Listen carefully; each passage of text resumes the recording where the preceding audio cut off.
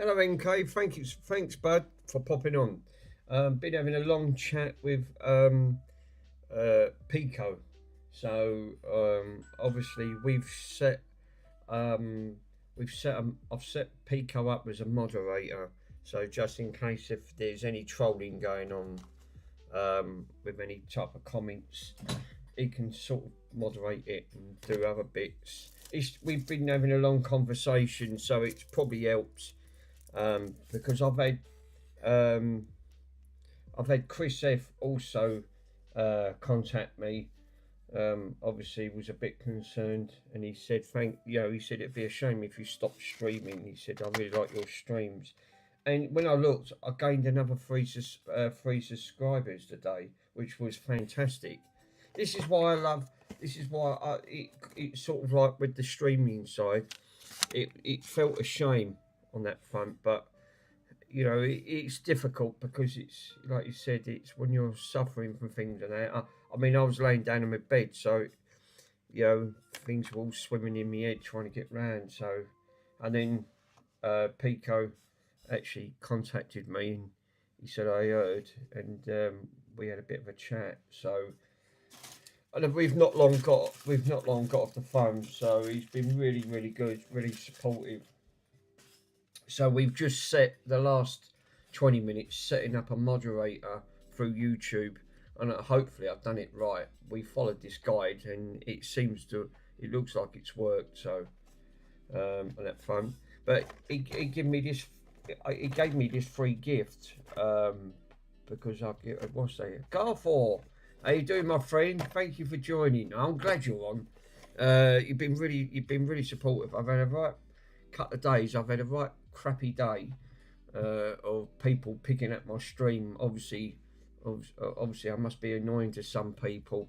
I've ordered them bits, so I've ordered these. They got to come from China, unfortunately. But yeah, you're right. Your packs of 10 on them.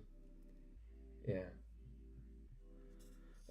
Yeah, so I've had a few personal attacks against me, and it's hard. I don't make fun of no one. I don't believe in that. To me, it's a bully tactic. At the end of the day, I'm not going to name and shame because I don't do that on that. But it's a shame, why people do it. But anyway, we're not on here for doom and gloom. I can't help it. I'm the way I am. Because I think what people is just that, yeah, they don't know my condition. I got a form of, like, it's like HDHD, like what I have to go through. This is reasons why I struggle for things on that. So, um, you know, but we sort of get there. Thanks, bud. I really appreciate that. Yeah, Pico's great. I'm having due to overtime to lurking to keep an eye on Carrefour. uh, this is what I see. This is what I love. I love the misengagement on the streams. I do love the banter. I've got to admit I'm a banter person, and I do love it. Absolutely love it at the end of the day. It's what it's all about. It's all about enjoyment, and I do. I've been literally for the last 2 days where I've had a few people attack me. It sort of really gets to me, and I miss certain things where people just tend to, the community sort of breaks out, and then everyone's enjoying themselves, and I like that. I really do. Yeah. Anyway, Pico obviously got me this wonderful gift on this front, but I didn't have any batteries, so today I've got some battery. I mean, this ain't going to be the unboxing on it, but yeah, you don't have to tell me about all your stuff. They should be nice. I totally agree. There should be, there's too much hatred in this world as it is, and obviously people.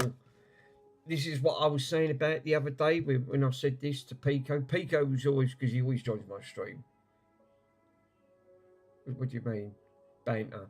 I'm not being. Oh, no, no, no. What it means is enjoyment. But it's an old saying. I keep forgetting you're not from the UK. The English people, they have where they laugh at other people's comments and things like that. And yeah, it's hard to stream to keep on chat and stuff. Of course it is. Of course it is. but try not to burn yourself. Well, the trouble is, because of the type of medication I'm on, it constantly keeps me going. This is why I stream for long hours, because I don't. I find it hard to sleep. So I can normally get about 5 hours sleep, and then I'm fully awake again.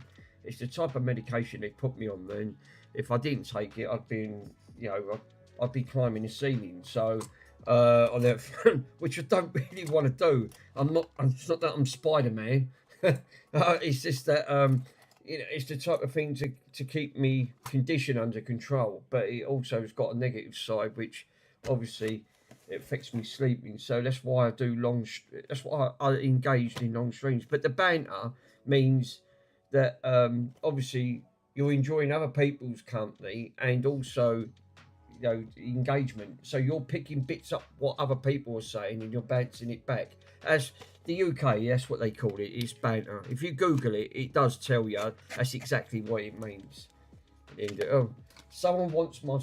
Oh, well, did he? Oh, he's gone over there. That big goofy over there. He wanted half my sandwich a minute ago. Now he's buggered off. So I thought, oh no. So yeah, I wanted to put some batteries in this thing, but this thing, it eats 3 batteries apparently. So I'll get some batteries on this front.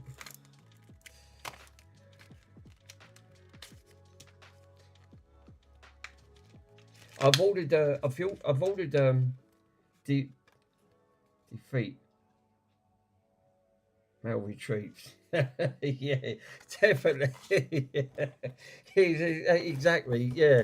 I have ordered a few bits from AliExpress, thanks to some lovely YouTubers, which really goes down well. And today I've just looked. I've got another 3 new subscribers, so I've got 110 subs. Which obviously I don't count subs. I don't tell people to, like and subscribe and all that. I don't force things on people. I've never have been. At the end of the day, but I'm really grateful for anyone that joins my stream, and it's just nice on that front. But yeah, I've ordered some of these bits. PCDD, he ordered one of these new. Oh, I forgot what these power. These are power bricks, like you can obviously. Yeah. Yeah, that's the one I like. Yeah, PD is nice. Yeah, I like PD. He come on again. He give me support today. That's what I love about the community. See, obviously making new friends. It really makes it great, because obviously you're always going to get some people that are not going to say very nice things. Carf, you're on thin ice, buddy. I love Carfor. He always retracts his messages. Yeah, it always makes me laugh. So yeah, I've ordered this bit from some of these things, because PCDD, yeah, message retracted. Yeah, that's it. And don't worry. Look, I was going to say, Carfor, this. I thought this was Velcro. It's not. It's actually a rubber strap. Message retracted. So see, straight away, he's put a smile on my face for literally within 10 seconds. This is why I love the community. I've got to admit, I do love it. Absolutely adore the community. It's message blobby. Chris, thanks Chris for joining, and Chris, thank you so much for that message. I really appreciate that, bud. At the end of the day, Pico is also on. Hopefully that new setting that we put into place today, hope that takes effect on that front. I'm hoping it does. I mean, on that. So yeah, getting back onto. Hang on, I forgot what I was saying. Oh yeah, PCDD. Yeah, he obviously bought this. It didn't work. Oh, for crying! You see what I mean? Yeah, that's the only thing in it. It's yeah. Try the 3 dots. Go to channel, pin message. Look, I'll show you what comes up. Right. What actually comes up? It's true what you said. Right. Oh, I can see. Right, I can add you as a moderator. on that front. There you go. Add as a moderator. Right, so moderating, standard moderator, managing moderator, click save. Good. Pico's now a moderator. Thanks, mate. Yeah, it's come up on the 3 dots now, so obviously, hopefully that'll all work. Oh, it's on OBS. Yeah, it's now coming up with a spanner. It's got a span on it now. Oh, so it must, because I've done this through OBS, but also you bring up the chat through the docs on that front. So hopefully, yeah, it's worked. Brilliant. Oh, we got, well, it worked sort of. We got there, and it was bloody hell. That was easy then. Why did I have to go through all the houses trying to get all that? Pico Texas Fish, he didn't even tell you like so much. Car force on there. That's it. Do you know what? I forgot what I was going to say now. It's gone out my head. Oh yeah. Oh, that's it. PCDD. He said he was getting a new one of these. So basically, I think he wanted to upgrade from the power brick. So obviously, my one before the radio's smoked, that only goes up to 5 amps on that front. So yeah. This ordering one for Mia, he ordered a new one, and if I hold up a minute, oh shit, there you go. So yeah, I've got a couple of things that I've ordered. Let's open this up because I can see it big better. Oh, no, you can't even bleed, you can't even see it because it's just too bright. Anyway, I've ordered some thermal conductive grease. I've ordered 10 of, all right, I've ordered 10 of these. What Carrefour was saying about with these L7805 CVs at the end of it. I've had to order 10 of them because you buy them, but they was only £1, but it's £4 for shipping at the end of the day. So anyway, but I got free shipping because also in the description, as Pico recommended, which one thing again, the most crucial thing when you're mucking about with electronics, I didn't have a charge a capacitor discharger up to 1000 volts. So I managed to get one, and I actually paid good money for it. I got it for £15.38. So I've got all that thrown in with free shipping at the end of the day on that. Plus the also ordered the RD 6030, the max compilated set. Yeah, it's the 60 volt 30 amp. And apparently, I did watch a review about these. Worms, how you doing, my friend? Thank you for popping in.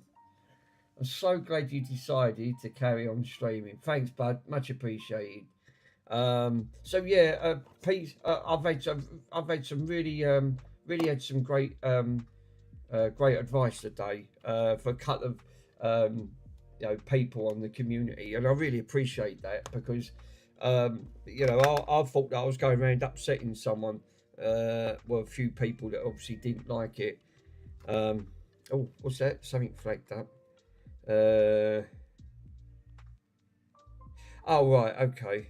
No. It's just that I've got a full refund back on the belts because they sent me the wrong belt for my reel-to-reel. So now I've got to reorder the belts again with the right size wheel on that front. MK Power pick worms.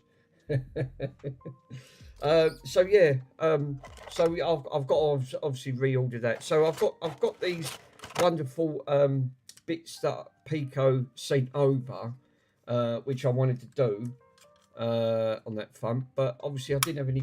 I've only got double A's. I didn't have triple A's. So I got some while I was in the shopping this morning. So I thought, oh, and it's free apparently. Free. It's actually because I nearly put the wrong batteries in it, and I thought, oh no, hang on a minute, that's the wrong battery. Don't go in. It don't go in there. Oh no. Oh, hold up a minute. Oh, where's? Oh, for crying out loud. it's the way that. Oh, it flips out. God, it is. Oh, here you go. That's in.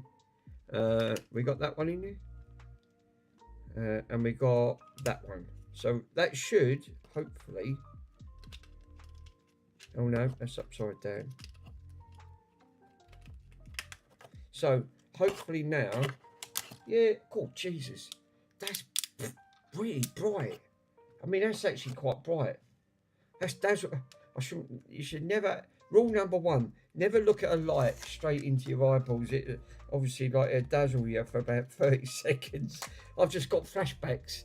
It's obviously that's not recommended, and that's added a bit of weight to that now. Yeah. Now I can't see the screen because obviously now all I can see is bright lights in my eyes. Kids, don't copy me. I'm not a trained professional on that front. Right, let's put them back in. Hold up a minute. What's going on here? Ah, that way. Is that the way? Yeah. So it's not velcroed, which that must be disappointing. That's so true. Not looking into the 650 of a light bulb when you've got above your head. Yeah, actually, guess what I got today, right? Now, that was a lovely gift from my good friend Pico there, and I needed that. That really come in handy when I tried to look at that pot and I couldn't see it. I don't even have to wear my bifocals to see this. So, and that was only on 1 times magnification. I saw that really clear. So I was really impressed with that. Now that's going to go, that's just going to fly off the side there, isn't it? That's going to go well. And today, guess what turned up? My other item that I ordered over a month ago, it took 6 weeks. And I've only just received it yesterday, which was the desk lamp, right? Now this is a lovely bit of kit. Got this off the AliExpress. I mean, some things from AliExpress I got within 3 weeks. Not even that. It took just over about 2 weeks. 2 weeks and 2 days. Is that one of them ones that you hang over all over the world? I've been all over the world. Oh shit! Here we go again. Oh no, that's it. Now I'll just make to say that hopefully now Pico is now my moderator, so he can keep an eye on all what goes on in this lovely world at the end of the day. So yeah, this desk lamp, right there, it's obviously one of these sprung clips what I've got the bloody camera on at the end of the day. You can bend it all 360 degrees. Can be the first one to ever be timed out.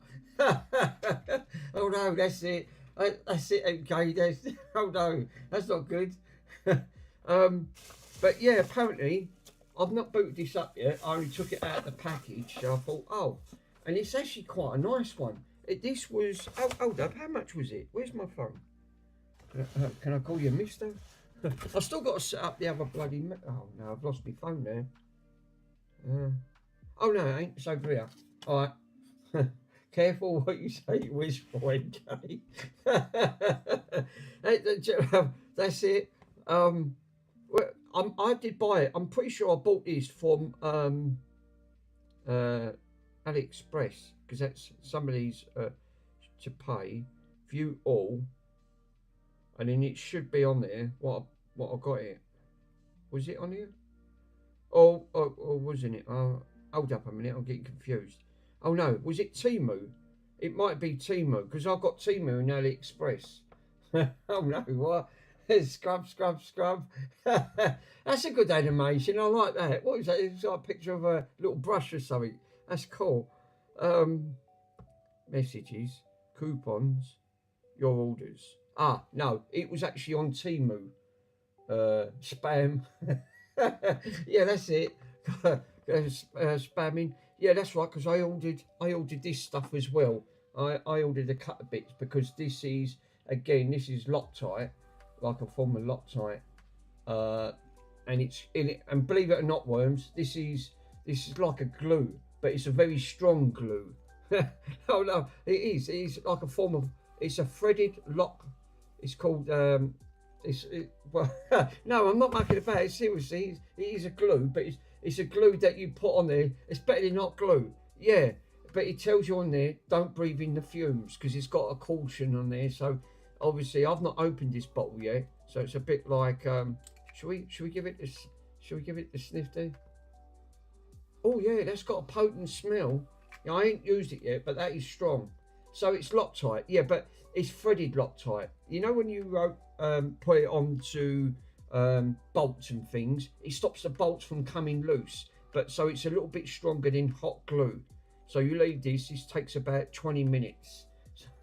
So yeah, it looks like oh no.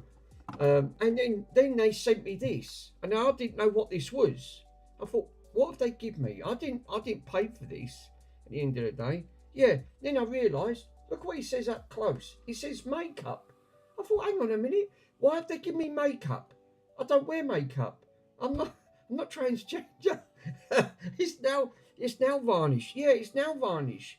But apparently, what you're supposed to do. I laughed. I went, no, seriously. I said, what am I supposed to do? Paint me nails? Look, I cut my nails as it is, so I'll keep on my nails short. So I went, what am I supposed to do? Put it on my nails? No, don't sniff it. So yeah, apparently you put that on and a little bit of nail varnish. And I wondered why. I thought, why have they given me a brand new bottle of nail? And it matches with the colours, red. So I don't quite understand. But they give me it free of charge, unless they got confused. At the end of the day, but yeah, that was actually quite funny. I didn't expect that. So yeah, sorry, I was differing from there. This lamp I paid £17.41 for. This was ordered. I ordered that November the 5th, bonfire night, and I only just received it yesterday. So yeah, it does take a little while. You look good in red though. Yeah, probably. You probably like you're going around. You could start doing your nails. It might be a nail show. It's just let's everyone go and paint. Shall I paint the dog's nails? I could paint Bronson's nails and see how he looks in it on that front. But yeah, well, because I ordered all the other bits I got. The only thing I didn't get was this, and it only turned up. It's a bonfire night. It's literally, I'm not joking. November the 5th, I ordered it, and I only received it today. Yesterday. It come about 5:30 by who's that bloody company? Every that they sent. Now they did give me the part for this distractor, but for the time being, I hadn't even paid this up. And the box wasn't even damaged. I was actually shocked. So we look like we've got like a controller here, but let's plug her in. The good aspect is I always make sure that I've got a fast charge. This one's 30 watts, so it's a fast charge USB and also USB Type C. So then I could just plug it in, and then I don't have to take anything up. So I just find that's a lot easier. Obviously, we've got a little blue light, a little blue light turn up on that one. So hold up a minute. Yeah, I actually like this. Now, I'll point these away because I don't want them. The last one bloody blinded me and nearly got me in the eyes. Right, I powered it up. Oh, Jesus. Yeah, that's actually quite bright. Is there any other settings? Cycle. Oh, we got different colours. So we got like an ultra blue, like a bluey white, a warm light. Oh, it just changes from white to warm. No, there's 3. So it looks like a 2 mixed into 1. Yeah, there's 2 mixed in 1. An icy white blue. Poltergeist. I'm surprised. That's cool. And what else have we got on this thing? Can I turn this down? Yeah, you can actually turn it down. And the good thing is, this folds all over it. Look. I mean, obviously, and you can tighten it up and all. It's got tightening bits underneath. So if you have a look underneath, you can tighten it if it's all loose. Like this one's a bit loose. And you can sort of bend it in the directions you want. Yeah, it's quite yeah. I would say, yeah, I like that. So you can turn it down, and then the plus turns it up. Yeah, so it really gets a lot brighter. I'm thinking for £17, I would say that's a it's not bad. It's not bad at all. I mean, it took long enough to receive, and obviously, see this arm. This is what I've got on for the camera. But the trouble is because it's sprung loaded. When you try and pull it down like this, look what happens.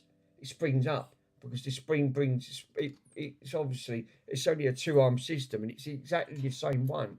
But this might be good if I want to get extra content and light coming down on something.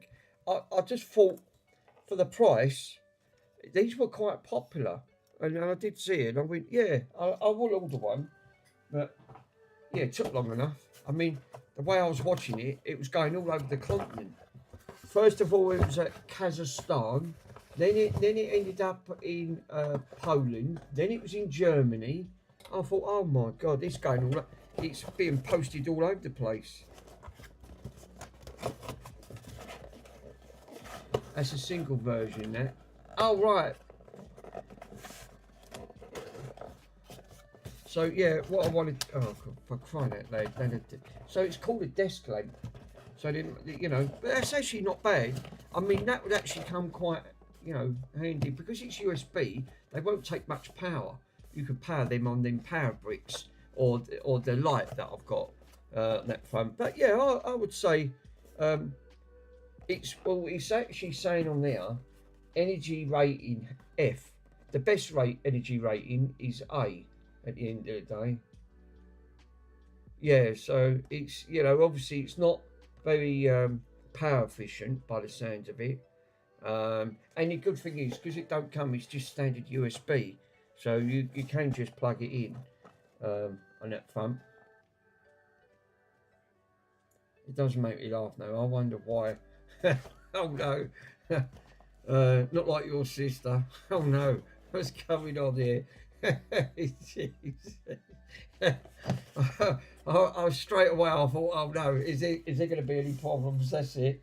So yeah, obviously Pico did look at try to get some pots for my trusted worthy Carlsberg amplifier. Yeah, that we run into a bit of an issue that obviously, yeah, we're going to be. I was going to be looking at a lot of money to get them replaced. So what I might have to do, which we recommended, is you buy another broken one or try and free up the ones you got. And the chances are, if I don't think they're broke, they're just seized. Which I've got some over here because I can do the first lot. Because obviously this is the first row. So I had a look at this when I took this out the board yesterday. The problem that we ended up having, that some of these were seized, absolutely seized, and I cannot turn them. So to get, well, put it this way, what did Pico saying about 4 pots? 4 pots end up being about between £7 just on 4 pots. I've got to order 74. So and not all of these are the same. They've got different values at the end of the day. So what I could do, is Stuart Pico's recommended, is try and free these up. So a little bit of contact cleaner and just keep going through them and freeing them up. See if these are free up. And I think that makes sense because if I have to replace all of these, it's going to outweigh the value of what that's worth. It probably won't be worth it. You can take them pots apart. The trouble is, looking at them, yeah, you're right, you can. You have to desolder them.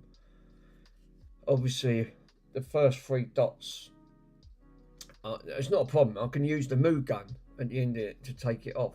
But the only downside is these brass fittings, once you take them out, you really seriously weaken them.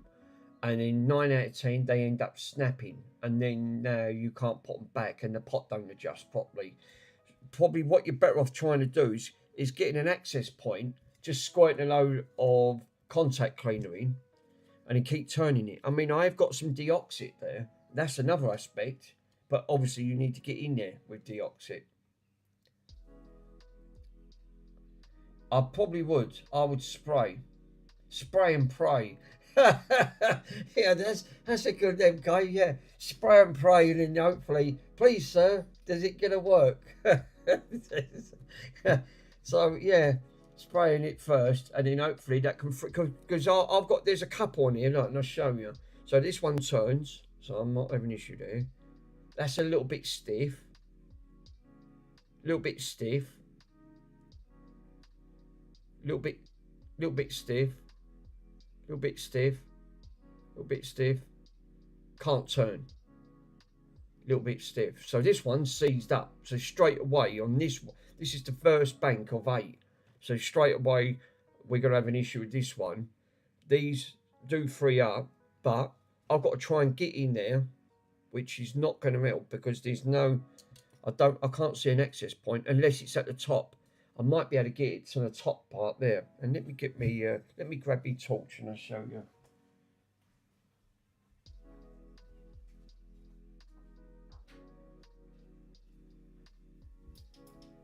This is why I like my torches on that front. It ends up being really good. So on the pot, oh no, you can't get in there. Or can we? Yes, we can. We can get in. Right at the top, right in the corner, I don't know how well the camera can pick up, there's a little tiny hole. So I might be able to get this straw into that and blast it inside. Then I ain't got to take none of these apart and just give them a good douse. Because it looks like the hole, you know, obviously, perhaps they've done that deliberately then, so you can get some contact cleaner in and you don't have to take these apart. So that might be a good aspect, you know, but then I'll have to take these out one by one on the board. This will be an easier option. Obviously, give this a good clean. So on that, so it wouldn't, because again, you're going to have that sort of graph bar on there. I know you can buy these. Again, these are a form of pot. Pico will probably know what these are. I don't know what they're called, but these will have a value from 0 all the way up to probably 200 or something on one end. And it doesn't mention that, but these will be a pot, like a form of pot, like, you know, a slider. Yes, yeah, that's it. Slider pen it. That's it. That's it's just another version, but just in this, obviously, for this being for your sand on that front. But yeah, I think that I might do. The only downside is some on here, which I was a bit concerned. If you have a look on there, this one's rusted. Obviously, they use these for the speakers and other connections. If you look at that connector, she's really rusty, which is not great on that front. And that's just that pin alone. All right, that might be an earth pin, which 9 out of 10, the top always is. It always seems like an earth pin. But that wouldn't make a great connection because, again, you need the... I mean, this goes to show how long this has been sitting around. To me, that only causes where that's sat for so long that half of these are seized. Yeah, you could just solder it, yeah, or tin it. Yeah, I mean, you know, just the. I mean, the good thing is, I could get the little Dremel on that, and just because I've got thin parts on there, I could actually just grind that a little bit to take that off. So hopefully, on that front. But yeah, I think we'll give these a go because obviously this one I can't turn. It's completely seized. So first things first, I don't want to break it though, because then I'm going to have to replace it, and these ain't cheap. So first things first, let's blast a load of stuff into here.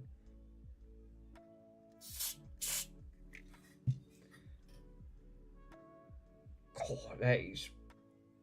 She's going. She's going. Oh, that's stiff. Yeah, she's gone. Lovely. She's gone there. Look. So I think it's true what Pico said. These just might want a really good clean, but I'll have to do all of these banks. Remember, I've got to do 76 in total. They'd probably all want a good clean. There's detection at your front door. That's not my door, surely.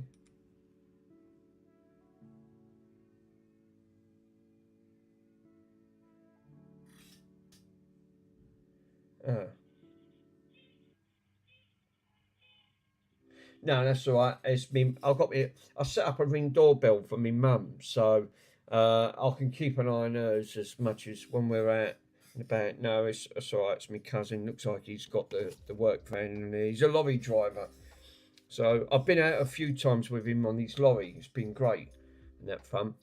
So now that one now that's free is really loosey. So that's really helped. Borat. Oh, sorry, bud. I've turned that off. I forgot. Let me engage that. That's why that didn't come out. I've got to go to streamer bot. It's been. I forgot to. It doesn't auto boot the streamer bot. So obviously I've got to wait. Oh yeah, that's done. 2 or 2. So hopefully now that should be all right. Sorry, bud. Totally forgot all about it. I need to set some more of them up. Get some. I was watching Ace this morning on his stream because some people were actually on the AC stream. I was on Twitch on that front. Let me get my bottle of water. Hello, Nancy. You on Daddy's chair? You good boy. So obviously, I need to order. Yeah, spray them in every pot and then turn them back and forth. Well, that one now is working lovely, right? That was seized. So obviously, that ain't now. Look how loose that is. I couldn't even turn that. So I reckon these just could be as simple as just give it a good blast. And someone's come to say hello because look, he obviously thinks I've got sandwiches. Mr. Bronson. It's always at Mr. Bronson. It's always at Mr. Bronson. Now he sit there and pester me. What do you want? What do you want, Ponce? I haven't. He does. He always thinks. Do you know what he tried to eat last night? He was trying to eat one of my. I have to watch him because I never had that when I had my Rottweilers. Obviously, my Rotties were really good, but these big Mastiffs. Yeah, I thought, what's he chewing? Yeah. He decided to pick one of my pig MK. My wife said, "Oh, cute. That's not. That's not you." Yeah, well, this big goofer. He's literally a big softie on that front, and as size of his head, he's literally. I could put my whole fist in his mouth, and he wants to say hello. No, all right, Bronson. Bloody hell, I know what your claws are like, mister. You are trouble. No, Bronson, I ain't having the sandwiches yet. Yeah, last night, I thought, what's he chewing on? Look what he's done to my screwdriver. He's at half of my screwdriver. I'm going, what's that? He had this in his mouth with this sticking out. So he was chewing on that. He's at half my screwdriver. Yeah, he's improved it. But he's at half the plastic. Oh, wait, is he for real? I've got him toys. Oh, he thought it was a carrot. Fucking teeth marks he's done to it. I went, now it keeps looking at it because now he obviously thinks it's his toy. And I went, no, it's not for him. So yeah, please be careful when you leave your tools around with big dogs like him. Literally, he ate half of my tool. I thought, oh no, he is nice. But he's an handful. He really is an handful.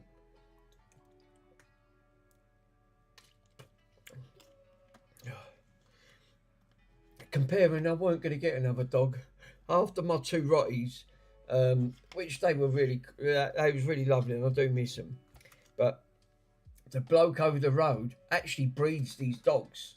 This was one of the breeding ones that I had off him. And unfortunately, he's had a bit of a rough life because the reasons why his behaviour on that front. All right, Ponce, I know you want to say hello on that, but they locked him in a coal cupboard and they hit him with an iron bar. And he's got a scar part above the head because he was fighting against the other dogs. So they decided, thinking we need to get him out ASAP at the end of the day. So he's better off with no one else around him. And he is. He's actually been a really cool dog on that front. It's just his teeth. He looks like a predator. Look. look at the size of. If I show you some of his teeth, look at the size of some of his teeth. Now he's pasting me. Now Bronson. Now get. Oh, for crying out loud, Bronson. Now, obviously, I don't want a big cane corsair jumping up all over because you want fussing. No, he's fucking. He's shaking the camera. No, and don't eat the tools, right? Because Dad's not going to have no more tools, and I can't keep replacing them. No, I know what he's after. He's after my sandwich because that's exactly what he's after. Look, he always wants the food, right? If I give it to him, he'll just take it, right? And I thought, no, you're not taking it, Bronson, right? So don't take the sandwich. It's not meant for big dogs like you. He's such a goofball. He really is a goofball. But I love him. I do love him. Oh, Jesus. Tell you what, I ain't got much of this left. I've got about, I'll tell you about, I've got about that much left in this can. It feels like it. So I'm just going to blast all of these and do what Pico said. Trouble is, it's all spitting into my glasses and I can't see nothing. That's it. Extra light. That's better. I can see what I'm bloody doing. He's such a big... He is. He's such a big goofer. He does make me laugh. He seems... He's all right once he knows you. He's really, really cool. Trouble is, half of this is spitting out. But I'll give that a good blast. And I've got to admit, that is a lot more freer. That ain't struggling so much. That one is. This one's struggling. See, that one's still stiff. That one's still stiff. That one's sort of there. That's nice and free. Nice and free. There's no resistance. A couple of these have got resistance. Nice and free. Which one was seized up? A little bit resistance. So there's a couple of these. It's still not great. Because they don't put grease in these.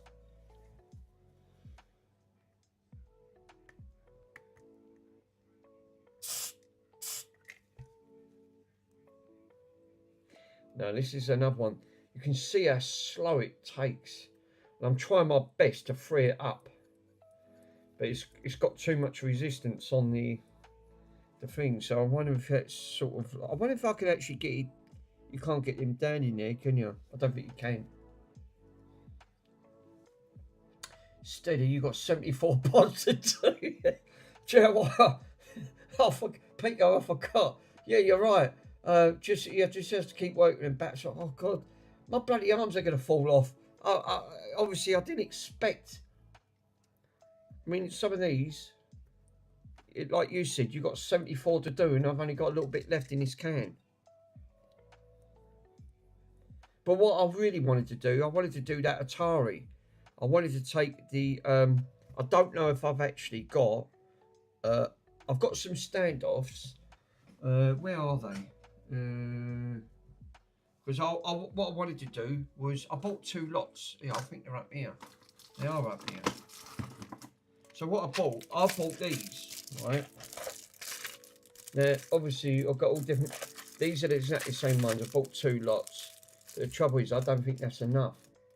Because what I wanted to do was desolder that RAM, put these standoffs in, and then test the RAM. Because obviously, it's going to be, because if once I've done that, I could then take the RAM out, the good one, and then just plug them straight in. Just because I had a black screen on that, and the only thing I couldn't test was the RAM, because they're all soldered onto the board. But again, that's a mammoth task on that. But like this is one of these tasks that's obviously got to be done. He's still sitting there. He won't move. He'll sit there until I'll give him some of that bloody sandwich at the end of the day. Let's give him half of the sandwich, because I know he's not going to leave me alone otherwise. He's going to keep pestering me. Right? This big bloody goofer. Right, sit down, Boncy. Right, now Bonce, when I say the word, right, just only a little bit. When I mean only a little bit, I mean only a little bit, about that much, right? So just a little bit. Oh Jesus, he's at half the sandwich. Well, but that was a good sandwich because now I've obviously got a quarter of the sandwich. I've left of it now. He's just took a big corner of it off. So obviously he's not great. He don't chew it. He just swallowed that in one go. That's not normal. And the last one, he ate the tin foil. He actually ate the tin foil. That was a little bit to him. that was my dinner. That's it. It's like one bite. It's like a shark bite to him, right? One bite to him, it's just gone. It's instantly just like ended. Off that head with that. Seriously.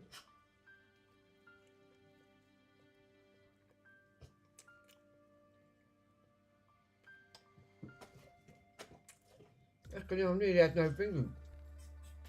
Blind Bodger. How you doing, my friend?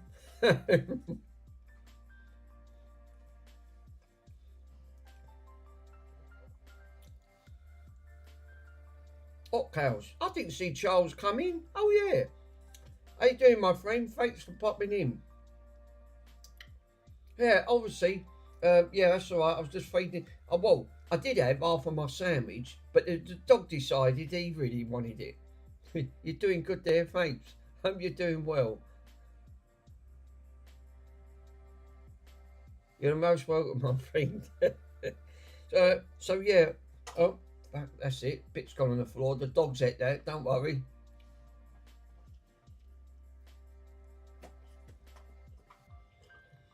The last time he had a bit of sandwich, he had me tin foil to go with it. I went, where's the tin foil? The dog had it. Ate the old tin foil.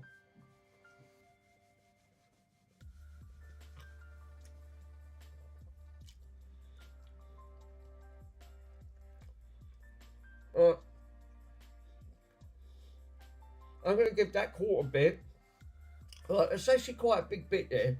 Right, I'll give it to the shark. Right, so it's just see how much the shark eats it. So in 3, 2, 1.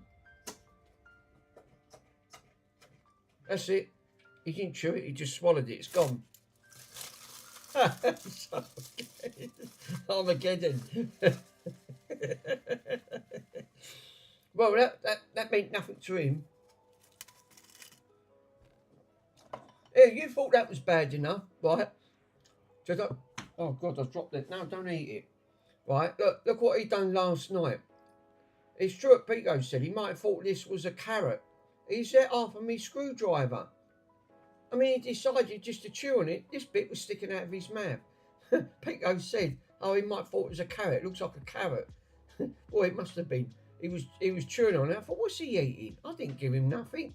Now, when I look closely, no, all the top part's gone. It's completely munched it. So, I thought the dog did. Can you taste that? Can you taste it like a carrot? I think with this big goofer, yeah, anything's possible. So now I'll keep tools away now. So now he starts eating half my tools. Unbelievable. Now I've gone, right, he ain't eating that. I'm not giving it to him because it's just a disaster. What he's doing here.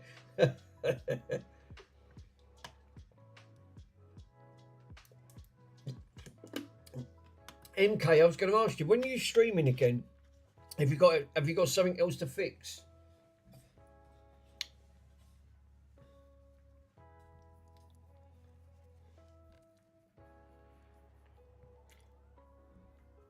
Yeah, these are still bloody tight as anything. Oh God, I've got the only downside is I don't want to bend all these bloody pots up and break them. That dog, he's like so adorable. Well, comparing that, no one wanted him, MK. No, I don't know. Still working on it. There's a lot of before the vacation. We do the vacation. Where you going? You hope you're going somewhere nice. Put me in a suitcase. Take me with me. Just put me in the background. I'll be all right. Get me away from this country. This UK has gone to pot. It's really getting out of hand over here. We're not, feel like a prisoner in our own homes now.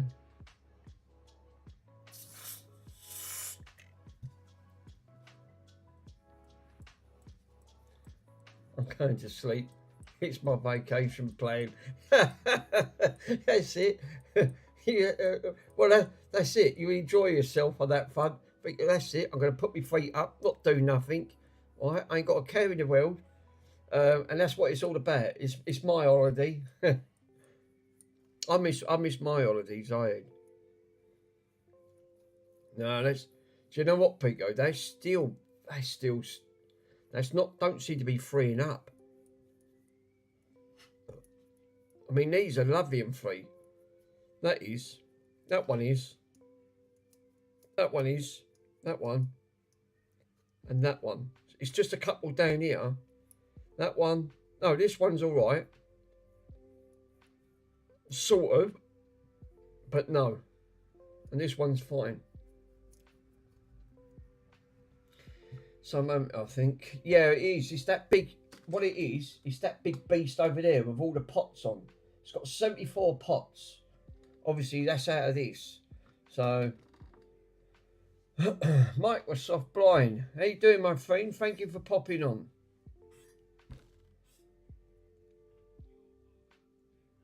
I couldn't believe it. Do you know what? I was so tired last night. I watched after stream with PCDD, and then it was getting late. I had to get up because obviously my medication started to kick in.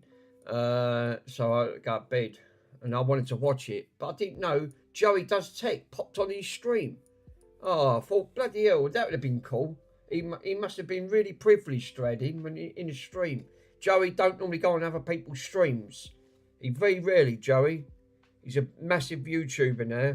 He's YouTube now. It's a couple from a 1 million subscriber. And that's unbelievable, isn't it? To have that. You think 7 years it's took him to grow. Yeah, he seemed excited. I would have been excited. Joey don't normally go on anyone's stream. He don't do it. He said it on there. But this is what I was saying to Pico. It's 150. Oh, wow. It was 150k. I knew it was something big, but he's got his channel, yeah. He lurks on people's streams. Does he? See, when I asked him live in his stream, he said, no, I don't go on other people's streams. So, on that front. Yeah, he was excited. He almost fell off his... Pete, don't remind me. Oh, no, don't mention chairs. 152k subscribers. Bloody hell. I mean, I thought it was 1 million subscribers. I've got confused. Yeah. But, yeah, you're right. Wow, that's a lot, isn't it? That's a part of the stealth mode, though. Honestly. Yeah, get it right. Sorry, hot girls. Yeah, you're right. I thought you said it was 1 million subscribers. But unbelievable. But even so, that's unbelievable. That's still nothing to shout about. I mean, he's got some. I mean, if you look at Dr. Disrespect, he's another one, and he plays games. But I don't know how his channels off the scale. I don't know how many he's got, Dr. Disrespect, but I think the way he talks to people, I think it's a little bit vulgar on that front. Yeah, they don't look at to be bad, to be honest. No, you're right, they don't. No, exactly it. Oh, Jesus. This one's really putting up a fight. It just don't want to free up for some reason. This is what I'm worried about. All the others now, all lovely and free.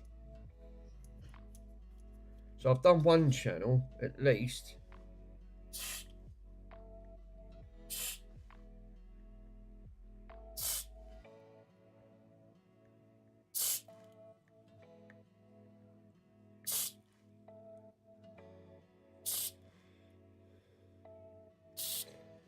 I might have to order some more. I don't think I'm going to do 74 pots.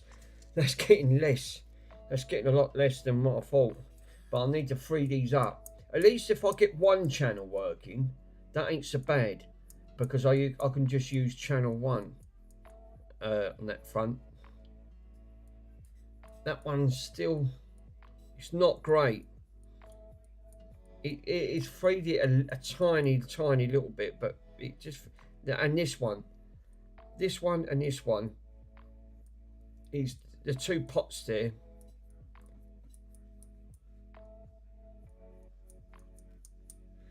Obviously some pots are more free than others. Yeah, they don't look the bad, to be honest. Yeah, some of these on these pots are really, some of them are really free, but I've got a couple there that are not great. Maybe these pots haven't been used so much. No, I mean, obviously this is bank 1, so this is obviously straight away.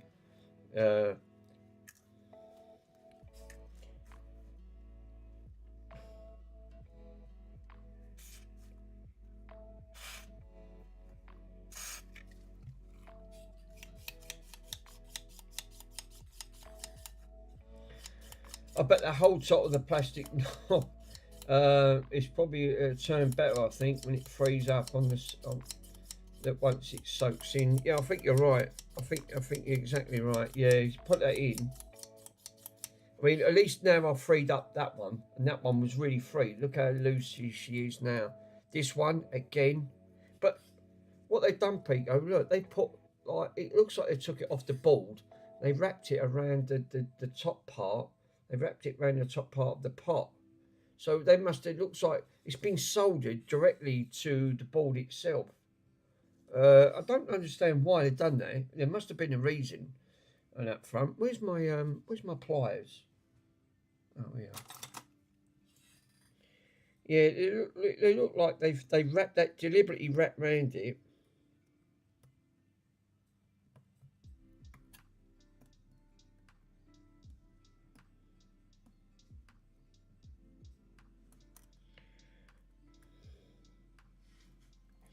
I've squashed it back. I've put it back in there anyway. So, I mean, whatever it was, they look like they took it right back from inside the part of the socket. It's gone directly to the board, and then they wrapped it round. It's come up from the leg behind the capacitor, hugged up, and it looks like it's gone round the pot.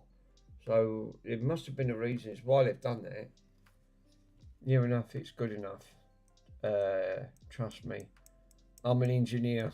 Yeah, that's it. Yeah, I mean, literally put that on there. But this one is nice and loose, and I couldn't turn that one before. That one's not bad. That's nice. That's got a lovely resist. That's nice again. Nice. It's slow. Yeah, a little bit of resistance. You can see it. I'm struggling to turn that, and I'm going quite hard. Sort of. And again, but some of these are, I think that's about the most I'm going to get out of these. And obviously I've done this pot one as well. I don't think I'm going to get that one any better, to be totally honest. Is that, it looks like glue or something. No. No, Bronson thinks I've still got food. I haven't obviously got any food, Bronson, because obviously you can wag out tail as much as you want, mister. I haven't got anything. And that's no exaggeration, right? None. So I think what I've done on that is, like you said, not the greatest. I think what I mean, I could squirt a little bit of IPA. Would it hurt to put IPA on it? To clean it with a little bit of IPA. Obviously, I've got another can up there. Because I thought some of these are really, like this one. If I put it on the wheel. I need to get them. I need to get that on my t-shirt for you, Bodge. Try it. Yeah. Yeah, that's actually freed that up a little bit. I put it round the wheel bit up here. I didn't spray it inside.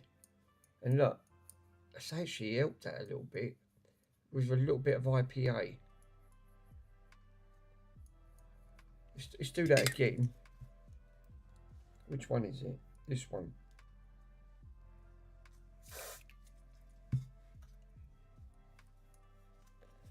Yeah, that looks better. It does. You can see it now. Look, I'm trying to turn it, and I was resisting before, so I'm getting down here. He's really giving me the bugs. So he's just staying there looking at me. He's sitting there, bogging me out. Yeah, I think he wants that screwdriver at the end of the day, and I ain't giving it to him. I'm not giving him the screwdriver. He's already ate half of it. I ain't got much of it left.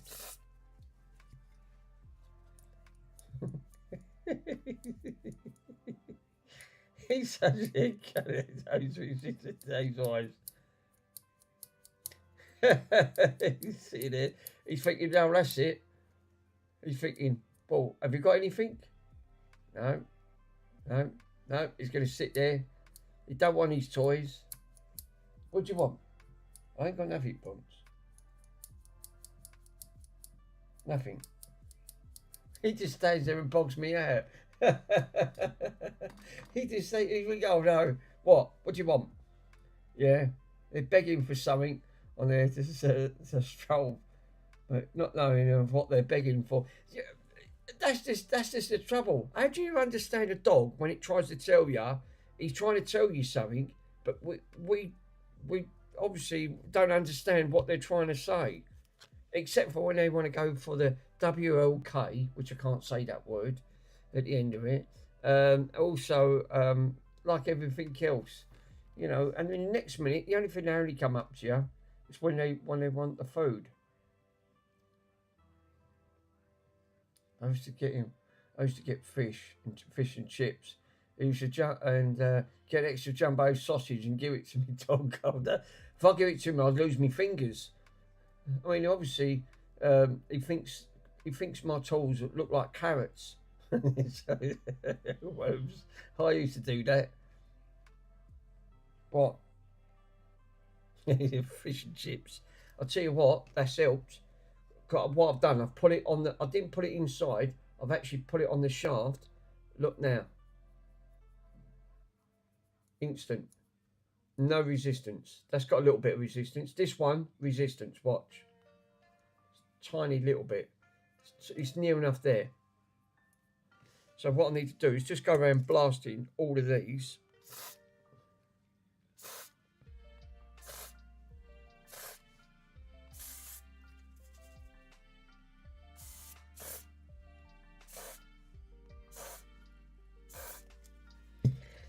Oh God, that IPA stinks.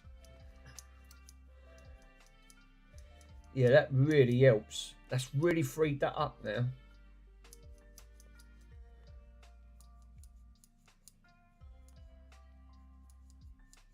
Get out what I said on there in the start of, and it said in there, if you get it, problem with the American Bulldog and a cross, and it draws like hell. I'll tell you what, you say that, you want to see these mastiffs. They draw like you wouldn't believe. Oh my God. I call it the glue, right? It's like Worm said, it's like hot glue. Well, he's like the glue. It just glues everything up. He starts bubbling. The laces all start coming out.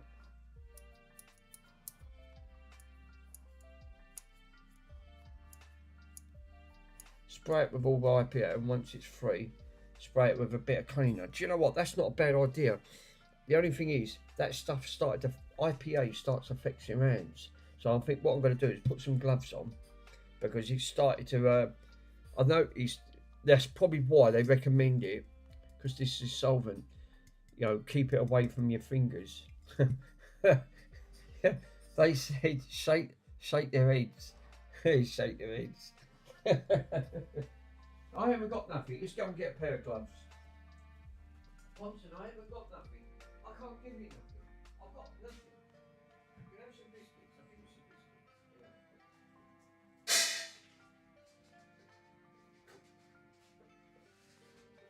You have a drop of water now.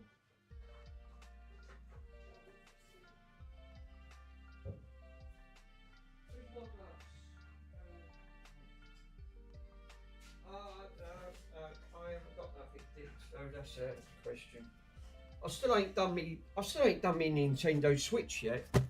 I'm trying to update that laptop, and because it's only got 4 gigs of RAM, it's taking forever. It literally is taking forever.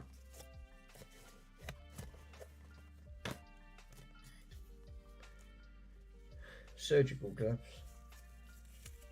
Wait, you're not supposed to IPA on your hands. But yes, I know. I've just found that out.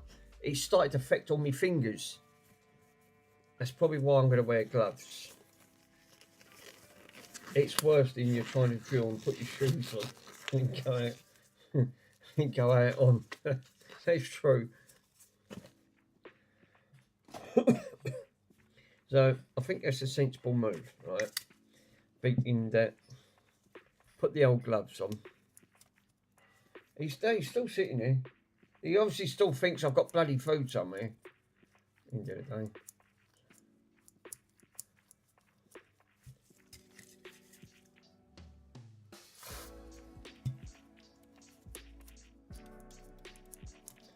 Mr. Bronson. I don't know. Mr. So yeah, when he glues, he does. No, that's not good. No, he's buggered off now. He's gone back out in the kitchen. This is still, it is literally, would you spray that IPA on your switch clean, the job done? What, spray it inside you mean? Yeah, that might be a good idea.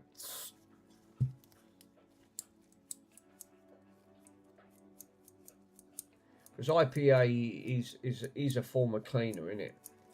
That fun. I mean, it does feel a little bit better. He's reacting to the cupboards. No, he's going to drink a gallon of water and glue me up.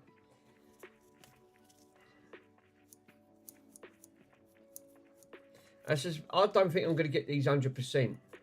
I've got 99 point IPA now. Yeah, I mean, this is good stuff. Obviously, I've got a bottle of this gear, but I prefer the spray. The only downside is, you know, it's not great. You really should wear a mask when you use it. I mean, some of these are really free now, which they wasn't before. The resistance is lovely. That's how you want it. You want it like that motion. There's still a little bit of resistance on that, just a little bit.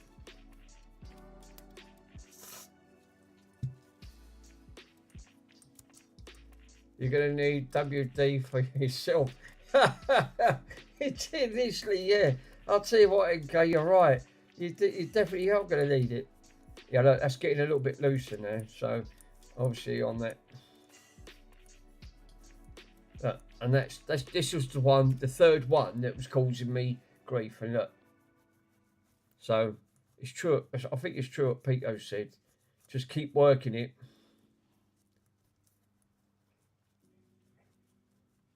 Really shouldn't drink that stuff. It might last longer. Yeah, obviously, swing that by the bottle. You're probably going to know all about it. Yeah, no, I wouldn't recommend it. Please, if kids are watching this, don't watch it. He's not recommending. I'm not recommending you drink this stuff. It's not good. I don't have any. Oh no, Carrefour ain't got none. No, Carrefour, don't worry. I'll send you some Velcros over. we get the Velcros out. Well, if I did have any, the dog might have had it. Which is not great.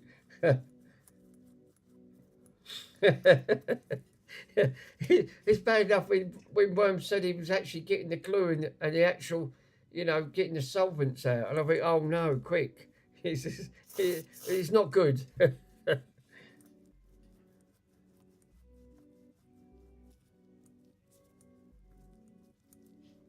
Yeah, Suggs was on the other day, right? The 80s pop singer for the UK, right? He's bought a new album out, and he's doing another new album. I couldn't believe it. He was one of my iconic sort of saviours in the mid-80s. I was really surprised with that. This one's still putting up a little bit. I can't believe he's doing another album. But his albums are bloody expensive. Madness, yeah, I love Madness. I have got one of them. I've got a couple of Madness albums, but yeah, doing the UK HMV, his new album. Yeah, look online, go on YouTube, not YouTube, eBay, and have a look on there. Also, Amazon have got some. But yeah, actually, he's got two parts, double album. One part of the album, I think it's about 30 quid or something, £30 for one album. Wow. But it has got all his greatest hits, but he's redone it. They've all been HD remade. I use Tidal. See, Tidal, you have to pay a subscription for that. Before my dear old friend passed away, I had to set his Tidal up on that because he wanted all his classical music set up on there. And he had his entire library on Tidal. And he didn't know how to set it up. I've done it for him.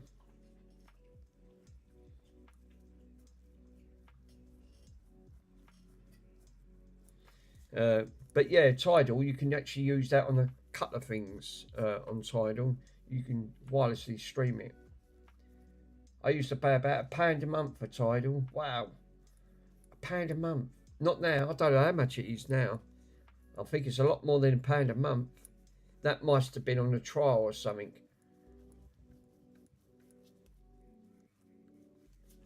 Yeah, some of these are still...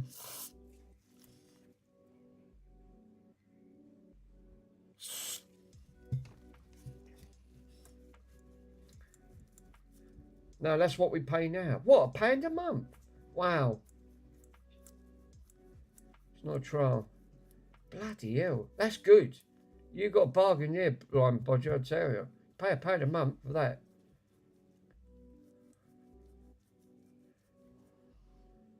Yeah, it's like that 12-litre one. I don't know how many litres in here. This is a 400ml can. 12 litres of IPA. It was a year ago. I wonder how much is left. She's just texted me saying that my parcel's still not turned up yet. Perhaps it might not be here today. It was supposed to have been here today. It's DHL. Enough said about DHL. That was that record player. I use a VPN to sub. That's what I've got. I've got a VPN. I've got a free VPN on that front. And obviously you'll get the slowest connection, but it's free. You don't have to pay. You know what's done it, didn't you? All of this now online safety activity due to kids, which I agree. I think it's a great idea, but it's put a block on everything. This online safety activity stuff, even on Xbox and PlayStation. Now you have to sign in and prove your identification. Just and then just use a UK IP. Yeah, I mean, that's the best thing. That's one good aspect of what an IP, a VPN you can use for. I pay £10 a year for the VPN, up to 10 gigabytes. Well, there is freebies out there. You don't have to pay, but you'll get a right shit connection. But you can't do it. I'm on one of them, so I didn't have to pay. But it's all right, just browsing the net, but it's no good for streaming. Because the connection will be at the slowest point.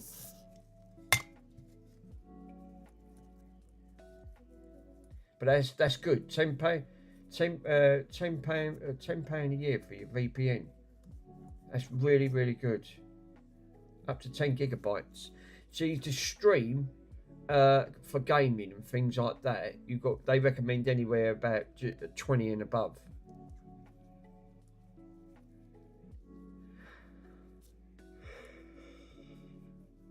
No gigabytes, just 10 gigabytes. Yeah, that's good. That's really good. £10 a year for your VPN. You've done really well there. Normally they charge you a month. They charge that. They probably would charge that about a month, between 7, depending who you go for. My sweet Joey Does Tech zipped hoodie is out for delivery. Oh, nice. You'll have to put that on the old when you get there. Upload it onto the Discord. I like to see what that looks like. Yeah, it's fast. That's what you want. You want something quick. I shop savvy. I shop savvy. It is great for music and for at the workshop. I mean, that's one good. See, that's what I'm saying. That's what you want. You want something that is going to be reliable. But yeah, I like to see the hoodie. Joey Does Tech hoodie. I ain't seen any of these. I don't even know anyone that's actually got any. Not sure, no. I'm in the mood.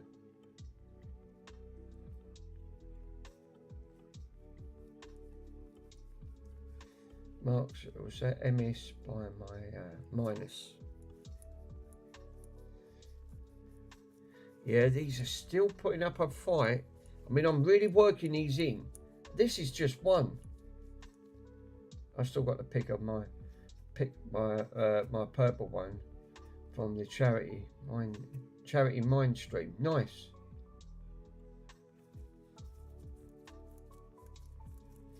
Obviously, so I was chuffed about chuffed for Rock Cows. he missed meaning. Oh no. Still cannot believe it's evening now. Yeah, actually, you're right. I mean, obviously, it's in the UK. It's 10 to 6 here in the UK.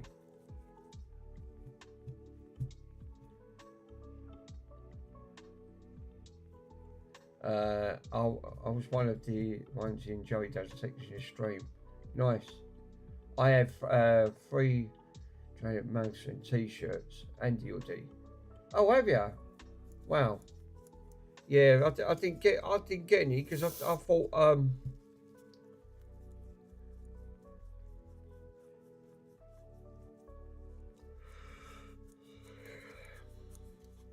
that's freeing up now. That one's nice and free. That's nice and free. That's not. It's in between in pots that's causing it. Right here, in between. It's true what you said. You just got to keep working it.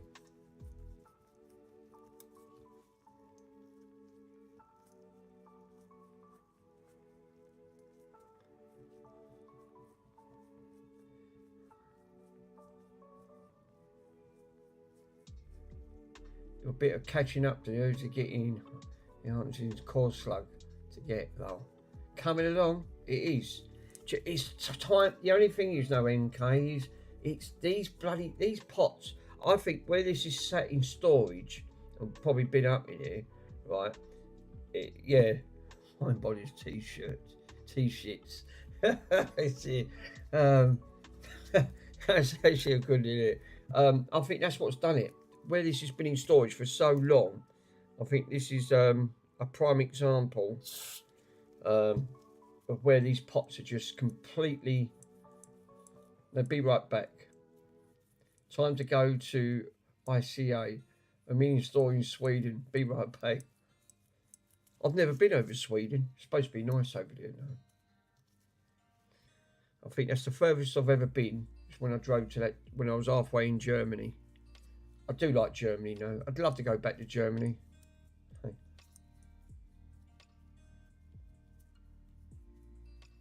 Is that where Carrefour is? He's in Sweden.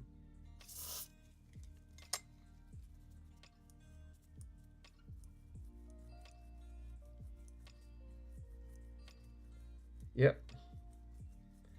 Lucky git. It's one place I'd love to go over there. I mean, it's with Sweden. It's mainly all about in the Swiss Alps. You've got all the lovely mountains up there. It looks really pretty. I've seen loads of videos on YouTube on there. It does look nice. It's not like the UK. The UK's everyone only wants to come to the UK just to get freebies, free NHS, free dental, free food vouchers. It does look nice. It really does. It's one of them places that you've got to put it on your bucket list while you're still here on the planet. Because once you're not here, that's it. It's game over. You've had your opportunity. You're not going to get a second chance. I'm afraid.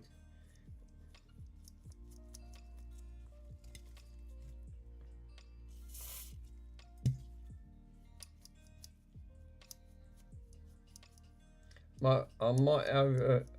I might be popping over to CMK. No, yeah, yeah. If you do, Pico, take some pictures, upload them. I'd like to see some of them.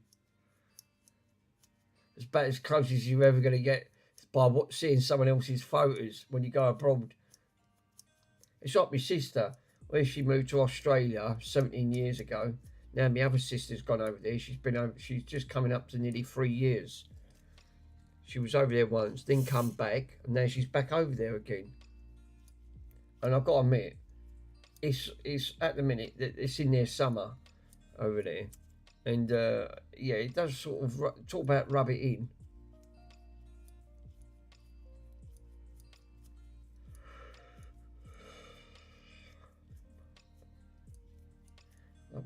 No, I mean car file popping out to CMK.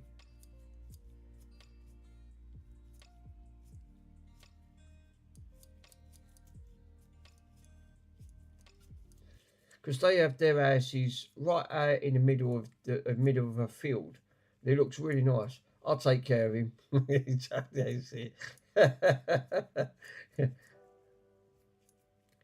MK, you're from? Are you from Canada?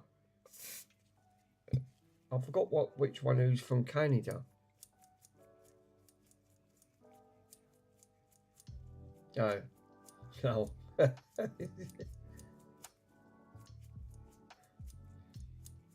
Oh, engaged with Sweden too. Oh, wow. Oh, no, it was Linus Tech Tips, wasn't it? He's from Canada. He moved to Canada, so I'm getting confused.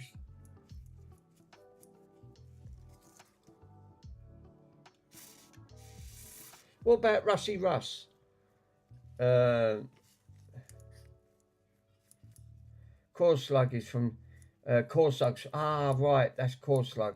He's from Canada. I'm from Poland. Living in Sweden. Nice. USA.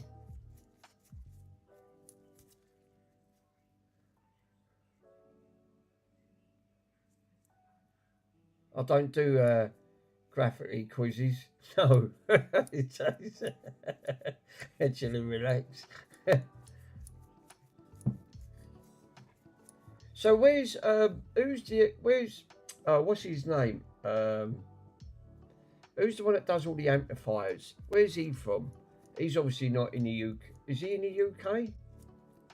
Oh, I forgot his name. Oh, bloody hell. Terrible. I'm no good with names. Takes me a while. My brain don't work like that. It seems like this works for a short while and then it goes back stiff again. Simple Tech, that's it. Yeah, that's it. Amend it, Mark. I think he's in the UK. I think Simple Tech is, yeah. Is he? I think, yeah, that's it, yeah. I don't know why Simple Tech don't get a proper discharging tool for them capacitors. He really frightens me when he's mucking about with them big high voltage caps. He does worry me when I watch his stream. And I went, oh, I can't watch. I don't want him having an accident on the live stream. I mean, I've just bought that tool from AliExpress. And for the sake of £15, it safely discharges it. It's true what Pico said. You know, don't muck about with high voltage caps like that. It's not recommended. Well, anything from a power supply, it recommends you just safely discharge it before you start touching around, because it's going to give a kick. Most of these caps will give a kick out. You will know it.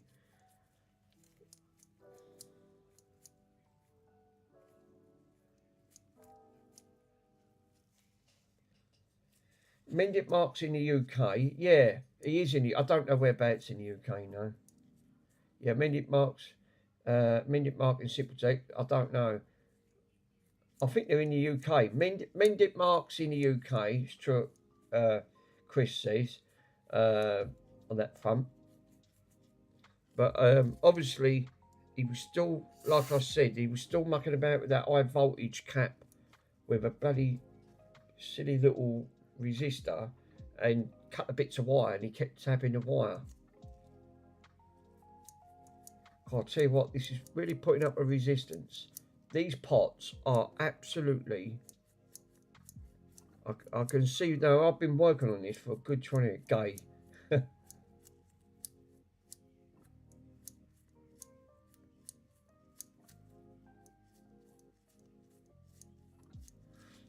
I love it.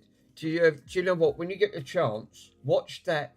Watch the video. It's on YouTube.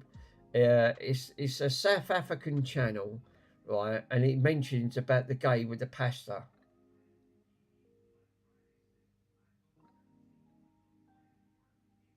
Message deleted by Pico. Yeah, I love that channel. I love that. It makes me laugh. It really does. You will have to share the you'll have to share you will have to share MK.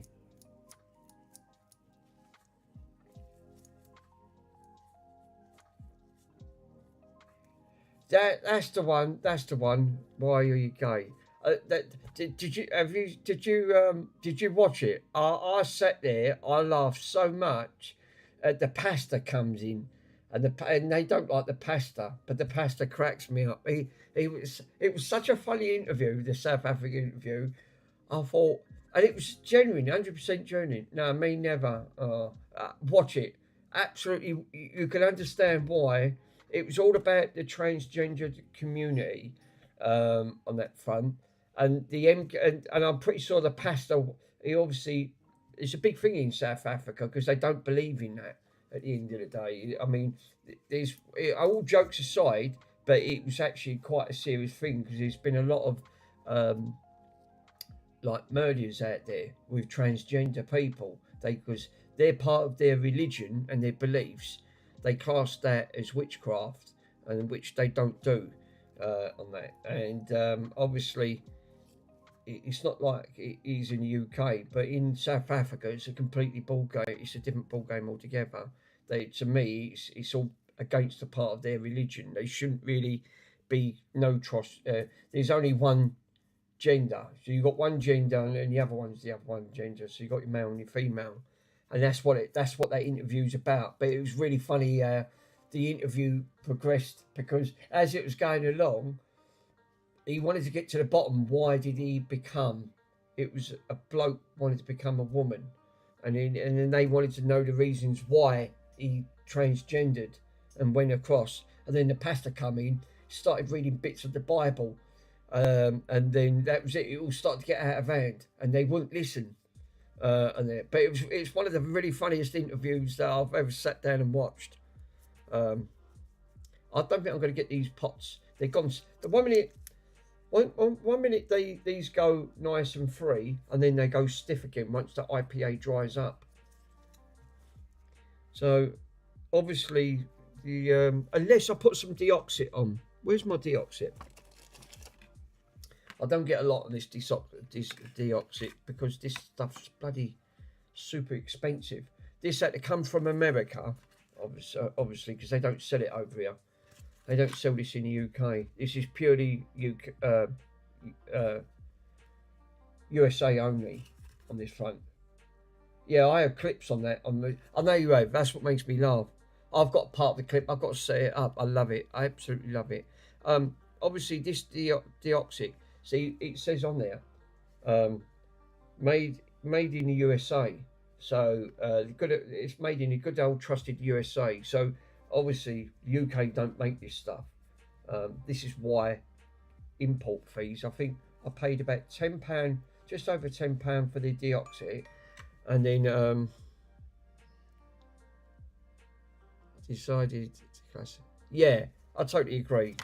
Yeah, nice one, nice one, Pico. So yeah, the, getting this one from America, I had to pay import and duty taxes. So the time I ended up paying that, this was nearly £20.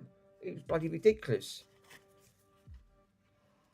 So, and you only get 2 milliliters, so you don't get a lot in this on this gear. So this is the reasons why you can't go too mad with this stuff. But you need to put this directly on the track. Obviously, I can't put that inside on here because it's the shaft for some reason. How much? Blimey. No, seriously, it is. Go and check how much that is. You'll be the shock of your life. Absolutely is. Yeah, we don't need that much of that stuff over here, but it's good stuff. I've heard. Yeah, Deoxic is. It's one of the. I bought it, but I mean, you don't have to use it for that. They reckon you can use it for connectors. Look, it even shows you a picture. So it says that you can put it on the end. What it is, it's supposed to deoxid. That's what they call it, deoxit.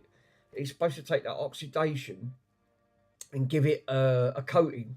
But it is expensive. It's really in the UK. It is because you've got to get the import. I don't really want to use it unless I have to. But it's no good for this because I need to get that on the track and not put it down here because that would be a complete waste. And there's no way 2 milliliters will do 74 pots. So that's out of the question. So yeah.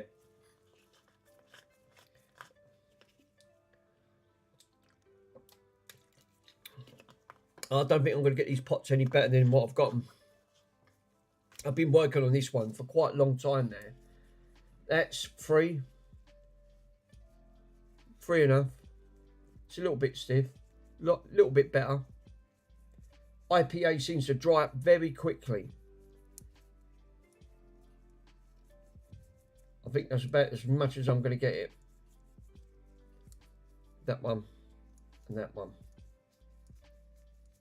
So I think I'm going to put that one as a partial win. Yeah, you need to do that with all the others and then fix them up all on the pots exactly. Yeah. So that's the only thing in it. I mean, you know, I can't. It's true what Pico said. Trying to replace these 4 pots end up being about £7, between £4 and £7. If I've got to do 74 of them, I'll be close. It's true what he said. I'll be close to looking at about £100. Yeah, first in the switch cleaner. Yeah, you're right. Obviously, I'm nearly out of this now. Oh no, it's IPA. I can't use that switch cleaner. Even this in the UK end up being about £7 a tin. I think I got that from Screwfix in the UK.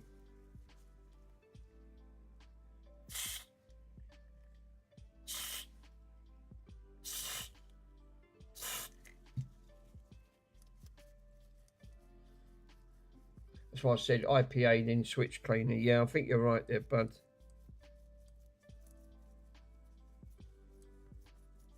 The trouble is, these have tracks on these. I know what they're like. Obviously, that's what reads the value. When you're turning it, it reads from 0 all the way up. Yeah, they're not the greatest. I can feel them. They've gone back to being the way they originally was again.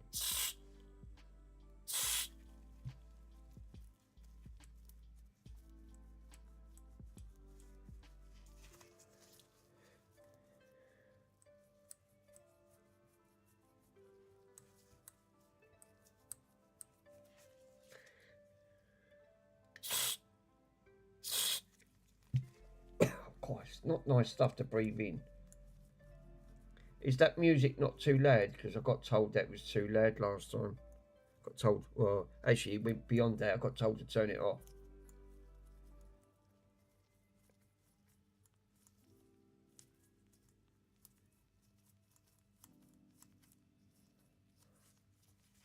Jesus, that IPA's, look, it's eating the gloves. This is what I said to you about putting out. No, it's fine. No, it's alright, fine.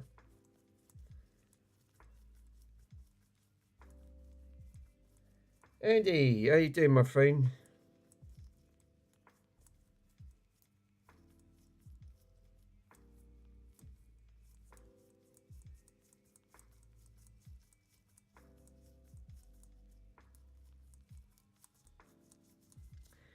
Yeah, Pico, these are going stiff again, my friend. They're just going. They feel like they're going back to their existing resistance. Soon as now, I've been working on these a good 30 minutes, right? Maybe longer.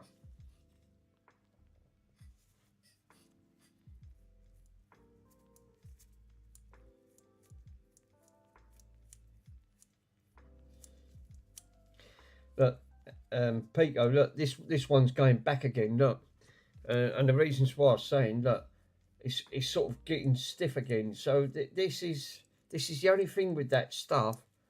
With the you clean the pots. Now I've been working constantly with that. Is there like an oil that I can put down? That's what it needs. I think these pots need like a form of oil because it looks like it's going down the shaft and it feels like the shaft's causing the issue. I mean, so, and some of these are just going stiff again. That one ain't, but that one in the end. But since I've been cleaning that and giving it a good clean, virgin olive oil. Oh no, no, I can't use virgin olive oil. um, spray grease you can get from the electrical contact. Can you find some and put one in the description, and I can order some up because I ain't gonna know what one that is, and I'll get some ordered. I think that's what these are gonna need. You know, I think this is the issue I'm having. These because that's on that tight shaft where I've been putting IPA in. No, won't deoxidate work. No, no, it won't. It's too expensive. Um,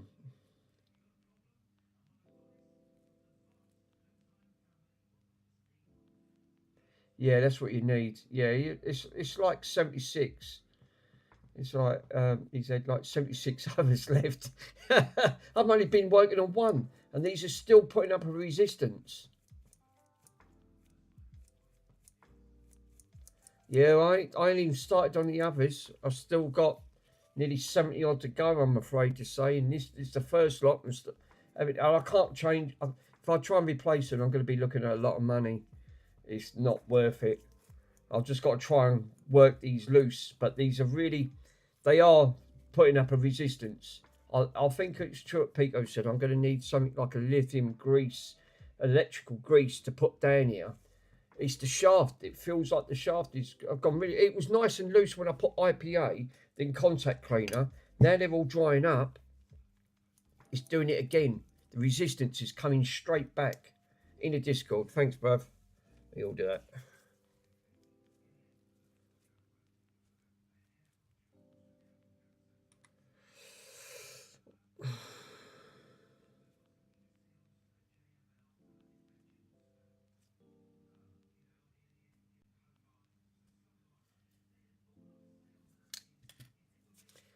That's it. White grease. This is white grease spray for lithium soap PTFE high grade lubricant.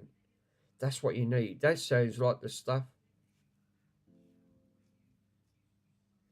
It's heavy duty for low speed applications. Lubricants protects against wear, prevents rust and corrosion, water repellent, silicon free for inside and outside use.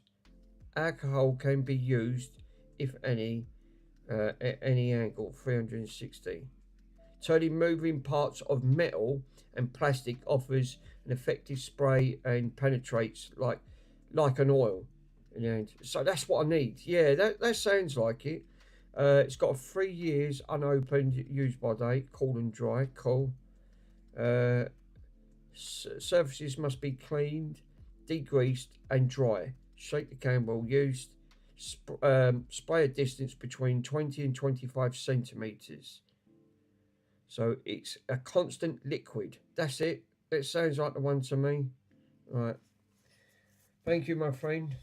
Let's take these off. I don't think I'm going to be able to get much on these. I think I need something on there. I think you're right. I think this needs like a form of lithium grease because the problem is that shaft right there, and it's so tiny, and it's where it's packed in. I think it's sitting against what we had before, didn't we? On the record players. It's metal on metal, and it's causing the issue, and that's what's causing this resistance. I think they're clean enough inside. I think the issue is going to be here with that shaft.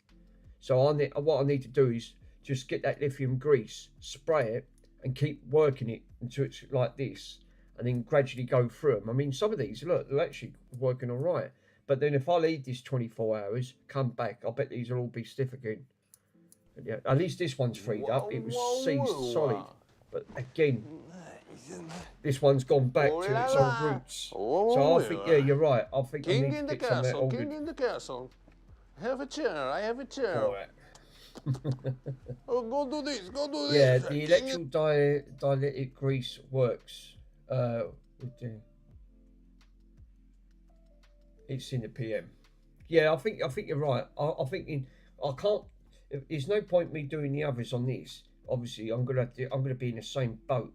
I think what I'll do, I'll get some lithium grease, that grease you said, get that ordered, and then come back, and then once I know this is done, then I know 100% because I can't. Otherwise, look, I've just been spending, and they've all gone stiff again. They're going right back to their old ways, and I can feel it. So, no, I think I'll put that back. I mean, I've got enough to be getting on with anyway. I mean, I want to have a crack at that Atari, taking the RAM. I want to take them RAM modules out and swap them over because that's been bugging me. It's not been done since the day I bought it, and that's a mammoth task. But I've just got to make sure have I got enough of these. Metals causes corrosion, and I think that's what's caused it, that shaft. I think that's exactly it. I think obviously that must be like a form of alloy metal that's gone corrosive over. I mean, you know what happens with pots. If you start taking them pins apart with them because they're like brass, they free up. You weaken them, you could easily snap them. I've had them before. That's what caused the out of threads. Yeah, I'm just hoping I've got enough of these because I've got some others. I've got some big ones, which I've got these ones here. So I think these are for the big sockets. I don't know if I've got enough of these. I'll need to check. So I think what I'll do, I think you're right. I'm going to order that stuff up, get that ordered. The trouble is, time's ticking away because now we're in Christmas. I'm worried about deliveries.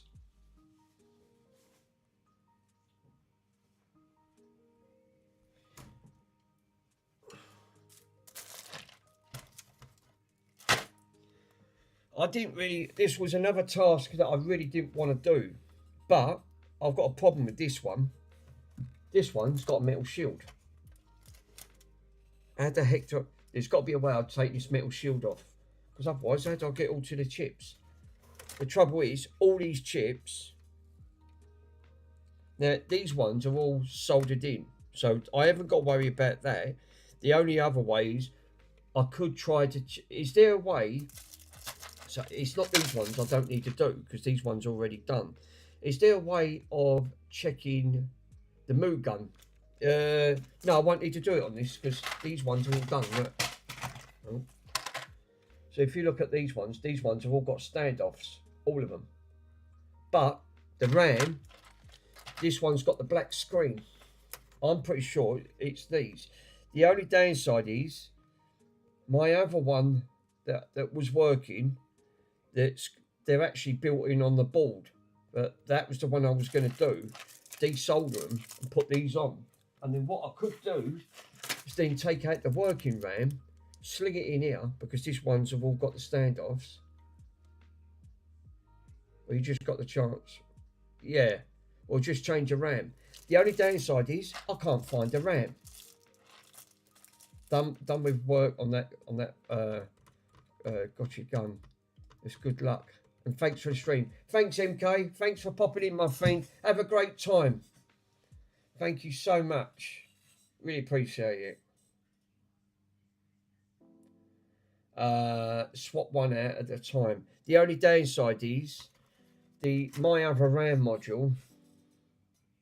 Yeah, thanks, bud. Thanks for popping on. Really appreciate it, and thank you for your message. Really appreciate it. Yeah, yeah, I agree.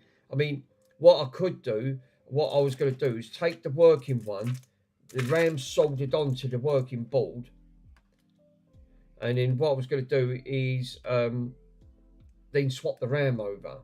But or I, I mean that one's original. Or I try to get another bank of RAM, but I can't seem to find any RAM for these.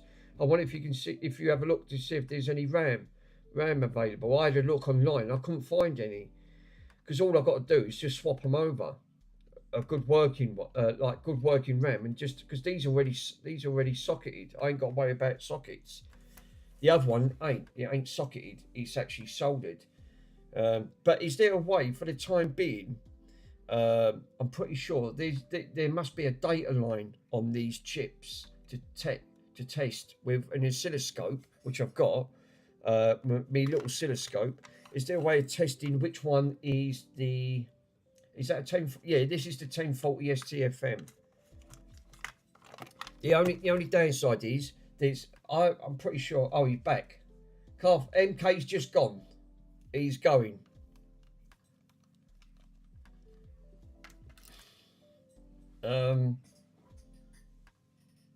Oh, he's gone with Carrefour. Oh, he's back. What are you buying? Right, to buy booze. That's it. Not to buy your booze. Well, actually, you say that. I don't drink. I can't. Not with my medication. I can't have any.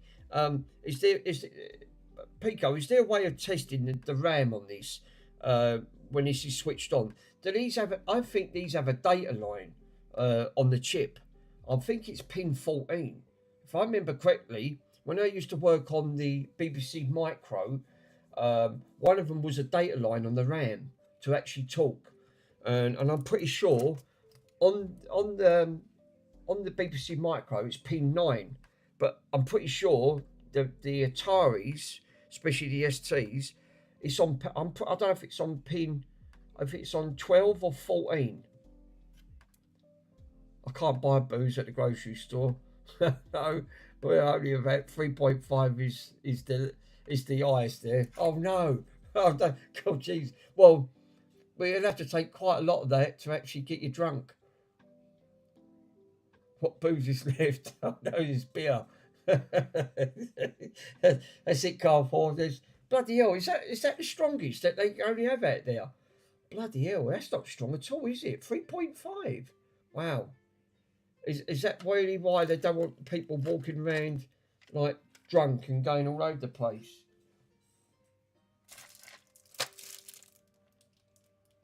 Oh wait, booze. Hang on, it isn't beer. No, that's no, that's it. In our store, yeah, we have a separate store that we have to buy alcohol at. I mean, well, they do in the UK. I mean, you know, we've got a thing in the UK called an off license. We just go in there and they just sell all booze. You've got snacks on the counter which you can buy, but it's mainly all booze. So it's like rum, whiskey, vodka, you know, whatever takes your fancy. Absinthe. Oh, it's a freshers. Yeah, freshers. Yeah, I know the ones you mean. Yeah. But it's the same thing. It's exactly the same thing. They just sell all alcohol, but on that 40% is the highest. Wow. God dear. No, we have stuff over here that you can put in your car. It's not. I mean, if it's anything like Russia, they have stuff like nearly 90%, 90% vodka, 60%. That sounds like what we have. 60%. That sounds about right.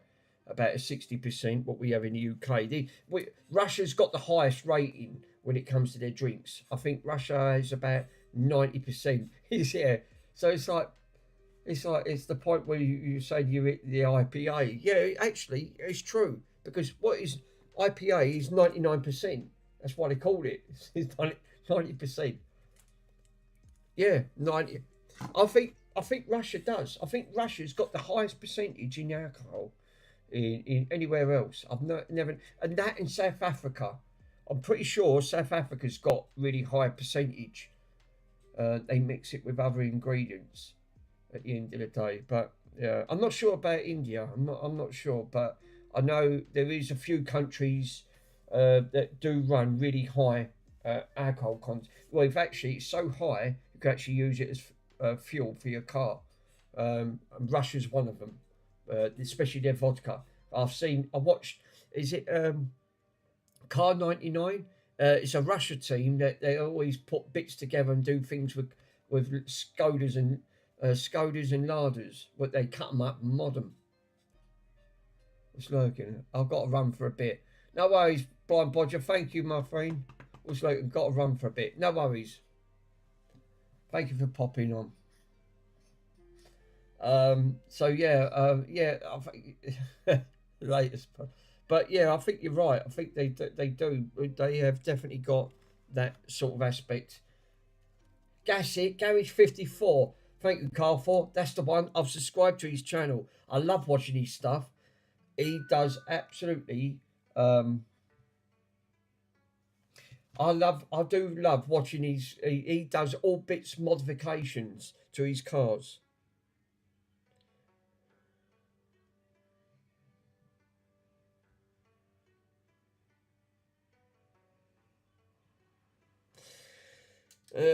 Worms. It says on there for the Atari archives, right? There is a program you can check for your memory.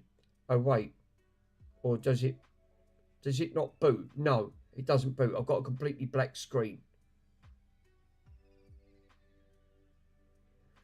This is the Atari archive. Oh Jesus, look how small that is.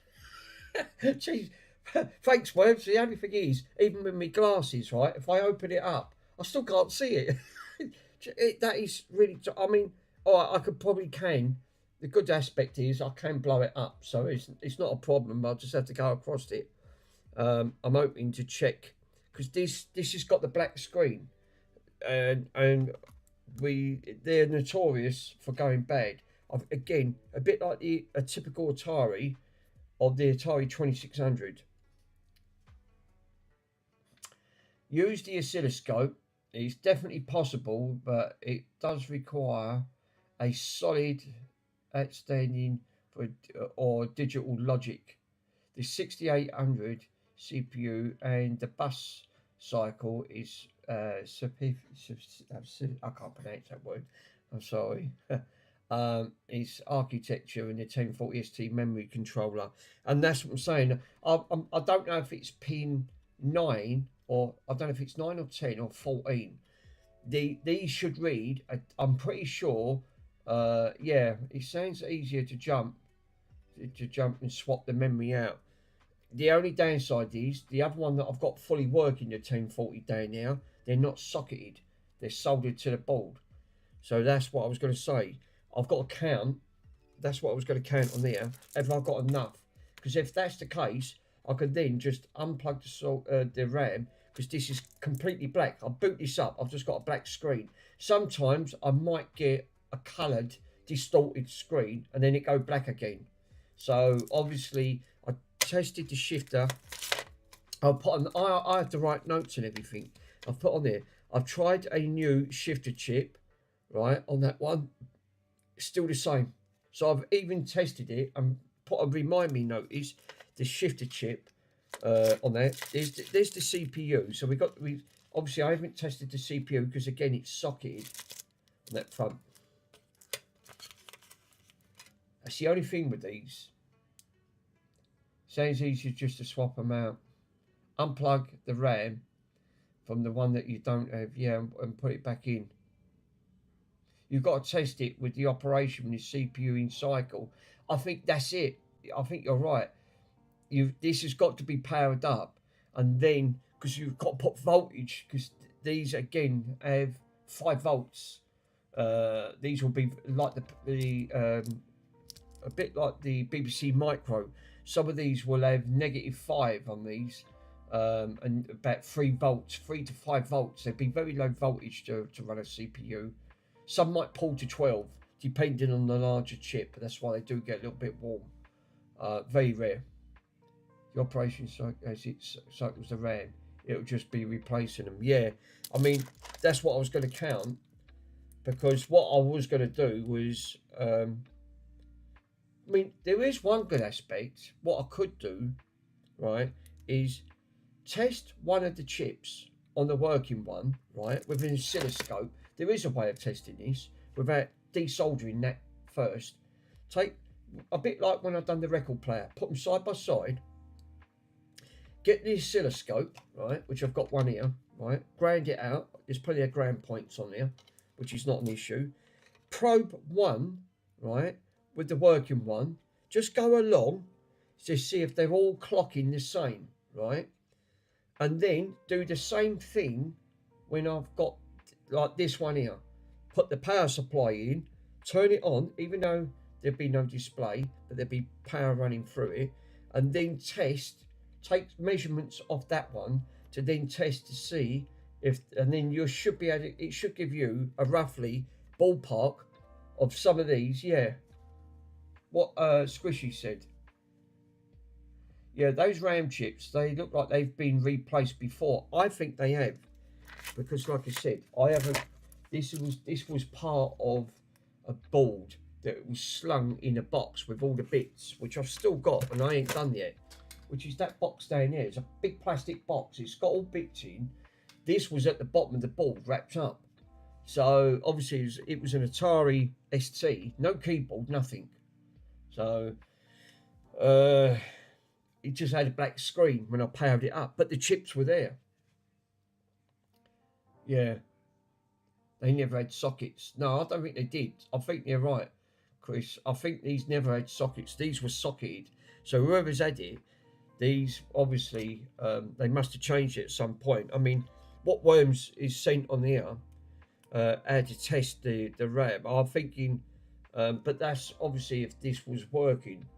This is not. I've just got a black screen, and when I've done the test, hand test, some of them got warm, the rest were cold. So it's obviously, if some of these, if you've only got to have one or two go bad on there, that's it. It won't put power. It won't complete the circuit. This acts exactly the same way as the BBC Micro. Yeah, check the back of the board for damages, and that's the first thing I was going to do. Take these out, because I haven't. This has been sitting here for months. So obviously, just like when they had it, they probably thought we don't. I did take these chips out though, and then put them into mine, and I ticked them, which you can see. I put ticks on them, and these all work on a working one, because that's why I've got a 1040. So I thought, right, it's good to have two 1040s. I can then compare them. So what I need to do is take this back off.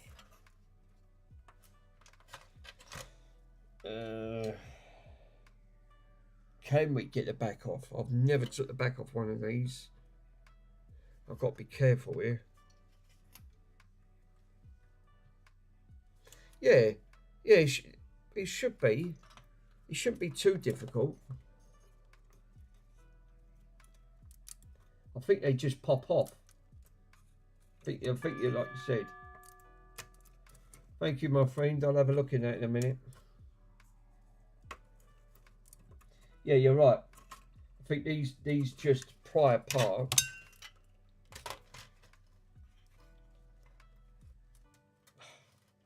Jesus, they've put them on. You can't get them off.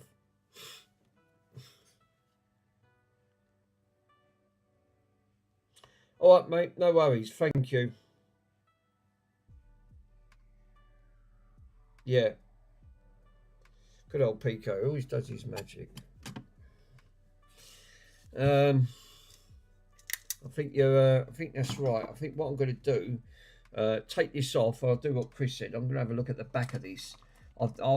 Whoever's put this on, this has never been off, because this looks like it's been like my other one. I ain't even got that. Ow! You poke yourself in the eyeball. Great.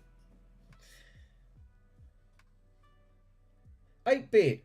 How you doing, my friend? Thank you so much for popping on. Much appreciated. How you doing? I'm trying to have a go at the Atari. I did have a go at the amplifier, but I've obviously the pots, they're obviously so seized up. I'll need to get some lithium grease to get down the shaft, and then, because trying to replace them is going to cost too much for the UK. It's quite a lot.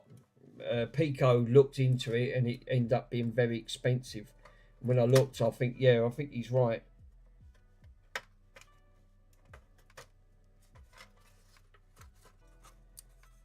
You're stuck with that what's that? Doing well.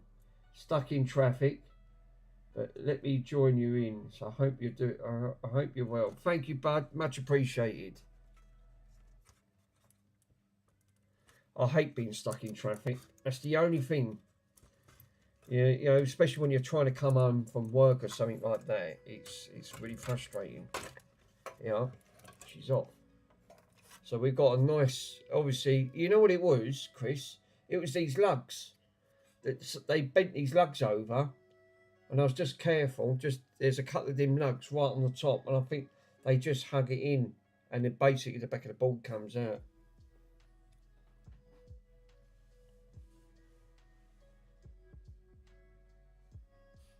It's good to see yellow YouTubers in. I do like to see fellow YouTubers popping in solo. This is reasons why we're such a big community to actually all pop on each other's stream and just say it doesn't cost anything. So everyone else's streams, pop in and say hello at the end of the day. And if you haven't if you haven't subscribed, go and subscribe to their channel. I should think everyone has, but it's easily done. It's easily to forget at the end of the day. It's nice to actually see, because obviously everyone does a little bit different. There's I think it's only me and Pico that really only deal with retro stuff at the end of the day. He obviously don't stream. He does his videos and uploads them, which I think is a great idea. At the end of the day. But again, he's like you said, it's dealing with a little bit of the old retro stuff, and you don't get to see this wonderful gear because it is a dying breed, I'm afraid to say. But getting parts is, like you said, not easy. Now, them sockets, right? Now, Chris, you actually said, right? You said check for damaged traces. That's factory. That looks like that's done by factory. That's not done. These I think when they've done this on a machine because they're perfect. Every single one of them are absolutely perfect. So obviously that must have come off the manufacturer just like that, literally. Oh right. Oh, Chris, do you? Do you actually do that? I didn't know Chris does retro stuff as well. Chris does lots of retro stuff. Oh right, but he don't stream it. Oh, right, okay. I didn't know that. Yeah, that's probably why I thought. But it's nice to see some retro stuff because, like you said, it's you don't get to see it. So I'm thinking that on this front, this is factory. This is not. That board is so complex. It's unreal. He knows his retro stuff. Yeah. Yes. It's like you said. It's lovely gear. I mean, look how bold. I mean, look how they manufactured this board from the early mid 80s. At the end of the day, this come off a production line. Just how you see this, and then the machine's obviously going around putting all the components on. At the end of the day, and I can't see that that's being totally all original. But I don't think it's so. That must have been manufactured just like it. So the sockets that are on there got done by the manufacturer because there's no way that was done perfectly by hand. You would have seen flux and all other stuff. So what I need to do is really do the same thing again, but with the other Atari, and then just swap these out, and then do what Worm says, go through. Mr. 8-Bit's in, which is lovely to see. Yeah, Pico, I did look at the back. There's no issues with that, and that is manufactured by, you can see, that's not done by a person, that's done by a machine. It's too perfect on that. So that looked like that must have manufactured it. So they've manufactured that with the standoffs in. I think I know why they've done it. So if these go bad at any point, you used to take them out and put another one in, which these will fail over time because there's no heat sinks on. So, I mean, that's one good aspect. There is one way you can test them. It's like you said, just unplug them. But I need to do a visual inspection. Make sure it's true what Chris said. Test them, make sure there ain't no break. Yeah, missed a bit. Sorting through that. Looks good on the back. Yeah, I think you're right there, Chris. I think the only thing is, I think I'm going to do what you said. I think I'm going to give it a visual inspection, make sure there ain't no broken traces or scratches that's broken, tracks, because them lines go all the way over. I mean, if you look how close some of these are, they're really fine. They're absolutely, and there's banks, there's loads of these. So,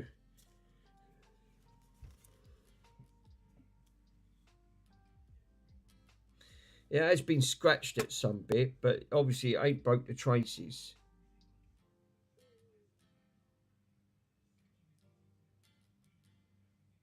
I could do a continuity test just to make sure there's a scratch, a small scratch right across, and it just test the and I'll show you where the scratches are.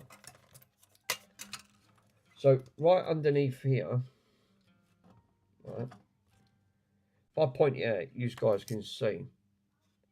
So there's a scratch from about here going all the way across the trace, and it looks like we've got another one going up about there. So what I'm going to do, I'm going to do a quick continuity test from this contact to that contact. I think it'll be all right. I can't see it not, but I've only just, like it's true what Chris said, do a visual inspection just in case if this got any hairline fractures or anything like that that you could come across.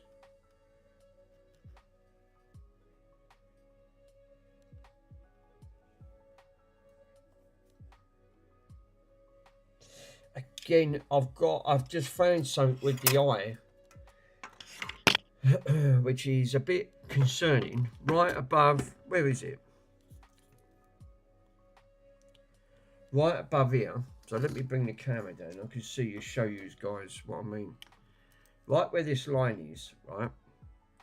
There's a, where did I just see it? I just spotted it a minute ago. Looks like it goes over. I don't know. I'll have to do a continuity test, but I did find it. It looked like it'd gone over. Yeah, it's here. It's right here.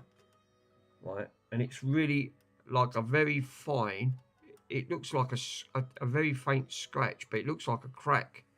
I'll have to do a continuity test from the point to the and find out where it goes on the trace to see if there's any breaks on here. It's like you said, to do a visual inspection on that board, because the RAM might be all right. If there is a break on this board, then that will stop it from connecting. And it might be a simple thing, is just put a jumper wire over it. But the board does look in pretty good condition. We looks like we've got some solder up here. No, it's not. Just flux. No, that ain't. No, that's done by the manufacturer. They ain't cleaned it. I'll check it on Google and see if they said, it did say manufactured motherboards as standoffs. Yeah, because there was 4 standoffs here, plastic. That's one thing I haven't got. Didn't manufacture DFT motherboards, but with built-in RAM chips as standoffs. The standard 1040 STFMs. Yeah, you had the STF and the STFM. That's right, they did. The RAM chips, the DRAM circuits soldered directly on the motherboard. And this is what I was saying about revisions. this is a revision A. The other one's a revision D. The revision D soldered directly to the board. This looks like it was manufactured with these on. So I think you're right in what you said. But I need to test the continuity because that looks like an air. It looks like a split or something, but it might not be. So continuity. I'm glad you did say check the underneath. So you can hear a bleep. So let me put.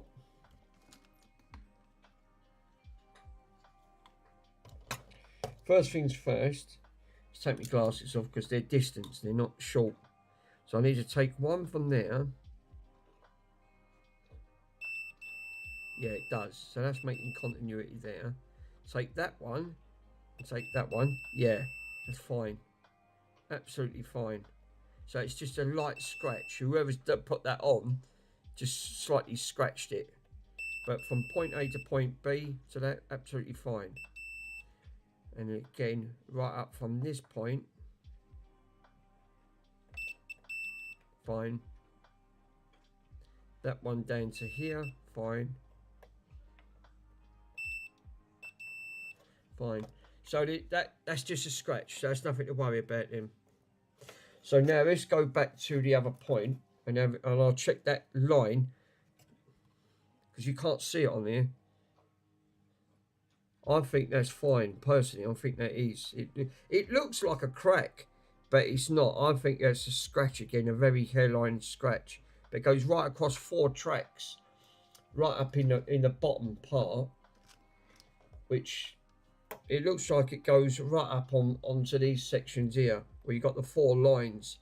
But it looks like a hairline fracture going right over 4 lines. But that's what I want to just test, just the continuity.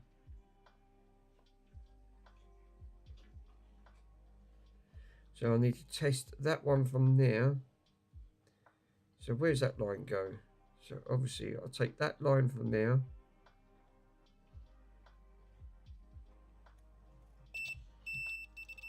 Yeah, that's fine. I think they're fine. I can't see why someone's done it, but obviously they've been a bit.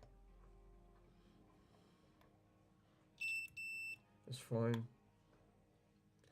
No, that's just an airline fracture. It looks like an airline fracture. It's not. It's a light scratch. Remember, these are coated. I think it's true what Chris said. They coat these with that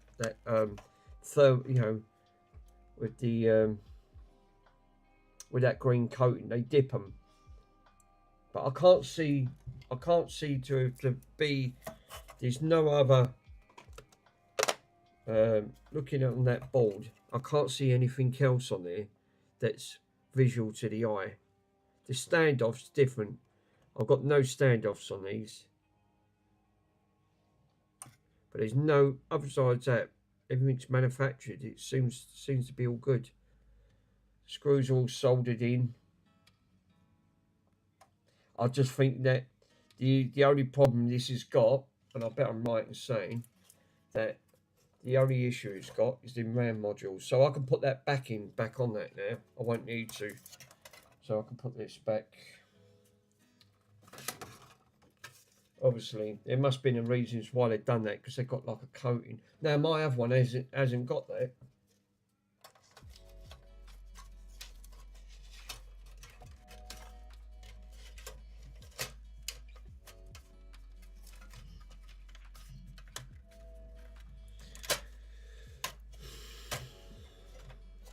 Yeah.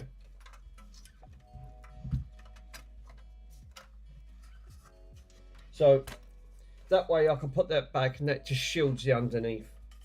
So I think I'm going to count how many RAM modules we've got, and then see if I've got enough in here of the standoffs to actually desolder the working one, put the standoffs in, and then take these RAM modules out, swap them over, to see if this actually boots up and we get on a working Atari. If that's the case, we might just have 3 or 4 bad ones of these on that front, and we've only got to have one. We've only got to have 1 or 2 go bad, and this won't boot up. you'll just get a black. I'm pretty sure you'll just get a black screen. But I don't know how many we need of these, and are these ones, because there's a specific type. So I need to count the legs. So where's my book?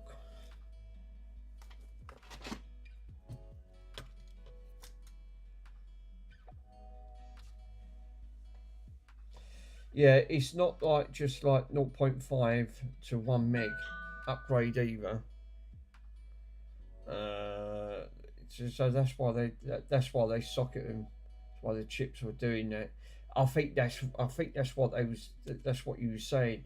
It was they obviously they've done that for a reason. So, but my other model, because this is a revision A, you can actually see it. It's got revision A written on the board. Revision A. The other one I've got, the 1040 STFM, is a revision D, but it's soldered directly to the board. So it's manufactured. This wasn't. This looks like it was done by the manufacturer, which would have made it easier, because if these do go bad, you just take them out, swap them. So 2, 3. Just count these pins. 2, 3, 7, 8, 9. There's 16 pins. So it's got to be a 16 pin leg.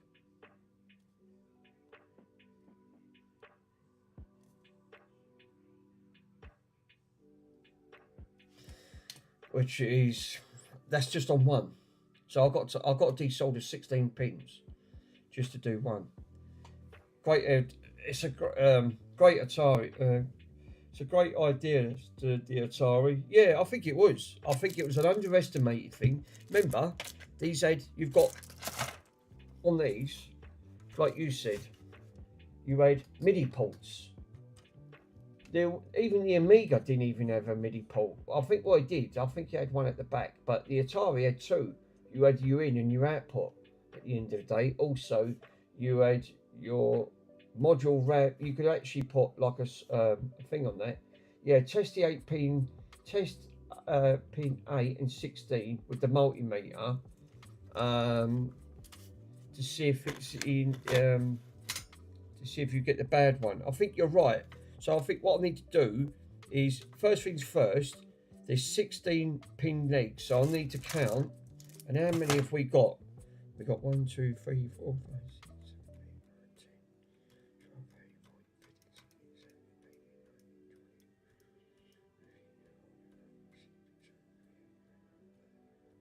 8, 9, 10, 12, 32 equals times 32. I don't think I'm going to have 32 standoffs. I just can't see it myself. I've only got 2 boxes. Wouldn't be enough.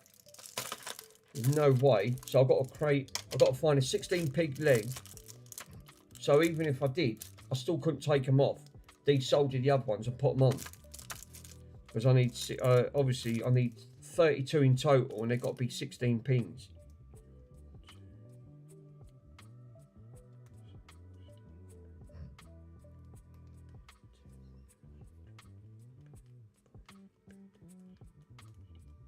See, that's an 18 pin leg.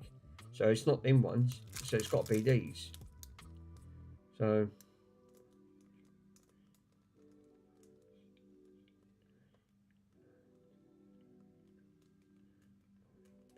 it's the small ones. So how many have we got in now?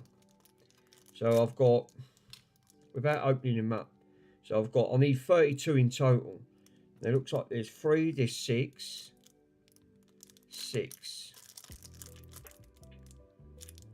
Great. There's no way I'm going to get 32 out of that. 2 6s are 12. I need 32. Jesus, I need 32 pins. I've only got 12 out of 36. So that's a lot of sockets to actually fit. Yeah, they're already fitted. So you generally just need to lift a chip with a small edge. Yeah, the other ones I can't do that. No, they're actually soldered to the motherboard. That's what I was going to do. I was going to desolder the prostate ones, put the sockets in. I need 32. Obviously, I need 32 of them. That's 12 rams. Yeah, you've got. So I've only got 12. I've only got 12 standoffs because all the others are too big. I need 32 in total. Jesus. Unless I don't really want to cut these down because obviously these are the way they've done them. Which has got to be these ones here. These are the ones I need. I need 32 of these. I could use a little bit of the small ones. There's half of ones on there. I could get away with that, but that still wouldn't be enough regardless.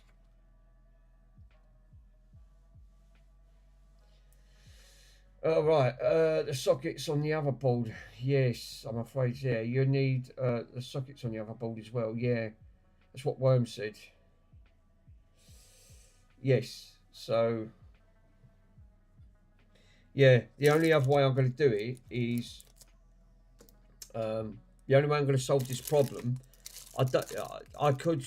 I mean, I'm going to need 32... where's the pen's on the floor? Hold up. So... I've got 12 of the originals of the sockets. Obviously, I need 32. That's the complete, because that is 512. 512 is on one side, 512 at the top. So that's your bank of your 1040. So hopefully, yeah, gets the other board and then solder ones onto it. So the only downside is the issues that I've actually got.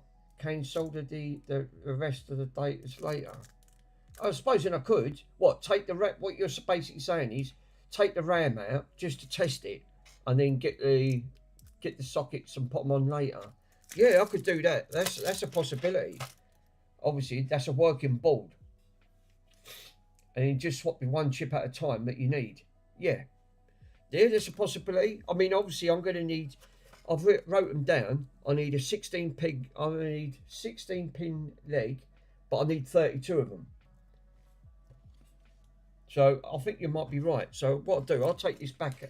Just put this one side. I'll grab the working one. I'd like to see if that is the case. All for the sake of a RAM stick, that'd be such a shame not to get a third Atari up and running.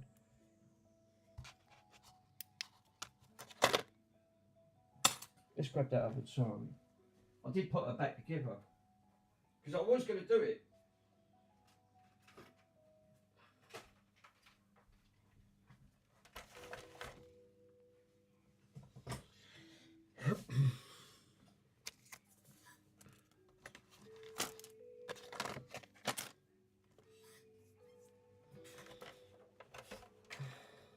If the other board is a black screen, it'll probably be easy to find the chip badly. Yeah, because all you need to do then is just swap the chips over, boot her up. Because I've got the monitor. The monitor's sitting over there, so I could power the monitor up on that front. Yeah, that's not the problem. So even on that front, but obviously it's just black. It's just a black screen. I know some of them other chips because I swapped them over and ticked them. So I know that these are good. This one's a working board, except the hard drive. Not the hard drive sections is faulty on this. So that's the only problem on this. Just hope that the board uses the same chips. They're roughly around about 10 board versions. Some use different chips. Oh, right. Well, before I do it, let's take her back out. We'll test it. We'll have a look. I didn't know that. See what I mean? Yeah, because this is a revision D. That's a revision A. So, yeah, you're right. I didn't take that in consideration. So you can't just take... It's true. I think it's true. Chris said you can't just take bits out of one to put in another.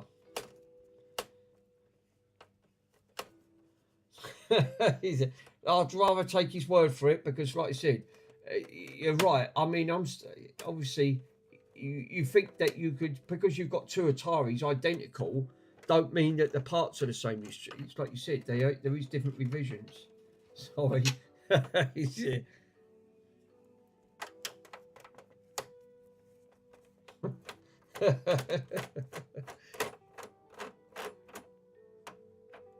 Well, but you're right, because like you said, some of these that you might not be able to take off and try.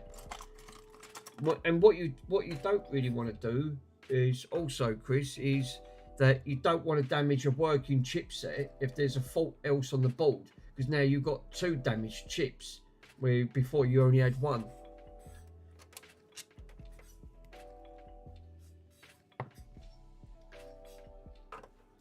He knows his old stuff. It was bad enough when I done the Amiga.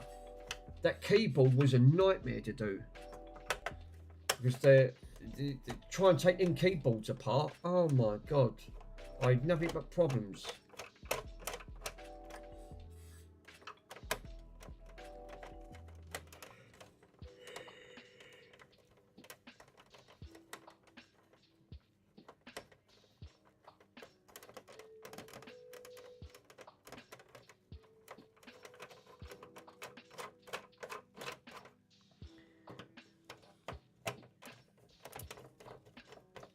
The board I have only has 16 chips for 1 meg.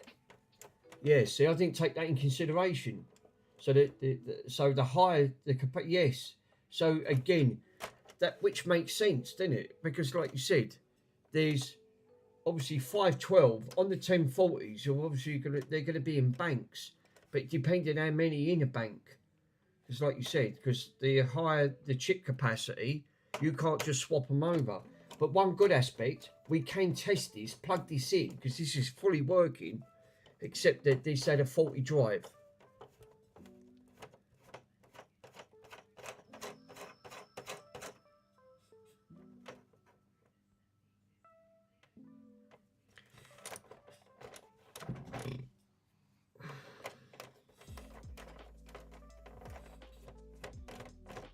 The Atari was good for MIDI interface. Well, that's what I'm saying. They did actually use it. The 1980s, there's a couple of 80s tracks, right? I forgot what one it was. But they did see an Atari ST in the background, and it was plugged into their keyboard. So they was using the Ataris. This is what it was known for. I never used it for that purpose, but people did. They did actually use it.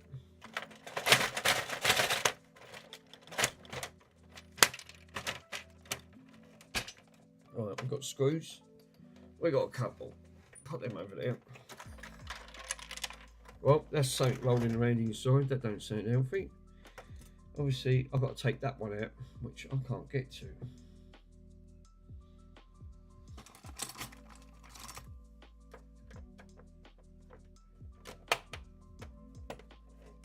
There you go. I know what that is. That's them standoffs. That's one of them standoffs that's come out. Because remember, I've got a GoTech in this.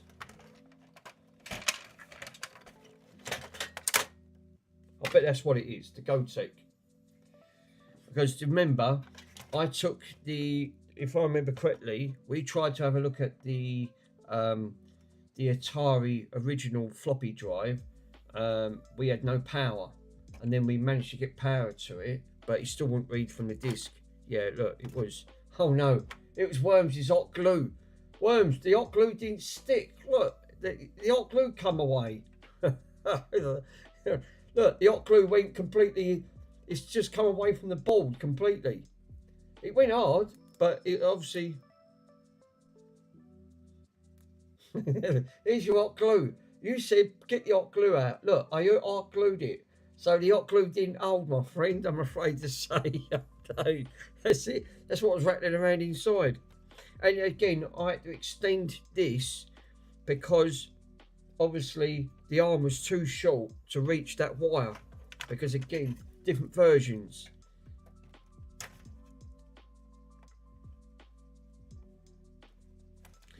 But what I'm going to do is just quickly take a picture on that so I know where this goes before I unplug this.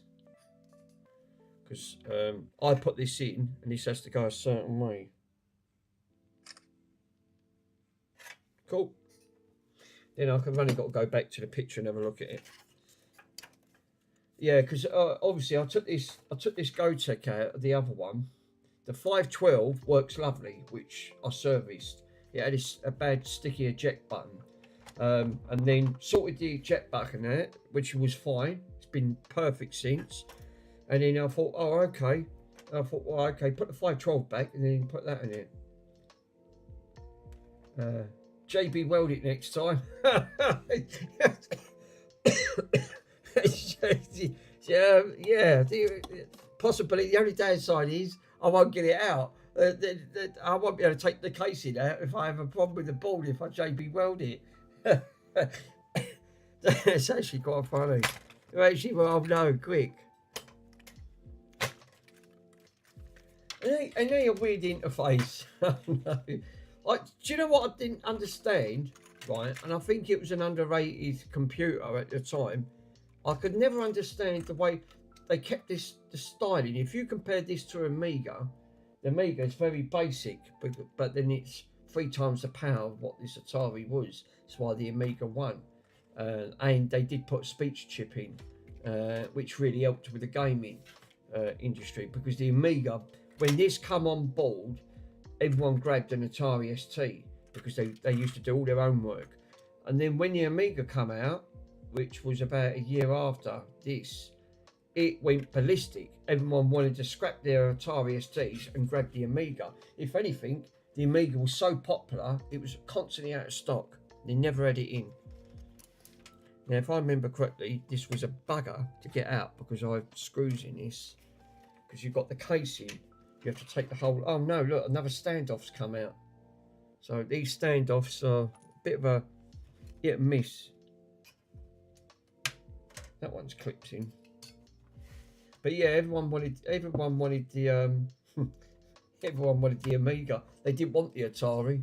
They said, no, you keep it. And then Atari started to go downhill. They lost so many sales due to the Amiga. In the end, they sold Atari. They ceased the well, they didn't cease the brand, but they ceased the making of of all of the Atari brands of the computer, because they couldn't keep up in demand. In the end, chip was getting harder to get hold of, and then the sales dropped massively. And then in the end, they just thought, you know what, it's not worth making anymore. We're just taking a loss, and they did. Which, like you said, it's such a shame. It's one of them things that just cannot be helped. That's how the industry was back in the days, and it's still like that now. It ain't no different.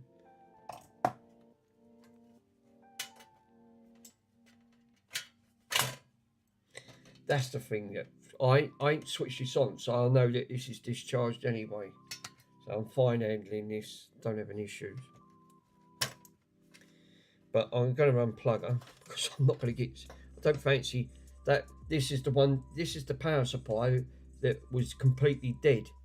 And then I found out it was a dodgy switch.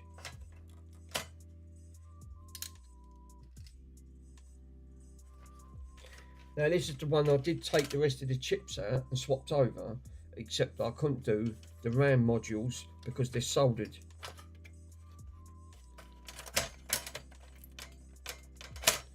Now something's holding this in, and I don't know what. I've got to double check it because I don't want to force it. I don't want to break it. I hate working on these fragile machines. They are really, really, you've got to be so careful. The whole, if I remember correctly, the whole unit's got to come out to gain access to, I'm pretty sure you've got to take the power supply out. There's screws. Yeah, there is a screw. See? There's screws holding this in. It was this one down here. That's why this ain't moving. There's one down here. Yeah, then power supplies will give you a kick. That's why I thought I'd take Pico's word. Get yourself a proper discharger if you're mucking around with high voltage. Here she comes.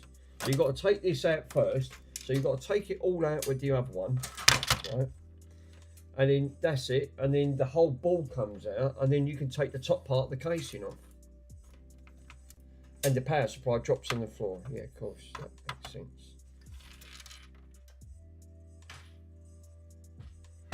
Right, there's a tiny screw there, don't know where that's come from, but I'm sure we can put it back. Whip that off.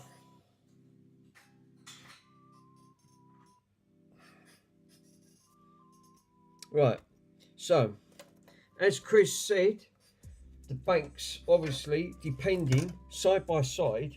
Now this one's completely socketed, so these ain't. This one's not socketed. This one's soldered to the board directly. But I did do. I did actually swap all these chips from the other board and tested them vice versa. So I know these work because I ticked them, right? So all the working ones I put a tick mark, which makes sense. So then I took the ticked ones, put them on the other one that's got the black screen. Nothing at all. The only thing I couldn't do is the RAM.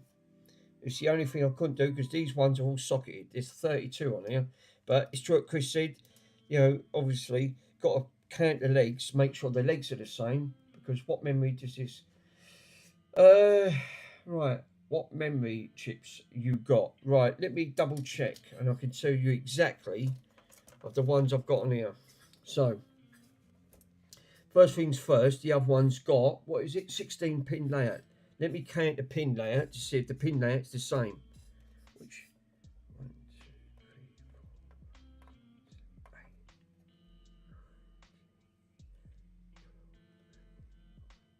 Yes, it's identical pin layout, so that's one good thing. So the pin layout's the same, 16 pin on one leg.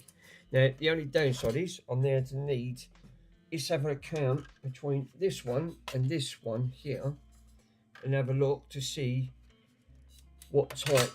I mean, this is where it comes in handy because now you can put two side by side and count them. Try swapping the ROM chip from the top left 6. These, yes, I've not tested. Are they socketed? No, I've not done them. So these have not been done. So again, that's the only things I've not tested before the RAM.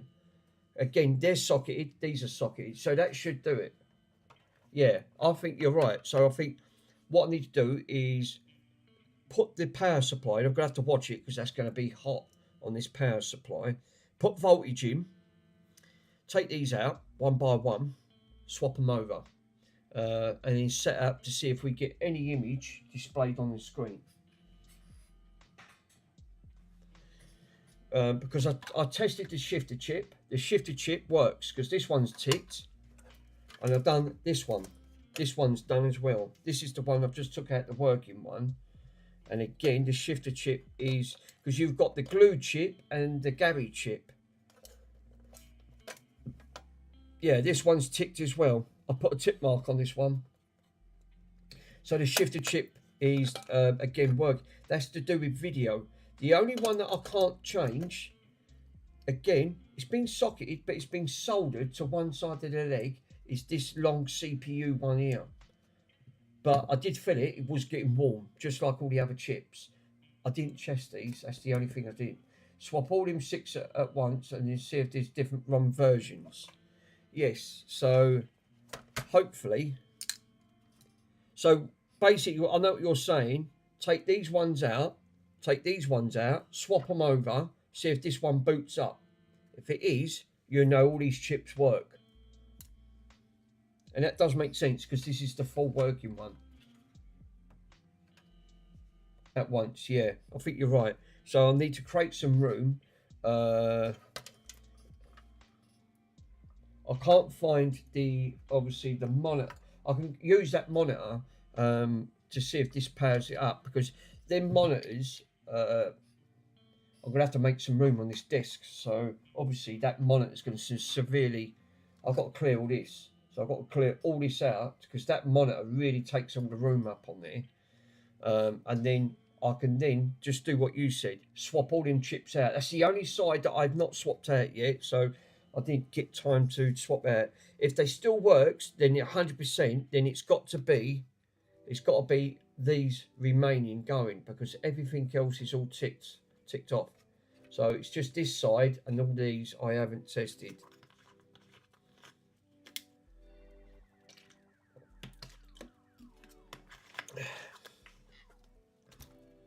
Let me grab let me make some room. Be a shame, because like you said, I'll have another fully working Atari. All I need then is keyboard, power supply, casing. I mean, it's like I said, I could always keep it for spare parts, but it'd be a shame. It would be nice to get her up and running on that front.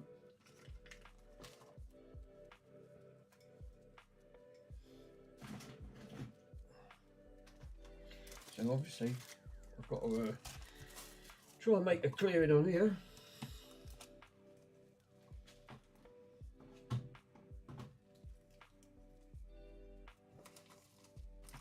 I'll keep the oscilloscope out.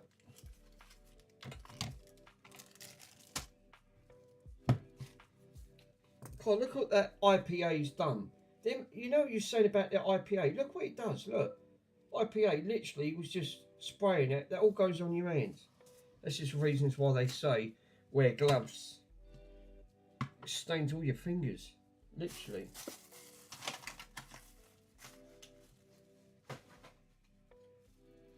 So I need to put that up there and dig the monitor out.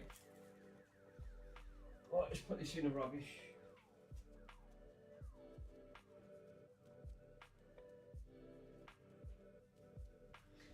Right, this is going to be fun, because I've now got to try and get in that corner to move some of this stuff over.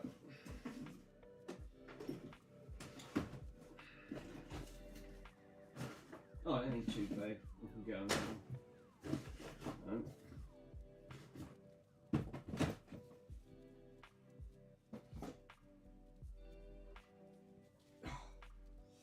It's the only downside, isn't it? When you're trying to move gear.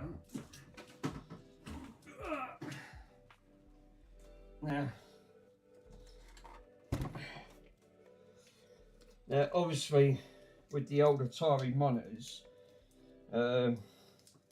it says on there, it tested, it does work. It's high res only, so this will boot up, but it won't play normal color games, because this is obviously a monochrome, the monochrome, which is, oh, I'm going to need an adapter.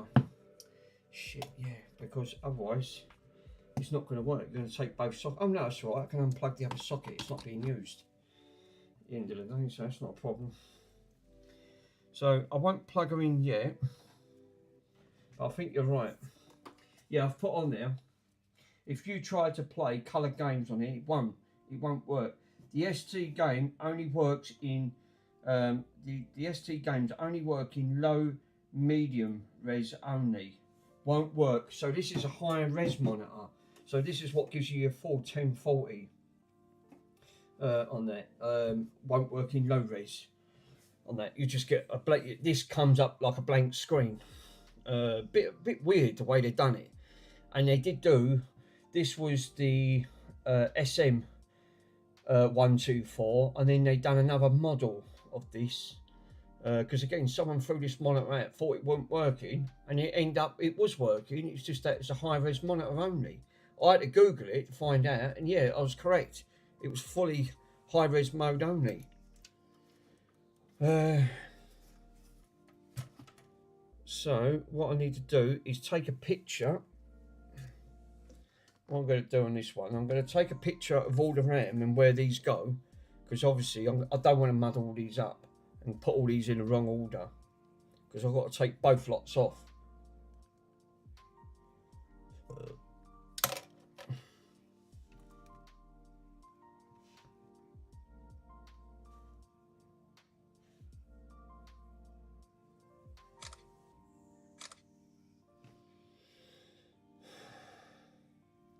I just double check.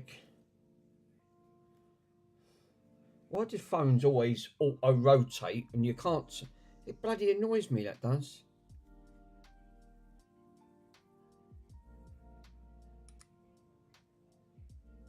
Now it comes up bloody smart, man. See, I can't turn that off.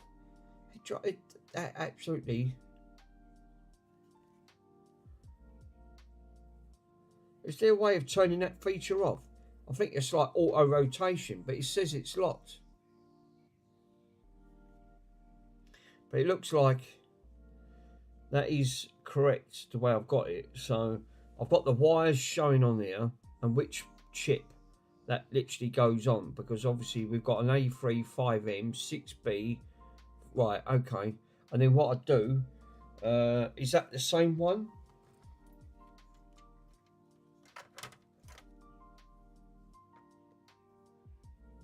No, it's completely different.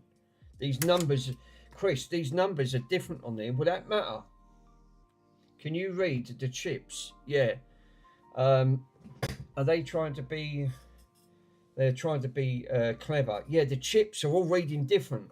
So looking at these, the chip ones that I got, that I took off from... Obviously, this is the revision D board, the one that's not working. And this is the one that's This is the one that's working, is it? Hold up. No, this is the working board. This is not the working board. Zoom in and show us. I'll show you. I'll take it on here and I'll show, because you're not going to get to see properly on there. No, the Rev D is working. Yeah, the Rev D is working, which is the board behind it. This is the working board. So looking, I'll show you it's easier to show you of the cap side on the gallery, right? So I'll open it up and you can see it's a lot better. So the ones that we got on Rev D, let me just double check. 5M4, 6B, yeah. So these are the pictures I took off Rev D. This is Rev A. So I need to compare this chip to this chip and then go through to see if the numbers are the same. 5M4 A. See, that one's got A0. This one says A3. So straight away that's different. This one says A0. This one says A3. That says A2. That says B3. Yeah, some of these have got 6A2. This one's got 5M4A0. This one says 6A2A3. So this is what you were saying about earlier on, about different revisions and different boards. Perhaps you can't just swap these over. You think that you can. You might run into problems. Yeah, these have got 5. These have got 6s. That's got... Yeah, these have all got 5s. 5s, and these have all got 6s. That one at the top there says 5. But it's where that says 5M4, that says 5M4, and that says A0. This says A3. So, yeah, and then all the rest says... that says 5M. But the rest on that board starts saying 6. So there is straight away these differences on the actual chipset itself. Post them on the Discord. Okay. No, yeah, I think this is what's going to start running into problems. You know, I didn't take that in consideration because, like you said, what you might do is put different types of voltage in, damage the chips, and these won't take much to damage them. So you'll take a working lot and then wipe the chips out, and then you think, oh great, now I ain't got a working chip. Let me put it on Discord.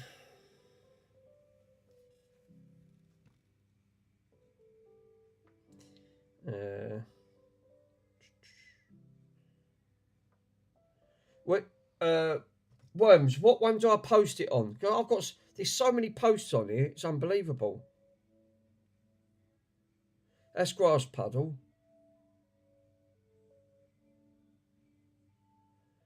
Oh, bless him. He's really, you know, he's like said.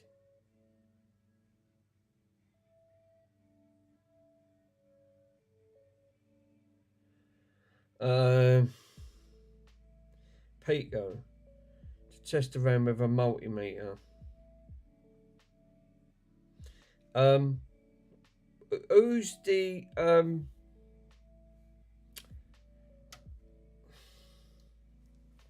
Oh, in yours in general. Sorry, bruv. I didn't see that. Yeah, okay. That'd be easier, wouldn't it? It's so confusing with all these posts. It's unbelievable. Right. So I'll go to plus, add that, upload that one.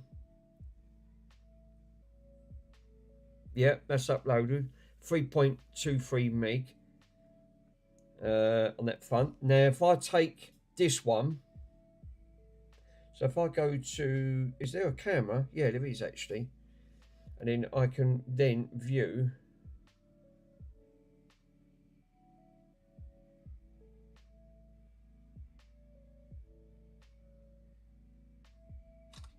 Cool.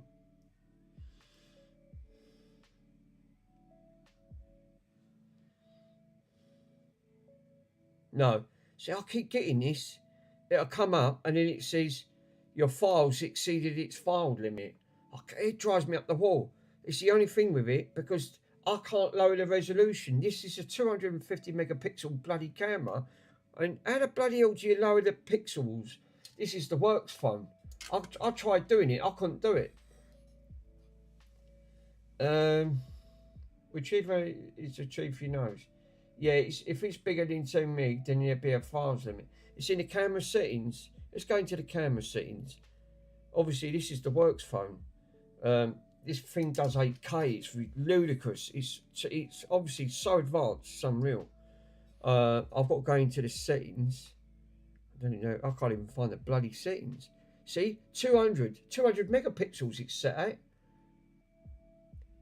12 megapixels. Let's do a 12 megapixel and see if that works. That's the lowest it'll go down.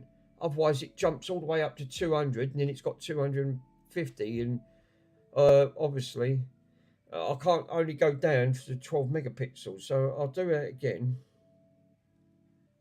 Bloody stupid phones, aren't they? They make them too powerful and you can't even. Right. Cool. So now go back into Discord. Get rid of that one. Add.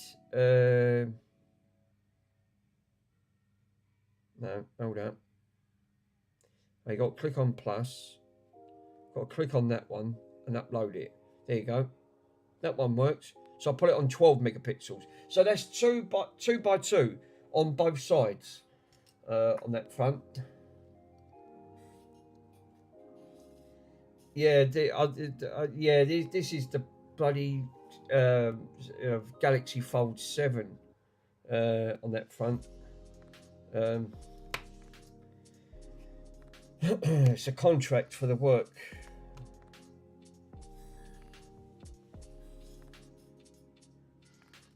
That's the only thing with these phones. They make them too powerful.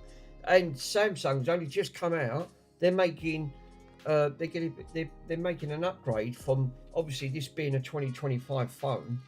They're making another phone now. They're making a tri-quarter phone. So basically, you don't just open it up once, you open it up again. So now it's a mini tablet. I mean, how big do you want it? I mean, this is nearly 8 inches big. It's mad. Trust me, that's big enough. I don't know why Samsung tried to do one above everyone else.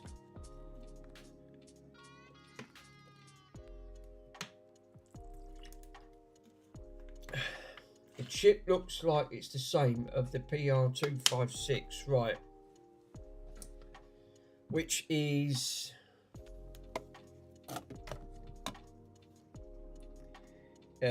anyone confirm? Does that mean that the chips you can swap them? Yeah, that's what I'm more worried about. I don't, like you said earlier on, if you start swapping chips over, yeah. So yeah, basically, yeah, do that. Means you can swap them. Let me have a look. Yeah, I'd rather let Pete though, just in case he's got his book of knowledge on that front, because that book's a trustworthy book, which will help. I think it's the 5M0A. It's just a date code. Yeah, you get again. I think that's right. I think that is. Could be a date code. The chips actually, looking at the top parts on both sides, they start with the words CO262. Right. So if you have a look, they all start saying CO2262 They've all got that.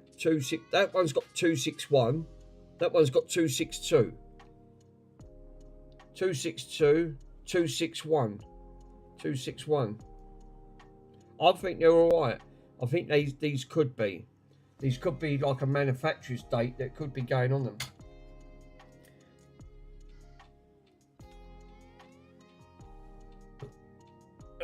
Yeah, I think that's that. The PR number is on the chip type. They are the 2.6. Yeah, it looks like it. So, would you safe to say that I can unplug them and just swap them straight over? Yeah, it looks like it's all right. But because, like you said, there's so many different revisions on these, which is not ideal. Is like you said, if they've done 10 different revisions on the Atari, that's mad. If they've done, I mean, obviously it proves it. This is Rev A, that's Rev D. So this must be an earlier version. And you can actually see the colour difference on the board straight away. Obviously, they've used different dyes over time. I don't want to see smoke. Yeah, apparently they are interchangeable. Cool. We'll swap them over. We'll give it a go. It's, let me get my chip puller. I'll take the chip puller out. No. Now I'm going to have to pull these out very, very gingerly here on that front. So obviously we'll do one at a time. If we do one at a time, we should be good to go. So put the power supply. I'll tell you, I won't be handling that. Now that's what I could have done with that tool to discharging the capacitors. I know that it's all cased out and you've got all plastic underneath, but remember, all these components still have high voltage going round. Obviously, like, you don't really want to be mucking about them. Now, I will tick these. If these work on the working board, now, obviously, which board was working? This one, because I remember this. So this one is not the working board. So where's that bit of paper? Because obviously it's the issue it's got. Oh, it don't matter. I know what one it is anyway. I've got that on there. Now I have to do these side by side and just gently rock them.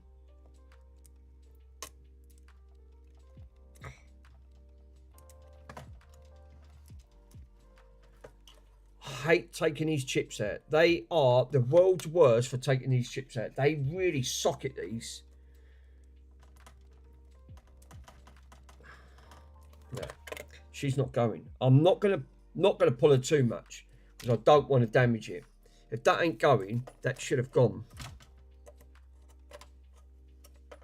They are hooked under, aren't they? Let me just try one more time. No, she don't want to move. She's really wedged in there, and I say wedged in. She's severely wedged in. She's like, you shouldn't have to force it.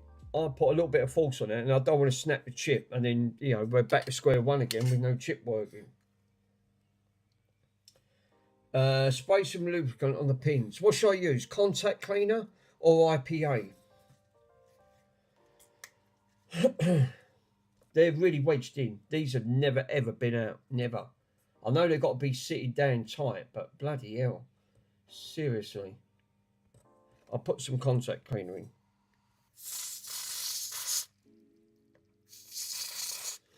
And I'm also going to try and tease them out just ever so slight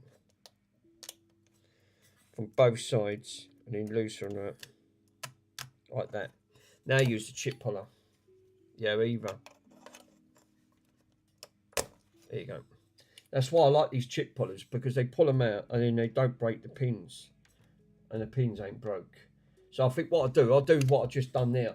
Lift up one side and go for the other. Now, obviously, now I've got to take notice of the orientation of that just coming off. So we've got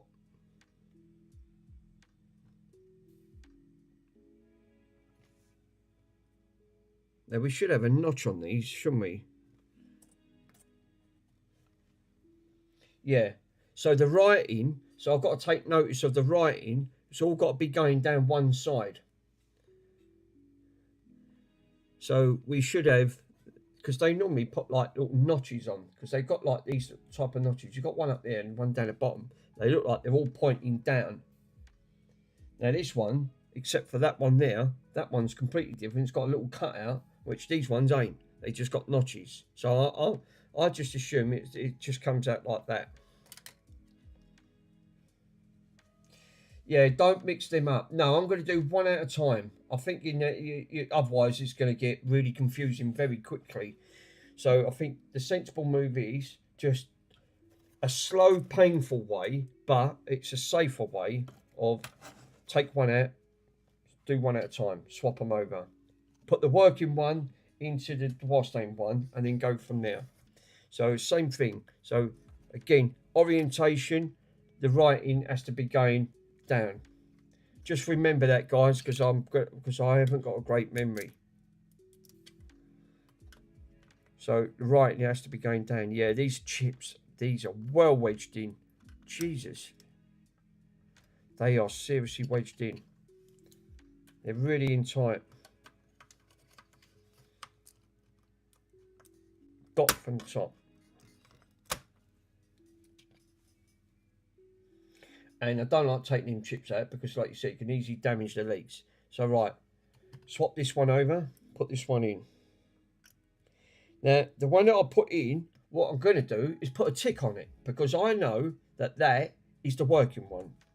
That's what I really should have done.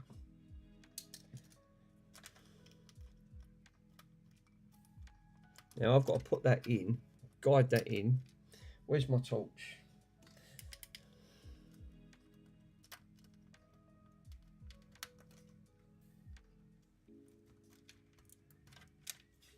That pinning, it is.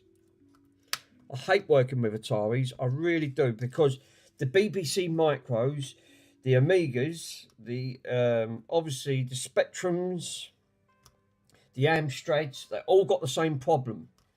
You start taking them out. Now I'm going to put a chip on that. I'm going to hold that. Where's that? Where's my pen?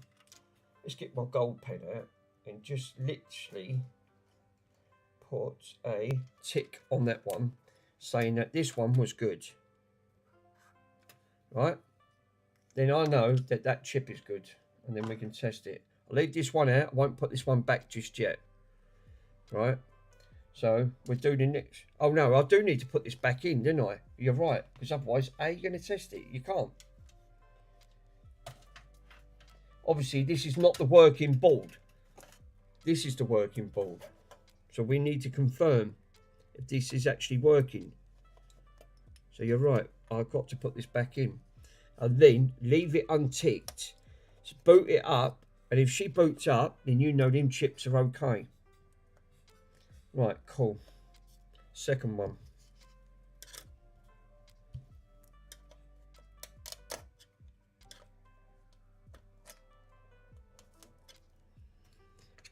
I hate them when they lift up on one side like that, because this is how you damage them.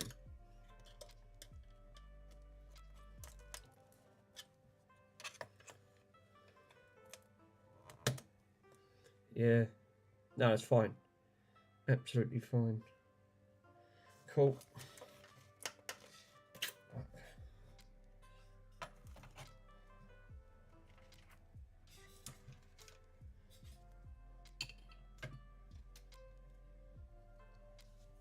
First chip is the wrong way. No, it should be. I'm facing them all down. This is the first chip's the wrong way. On Rev D. Oh. Yes, you're right. It is. Thank you for that, bruv. I've just fell in. You're right, 100% right. It is. So I mean, how easy you can make a mistake. I'm glad you checked that. You're right. It is facing the wrong way. That's got to come back out. It's got to be facing down. I've got it facing up. Glad that's out because, like you said, you'll reverse the voltage on the actual chip itself. Yeah, you're right. That was the wrong way. Such an easy to make a mistake on these bloody things. This is what I hate working on. Right way now, and the legs are all nice and hugged. socketed quite nicely. It's really tight, and it's just how you want it. Right, facing the right way now. Thank you for that, guys. Yeah, much appreciated. So yeah, they're well spotted there. Right, now obviously this is the working one, so what I'm going to do is put a little tick on this, just a tick, and then I know this come out from a working machine, so I can't blame that is faulty because that one is working.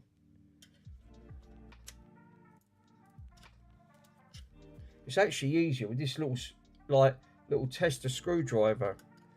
It seems to be perfect.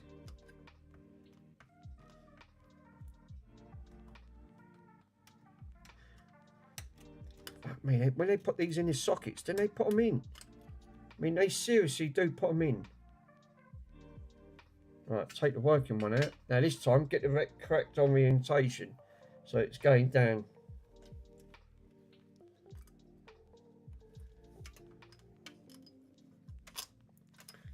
Yeah. What it is, you've got to hug one. You've got to partly push it in one side, and then hug it all in, and then push them down. But you don't want to go too much because you don't. This silicone won't take much, I suppose, just to break them. Right, put that on one side. Get this one. Put this one in. I know this is a pain in the backside, but at least I know that if it works, then I could just leave these RAM chips in. So it ain't going to make no difference anyway. I could just leave them in if it physically works. It. Now I've got to do one more on this side, but I've never done. I didn't do this, so you know, obviously, it's true what Chris said. Give it a go. Swap them over.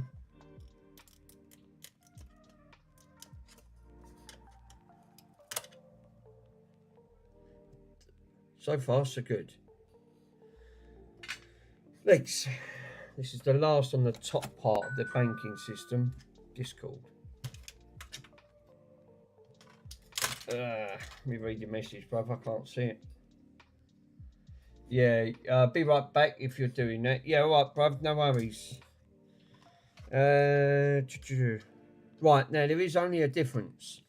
Obviously, this one here that I'm swapping, it says on there 001. This one's got a little cutout notch. This one don't.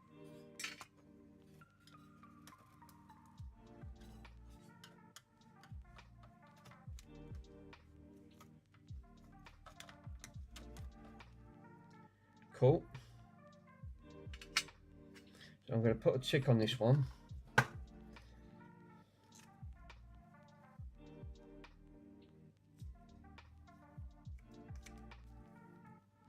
And then that way you can see that I put ticks on the working ones, and then I know that I can eliminate that.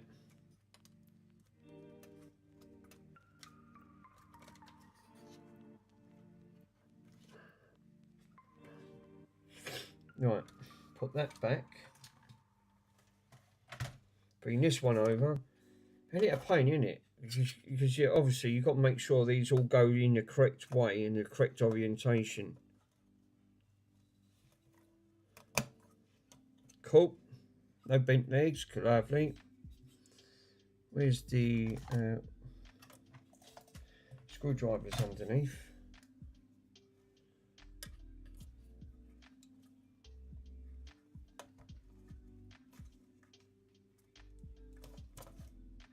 Just want to make sure them chips are really seated, because they look bloody pissed, some of them.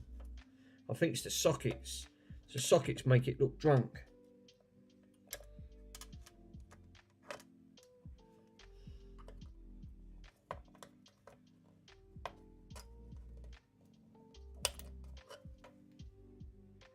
Cool. Keep that one there. Bring that one back. Take this one. Take this one. Put a tick on it. No, hold up. What have I touched? No. Cool. Oh, that's it. I put one in here. So now I've got to take that from this one here.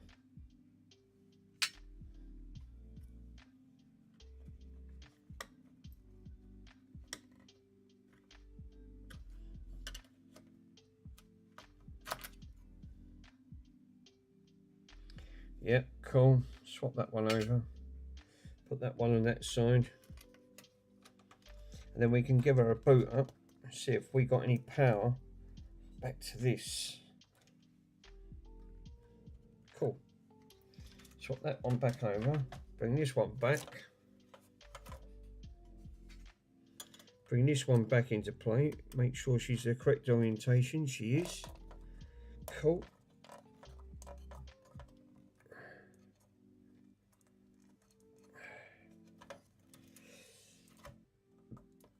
Now we need to take this one out.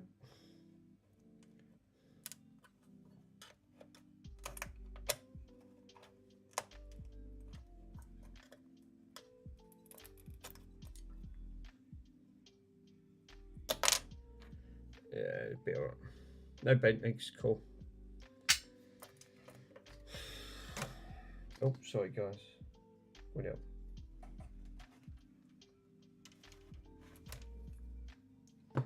Put a tick on this one.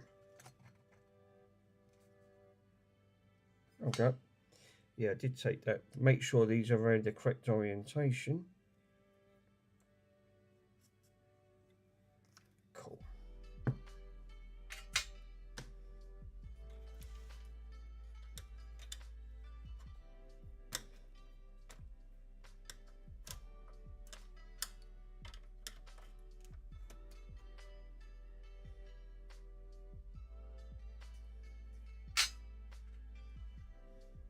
Correct way.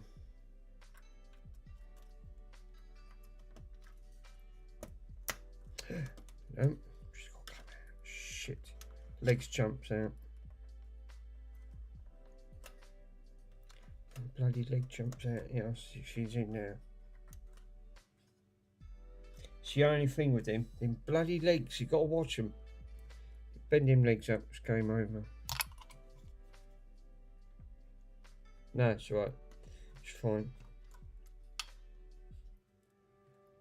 Cool.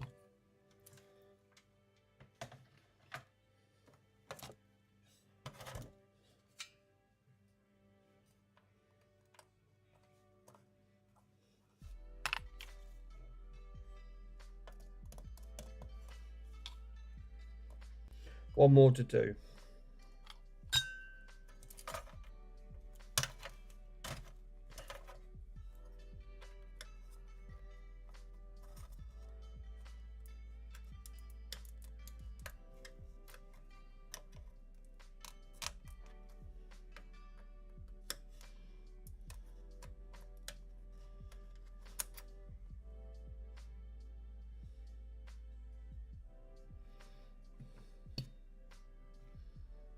Where's the pen gone? Oh, it's under here.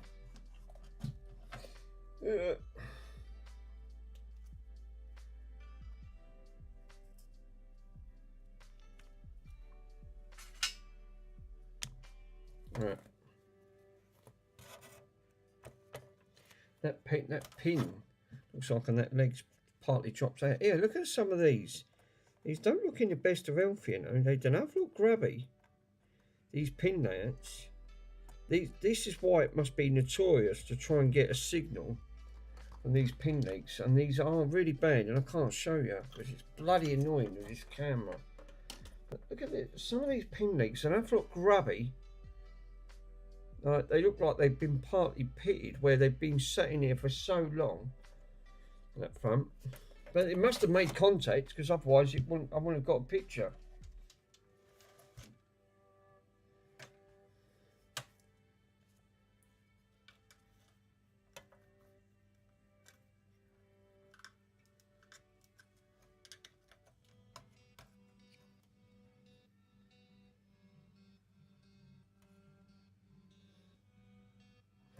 Right, so obviously I'll take that one out. This is the last one. Yeah.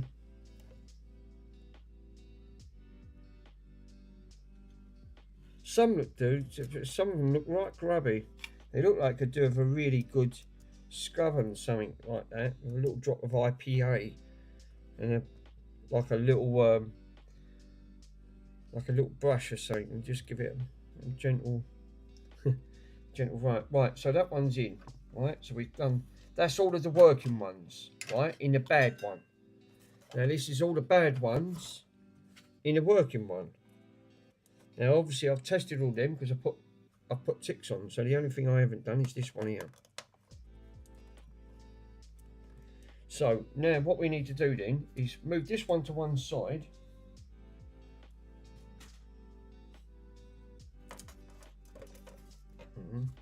And get some, and put some voltage into her. Set this up and see if we get anything on the screen.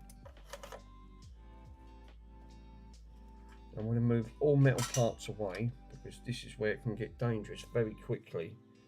Now I've got to try and put the power supply on top of this. Obviously you've got a reset switch. You should have a reset switch up here, which this is your reset, which I don't want to muck about that high voltage.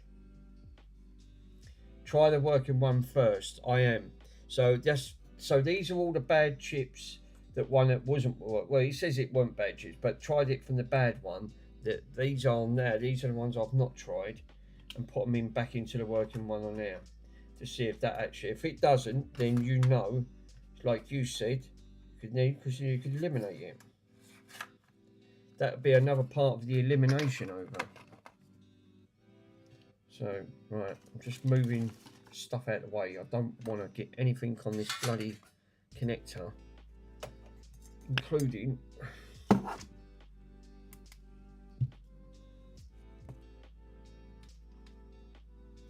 so I can stand this over.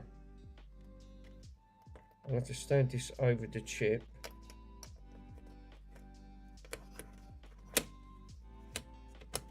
Right, I'll get a power supply.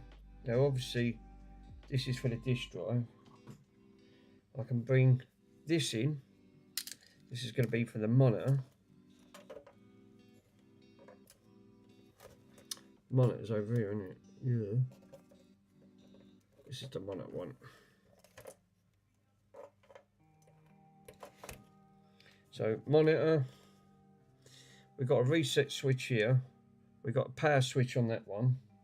Obviously we can boot that up, but I've got to put the bayonet connector in type of the kettle lead into that, and then we can give us some voltage. So now we create a lead, which I should have some.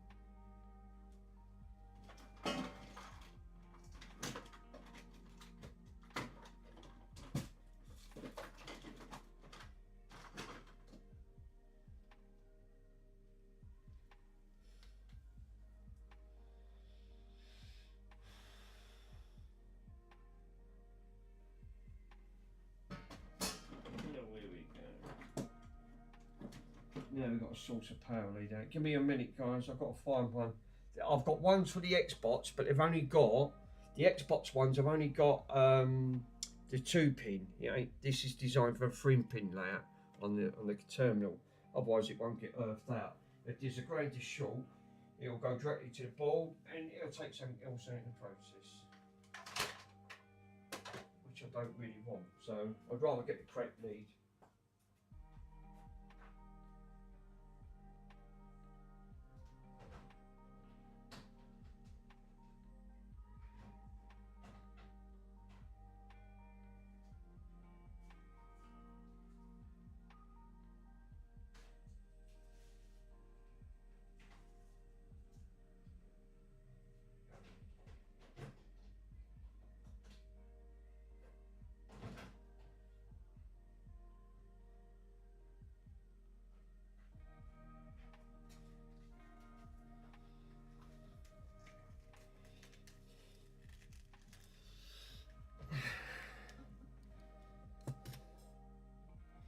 Need to cut these now. Bloody hell.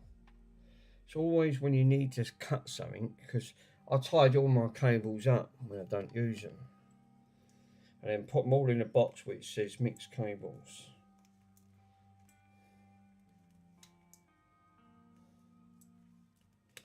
This is going to be interesting because this is the only way to eliminate which one's working by taking.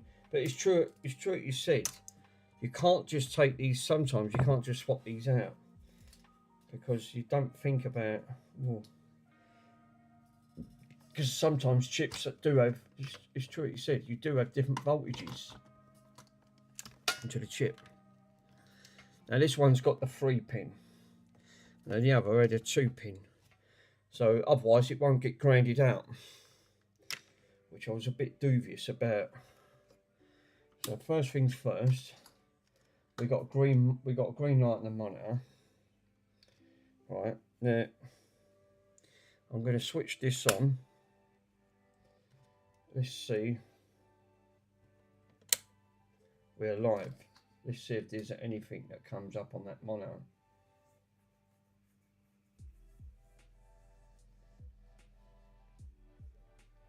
Might not get anything come up because again,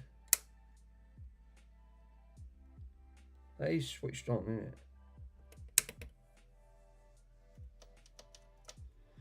I'm hoping that leads all right. Yeah, that's a good point actually. Well, soon though. Where's my multimeter? I'll put it in multimeter mode. Because again, this is high res monitor only. It might not output in normal resolution. So I'll put it in voltage. I'm going to take a ground pin and then ground that one pin there and then ground.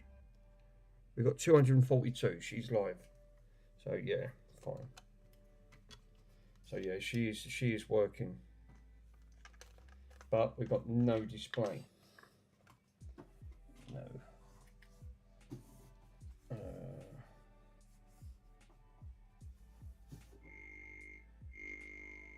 I can hear. Oh, yeah, sorry. She is working. We just got a noise because the thing was turned down. Oh, that noise there is because I haven't got the keyboard and the disk drive plugged in. So if I reset it, we should just get the working Atari logo. There you go. Let's put it straight in. So that means them shifter chips are all them other chips are working, including the shifter chip. Obviously I can't change the CPU because the thing on it. I'm still putting it down to now I can leave them in because obviously it's working. I won't have to take them back out and swap them over. I'll keep the ticked ones in the other one. Then I can only put it down in, Chris, the 100%. It's got to be these chips because if I fill these, right, obviously this is the working one. Now this is what I was saying. I was going to get just the other one, increase it to the sitting chips has made it work. Now obviously, was that just about the one you was typing out? No, this is the working board. But what I'm saying is I was going to get the oscilloscope and then clock the chips to see what they're pulling on the oscilloscope while this is plugged in. Yeah, try the other one. Yeah. So what I do then, okay, turn her off. Now I'm going to have to watch that. It's really high voltage. We're turned the monitor off. Turned that off. Unplugged that. Now we'll swap her over. Right. Take that out. I'm going to have to be careful here. Really, really careful because this is high voltage. Up front. So like you said, just swap her over there. So this was the working one to start with. So that indicates then I can now tick these, actually, which I'm going to do right now. I'm going to tick every single one of them that these, again, are now all fully working.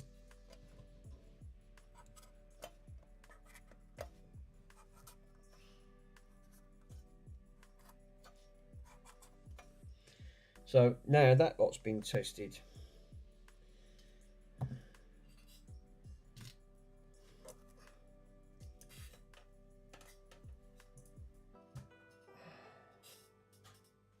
Now, this is the one where you got a black screen. We've got absolutely Zada, nothing. So again, we're gonna have to pull her over. Now, we've obviously got the ticked ones on there that we did take from working board.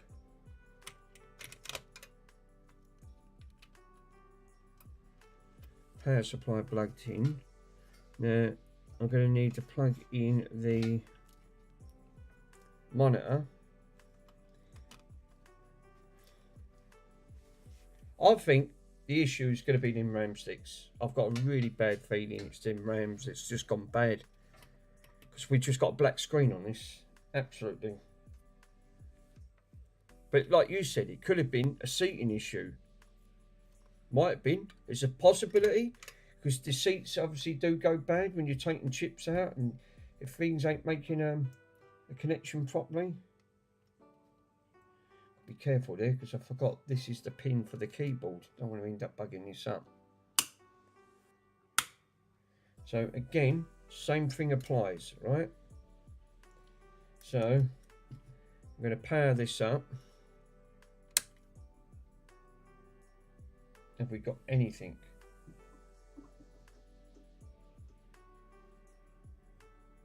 Nothing. Dead.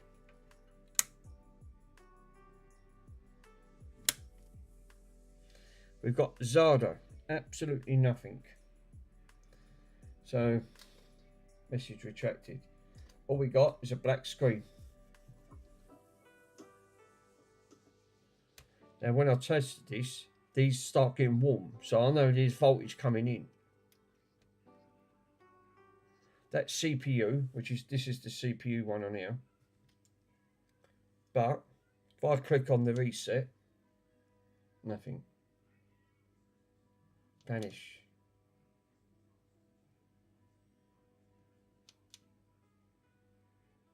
Yeah. We've got absolutely nothing on this. The shifted chip's all right because I tested it. And again, she's getting slightly warm. Just ever so slight. So I know that's kicking in. And again, the RAM, right? Now this is where I felt the RAM. I'm still putting it down to the RAM. I've tested all of these now. So these.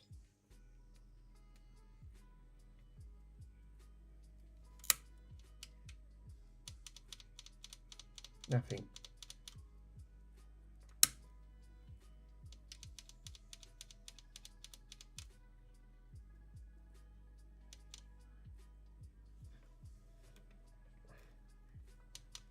Absolutely nothing. So it leaves the RAM. And this is what I'm saying. Some of these RAM chips have started to warm up. If I leave these on for a little while, right, at the end of it, this is what I'm saying. You just get a completely black screen. They don't give you any indication that it seems like it. I mean, that proved it. I mean, obviously, that's one lot of chips I didn't test on that front.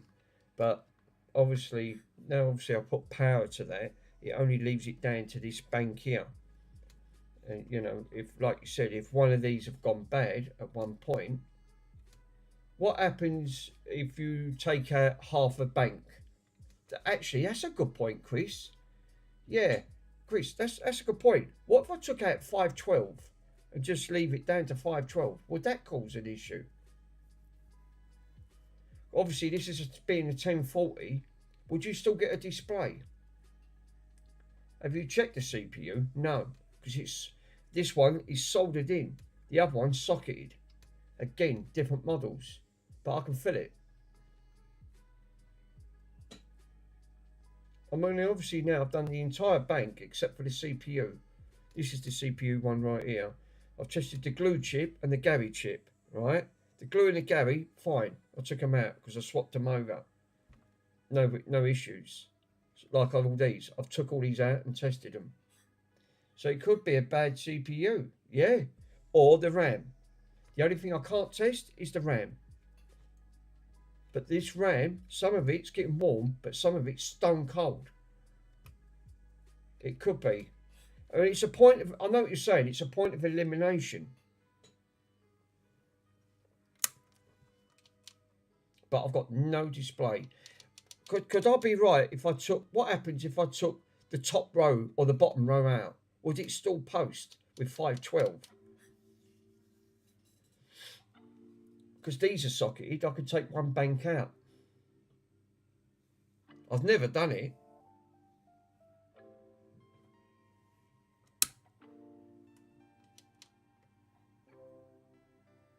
Read above. You can be there with the, you can be there with resistors, but that's moving and removing to tell the RAM size. Oh, right. Obviously, looking at in between, and I think you're right, because in between, they've all got resistors straight in between. So yeah. I just thought it was a stab in the dark, but you're right. That means you've got to take all the resistors out and that front. That's a pisser, isn't it? So it looks like then, I mean, some of it I can feel. She's ever so slightly warm, just ever so slight. So there's voltage getting in here. Some of these chips are stone cold, obviously because it can't complete a circuit. Are those all caps? Yes. Well, we've got one cap here. I can only, well, there's another one here. We've got another one here on that front. I could test the resistance on these because, again, the capacitance on there. See if there's any voltage going into the capacitor. That's a good point. You have a look. Because, again, it runs parallel directly to all of these RAM chips itself. It's got to be something on this board, and I can only put it down to them being, some of them being banned. I'll do what Worm said. Put one in one socket and on the board, and each RAM from the chip to see which one was good. Yeah, that's the quickest way. I concur, yeah. I mean, the only other downside is I've got to desolder them because obviously they're all soldered in. Which would be a right pain in the backside. But again, that might be the best option. But then I'm going to need 32 the sockets coming in. So I'm going to test I'm going to put this. That's a good point because obviously this is switched on. What do I put this in multimeter range? Because obviously this is live at the moment. It's switched on. First chip is all about you need to remove the good board. Yeah. So I think that's what I'm saying. And then put it onto the chip, onto the good board. Yeah. So yeah, I think like you said. But the only downside is they've got to be socketed. I'd put one socket on the other board, then take the RAM out and then test. That's a good point. Can you do? Yeah, I know what you mean. So you won't need 36 to socket. Just socket. I know what you're saying. So basically, you're saying socket one, then take all these out to see if it powers it up. Yeah. That's what I'm saying. Yeah, all right. Yeah, that makes sense. All right, we'll go through that stage, and then that way I've got enough. Then I won't have to need 36 to actually test it. Okay, let's take her out. So she's unplugged because these are all socketed, so I ain't worried about that. I'm going to have to put this on one side because she's live. She's got some voltage in her. That's what I could have done with that voltage cap on it. So, yeah, basically, because then I can then just take one at a time and then see which one's not working on the working side. Right. Well, that's... So just socket one and then take one out and then go through and then you know roughly which one you took it out and you say, right, that's bad, swap it over and see if we get a picture. Right, well, first things first, I'm going to need the Moog gun. So let's boot the Moog gun up. I'm going to have to be quick with the Moog gun because she'll delaminate the bloody board. It's only set at 300 Celsius, but same issue. So if I do U61 at the top, which is going to be, if I put a marker on, I can put one here, put a gold marker on it, a round blob, Then I know which one's done. Then take one of them sockets out.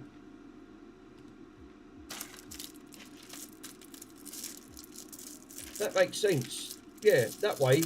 It's a painstakingly long way, but you'll solve the problem 100% by doing it this way.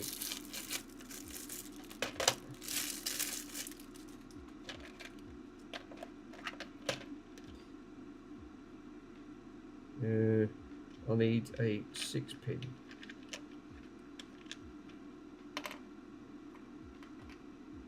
No, that's a 7-pin. Where's the 6-pin? They're down here.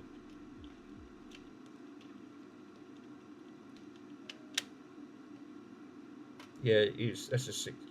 That's this. The other pin was too much. So yeah, just do one and then just swap one out. That makes perfect sense there. And then you're 100%. Then you can eliminate just taking one out. That's the not wasting your money on what you need. Yeah, totally agree. Yeah, and then you'll know 100% then by you swapping one RAM module on a good board, you will get a black screen because it won't post properly. So we was thinking about it's definitely the RAM. I was upstairs, sorry. So yeah, I'll put one of these sockets in. I'll desolder this socket, take this RAM stick out, sling this in. While I'm doing that, let's boot. Oh yeah, Pico, how did you get on with your? Have you set up your soldering iron yet? Because Car4 also bought this one as well. Because again, he said, "Oh, where did you get that?" I said, "Oh, hang on, I'll give you the link." Enough bloody good soldering irons though. Fuck me, don't have to get up temperature quick. Right, boot gun. Well, I'm going to need extra light for this because obviously we'll have to be quick.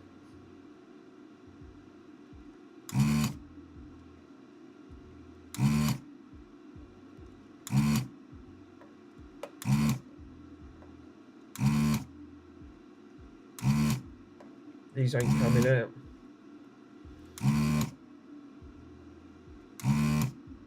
No, she's not coming out. It's not desoldering. Might have to put a little bit of flux, ever so slightly, a little bit of flux on that. They're not. She's not being sucked out. She's not having none of it.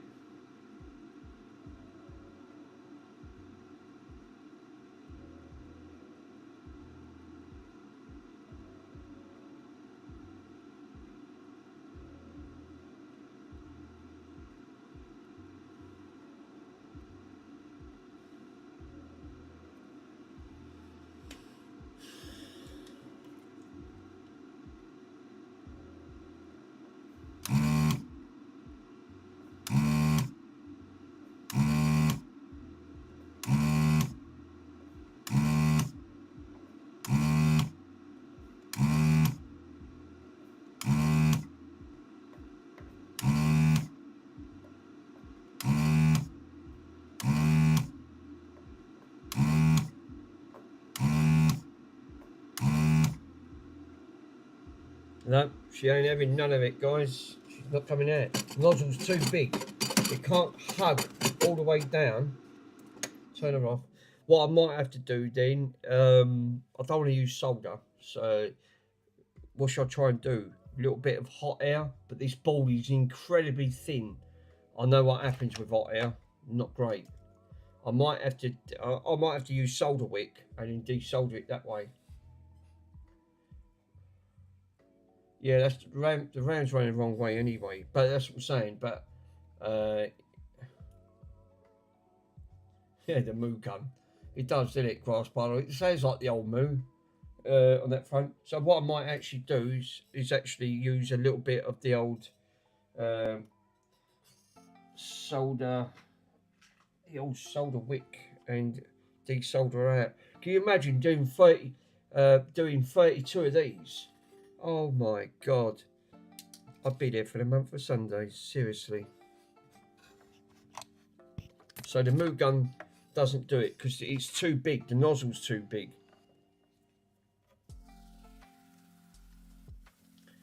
This is where the old trusty flux. You're going to need to really flux this board up to get some of these out because these are manufactured.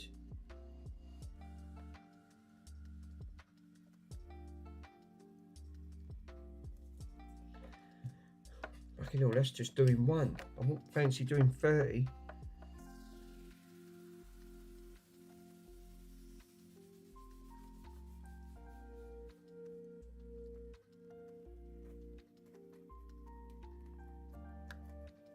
And this is where you can start doing trace damage when if you're not careful.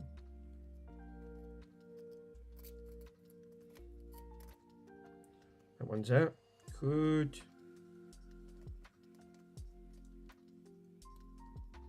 This is where the old flux definitely comes in handy.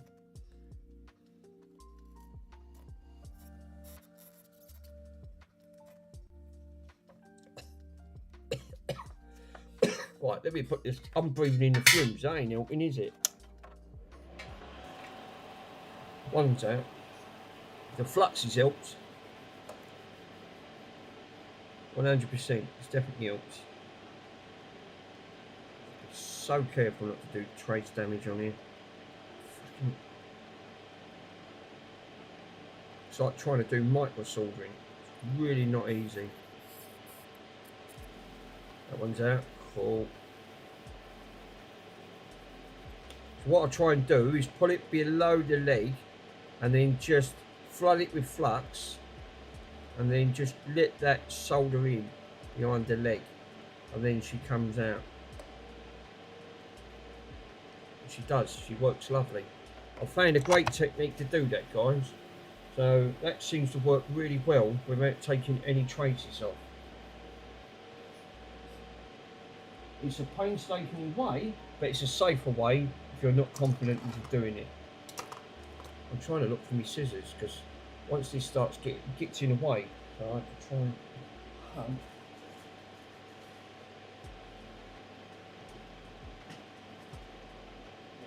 Cutters. Oh, that's what I was looking for. I was looking for my bloody cutters. I mean, look. So basically, that's how I was doing it. So basically, flood it with a load of with flux, put it behind the leg, and then just let that soak in behind the leg, and it seems to work very well. It's doing the job very well on that one.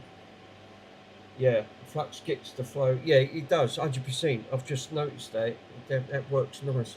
I wouldn't like to do 32 of these. Absolutely be a nightmare.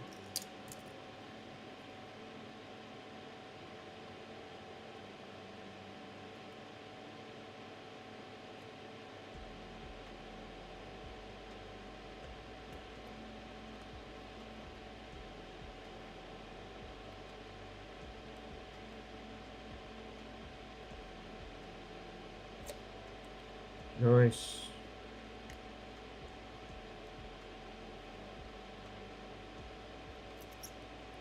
Nice.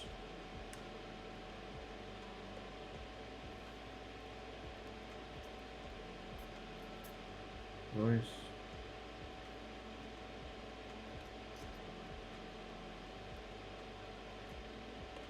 That's how I like these little precision sort of like soldering irons. This is brilliant. I mean, you know, I'm really confident with this soldering iron. What a difference it makes. I think that's what MK needs. He needs to get himself a really good soldering iron. This is a right good soldering iron. It's so thin, it gets right in there on these thin traces.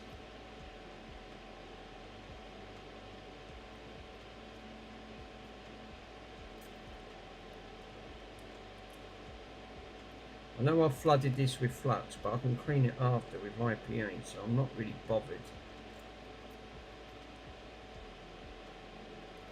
There's one that's giving me a bit of egg right in the corner.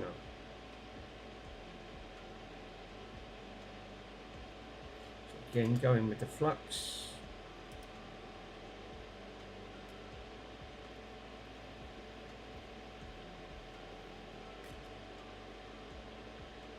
Just don't seem to want to come out. The other is perfect. Can I move that chip? See, they're still soldered.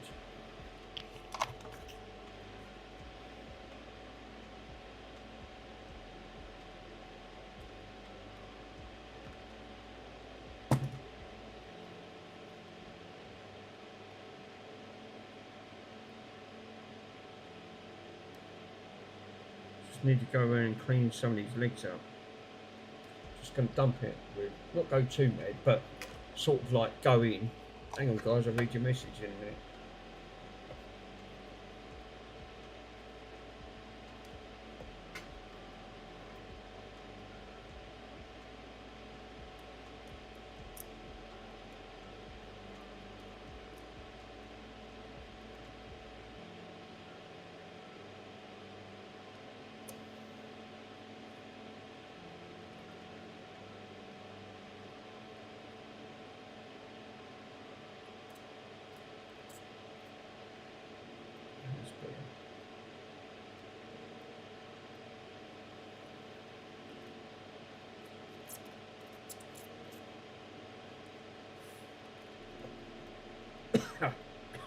Fuck me, that fucking solder is sorry. It's terrible. I might have to get a better desolder, better fume extractor. That's fucking, it's blowing it in my face. It's supposed to be taking it away, which is not ideal. It's just getting the angles. This is bloody tricky as anything.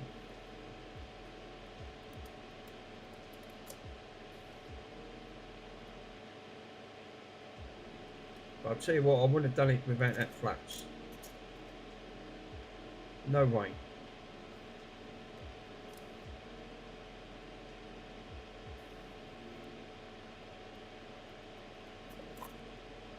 Cool. I think I've got one more to do. That one there. Yeah, it's fucking blowing it in my face. I'm breathing a load of sulphur in. Jesus. Solvent abuse. Later, Chris. How you going, bud? Thank you. Yeah, get the flux flowing on that. Yeah, because it might be late over there from, remember, it's different time zones. When I watched him stream, it's about 5 in the morning, so it's about a 5-hour difference. So what's the time over here? I think he's 5 hours in front with Chris's. So 8, 9, 10, 11, 12, 1 o'clock in the morning. Yes, probably is. Because he did say last time he was about 5 hours.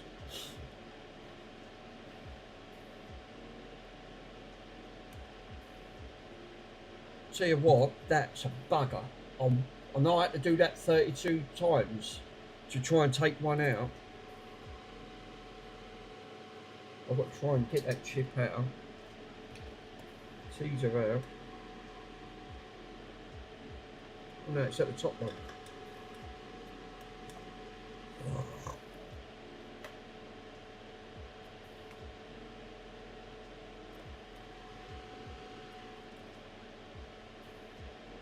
Oh, I ain't done that one. Oh, for crying out loud. I forgot one that's one at the top, that's why it's been held in. Seriously?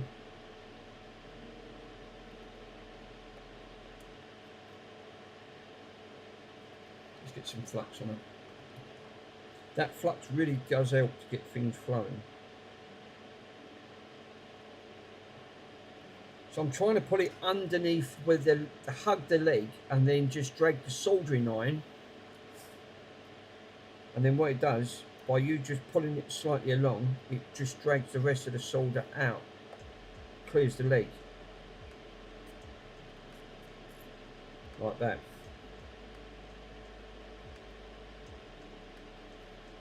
Got one more to do.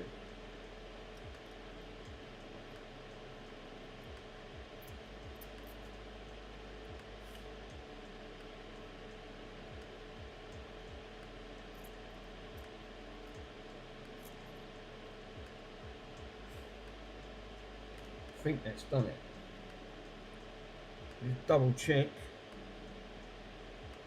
No, that one there, not the greatest.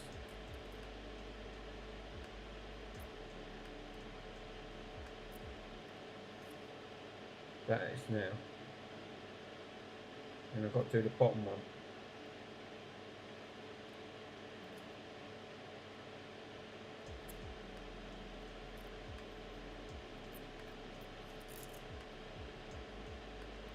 Yeah, this bottom one's putting up before. I've done the top one. This is how you can damage the traces, and that's what I've got to be so careful.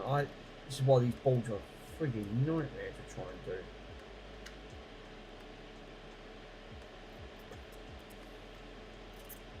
Right, she's out now. That should be it. It should not be. That was 450 Celsius, and even that was just putting up a...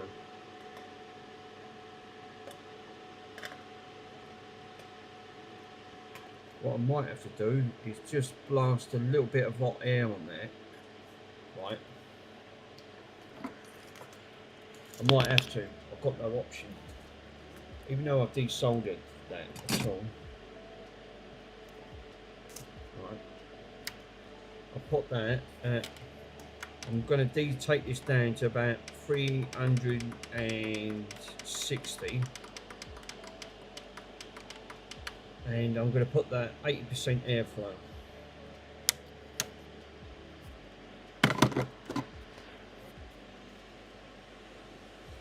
Pull that chip out.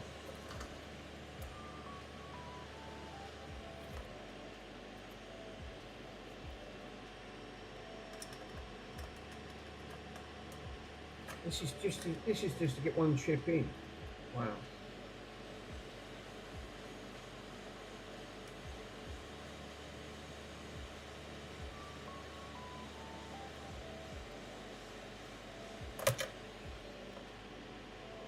One side's out. That's what it needs. It just needs a little bit of an helping hand, but I don't want to delaminate the ball.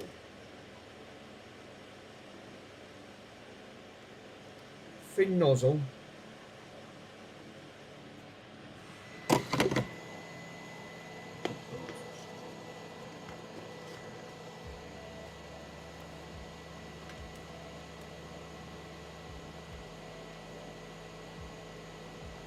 Solder wick on it.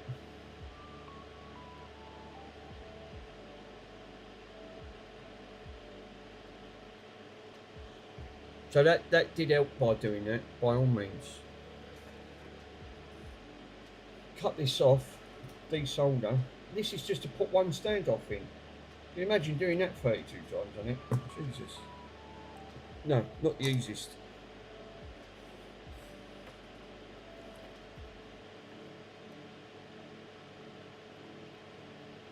And then just drag it and see if we can just clean these holes up just a little bit, ever so.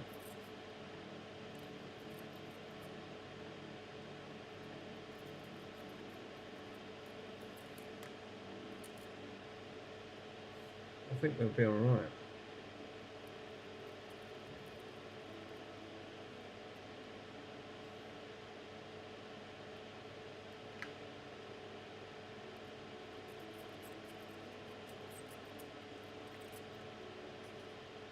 Yeah, I think we're good. I'm going to leave it there. I'm going to go too mad because, like you said, not ideal when you want to do that. I took a little bit more off that ball. Give that a good chance of clean. Now, look how much I've just took off just on cutting that out. That's one leg full up with solder. Just that, remember, you got 16 pins on one side, all on both sides. So you know, give or take. And then, you know, so you need to desolder all that lot just to get that off. Wow. Now I'll clean them up with a bit of IPA.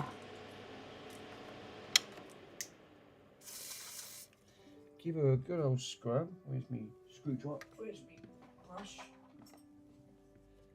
I'm going to give her a good old... And I didn't detrace anything on that. So I think I've done very well. Didn't take nothing out at all. So let me show you guys of what I've done. So the point of the matter is that I've done all of that by taking this top one off. Look, not one single trace being taken off. Just by, like you said, the moot gun was obviously not arguing, but you obviously ain't got much on that, on the resistance. So I don't think I've done too bad on that front. And that's not an easy task, because it's, like you said, it's a very thin board. I don't like using too much air, hot air on that, because it said it's not ideal.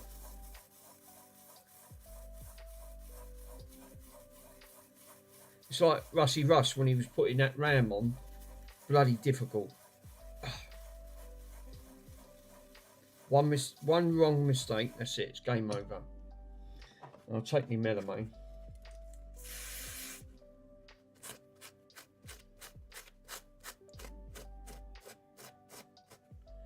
And the good old trusted melamine stuff. And that, which I'll brush on the floor, can always hoover up, not a problem. Now she's all good. I can now socket this girl. She should be good to go. So, got the chip is actually got, believe it or not, underneath the chip, it's got the thing on it. It's got Singapore G. Wow. So what I need to do is, obviously this is all factory. I need to just straighten in pins up. Give me a minute, guys.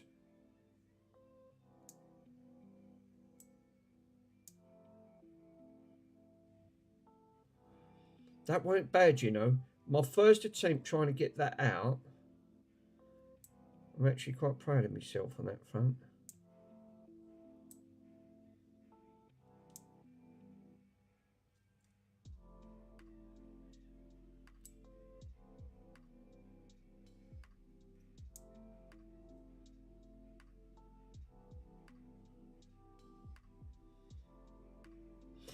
I've straightened them pins out as much as I can, but once I put it in, that should be good to go. But that's a good chip. Is that? Yeah, this is the good. So this is the good board, because, like you said, these ain't been socketed. So that's a good chip. Exactly. Carefully pulling that chip out of that socket. That's exactly what I did on there. The balls will popcorn easy. Lucky enough, I didn't. That's why I kept it moving and kept it on the thin nozzle, not the wide nozzle. Just kept moving it around. The old stuff is designed to beat with, it's really not really to be bent on hot air.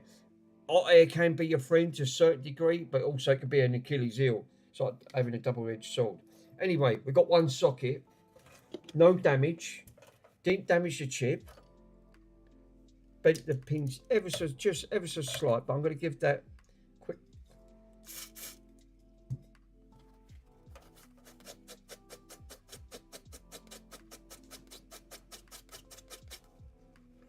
Look how much dirt that takes off. These magic sponges are brilliant. Absolutely love the magic sponges. Right. Right, I need to now gauge. Right. Well, we've got a problem up here because it looks like it's pushed the solder through the port. So obviously I need to address that. So what I need to do is reflux it back up and resolder this and reflux this side. Just take that rest of that, get the wicket off.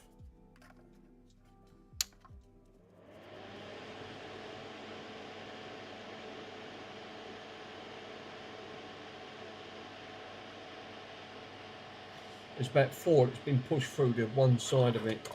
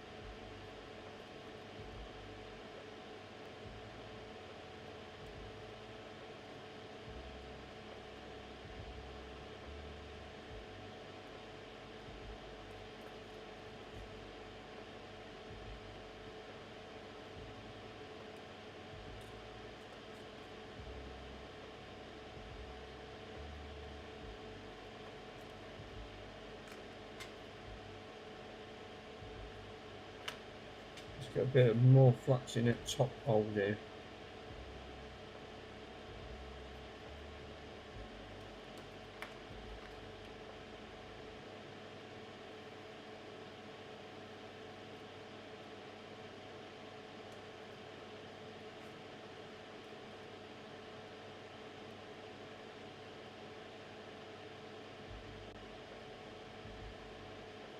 So that looks like a pin.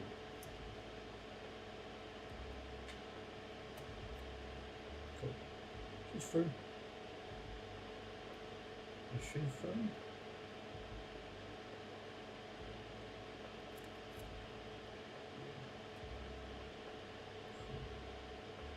We should be good now, guys. That's why I love these decision ones. These are really fantastic.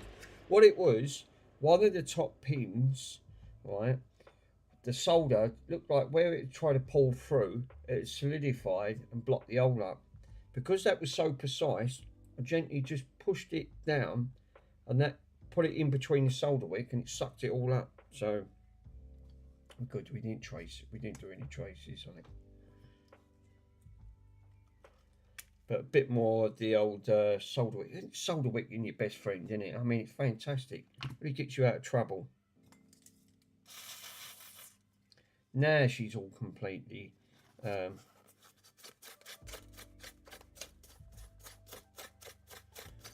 like you said, you only want to put one socket in. That's just doing one.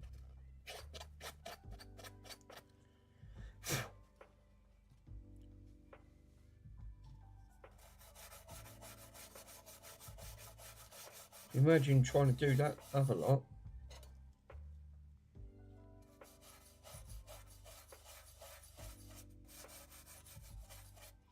Not the easiest, and it ain't the dauntingest of a task to actually put these in.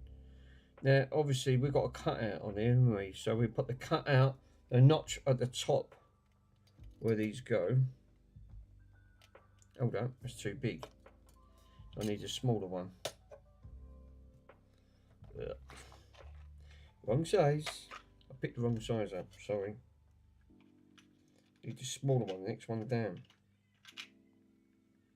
It would make sense because it looks like that goes on the chip. So many different standoff sizes, unreal. Right, standoff size, notch needs to go up the top, socket. Look at that, straight in. So first things first, I need to put, what's that? Desolder. Quantum's gone to sleep on my chair. I don't know how that big goofer managed to sleep on my chair. He's really good, really. He don't give me any grief. So what I'm going to do, I'm going to put some caption tape to anchor this down. So this don't. Where's them tweezers?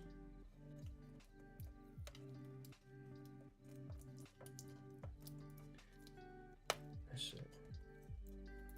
That then keeps it nicely anchored. And then I can flip her over and then do a bit of the old solder on one side and then solder all the legs up. I do want to put something under it though. Yeah, say it like that, that'll do.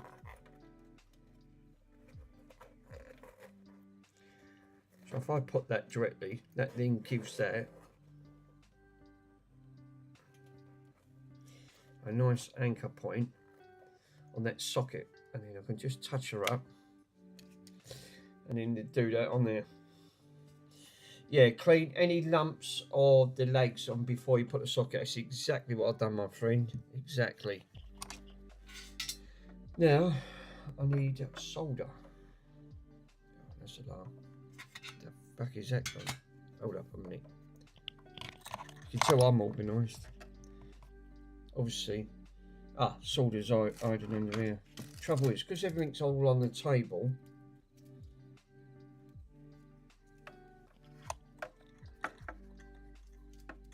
and then just take one leg out and then do one at a time.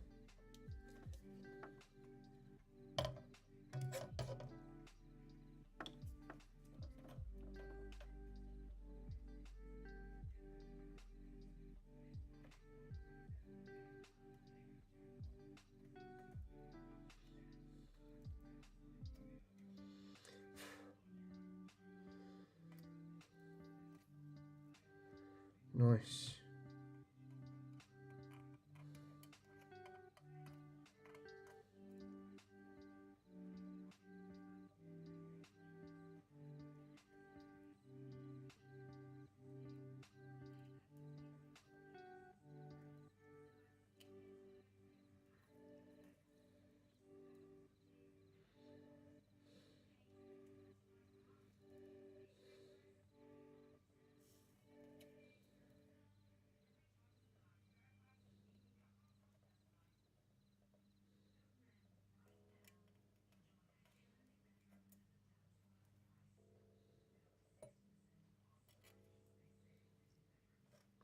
I'll take a picture, Carl, and I'll upload it and I'll show you what I've done.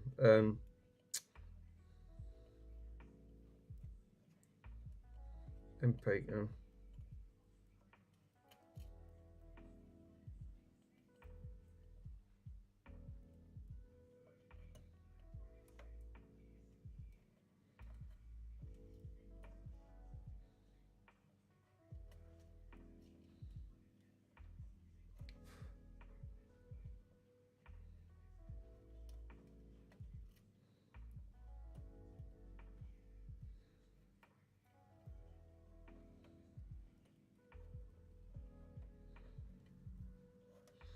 Nice. I think that's going to do. I'm going to clean my tip up there and I'll show you. I'll take a picture and I'll upload it.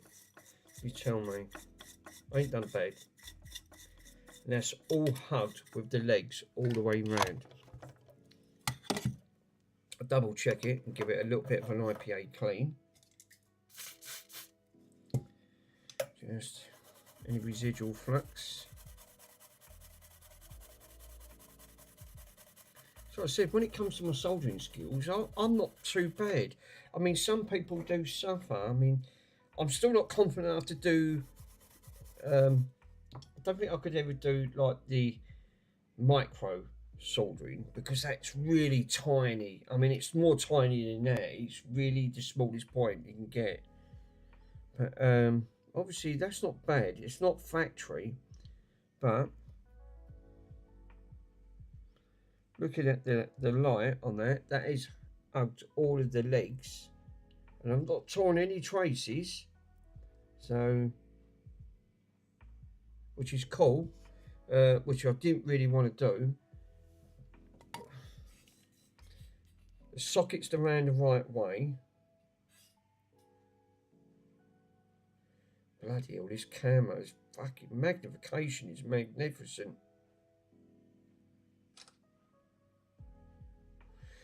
So let me share it. Pico.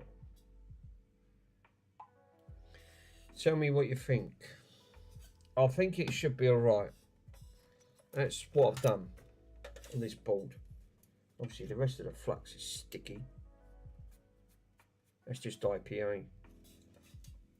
But we now have a socket, and she's socketed nice and tight, and she's really anchored down that pump. So the only way of knowing now is putting this chip back on, right, with the socket. Then power this one back up with the socket, and then you'll know you've made a good contact.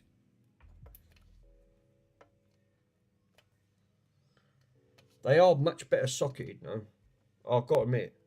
That would take a little while, but I'll tell you what, that would obviously, but this is the only way to test. I didn't give that a thought. That went completely out of my head. I thought that makes sense. If you took one at a time, it makes no difference because they're all going to be the same, right? Just swap one out. Just one socket. That's all you have to do.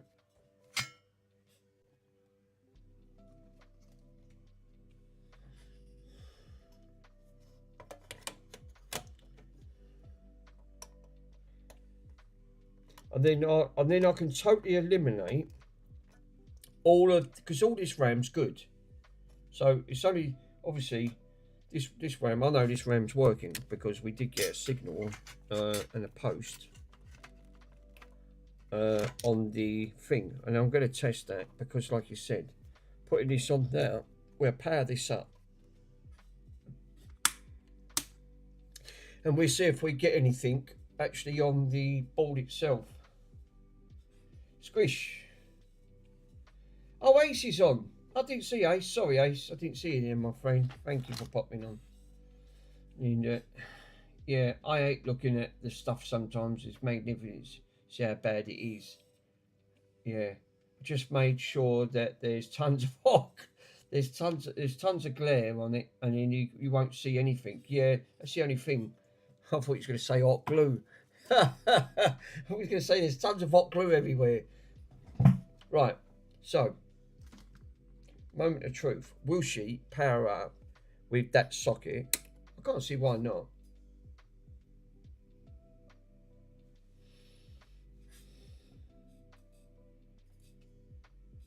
This was the good board.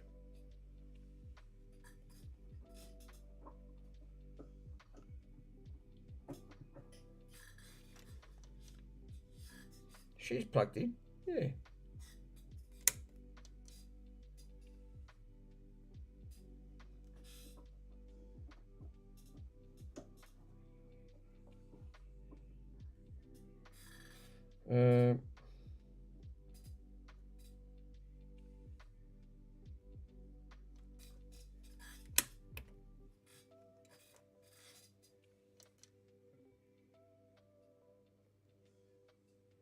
Nothing. Well, that's interesting, isn't it? All I've done was took one socket out, put one socket in. These chips are getting warm. Oh no. That's it. Sorry.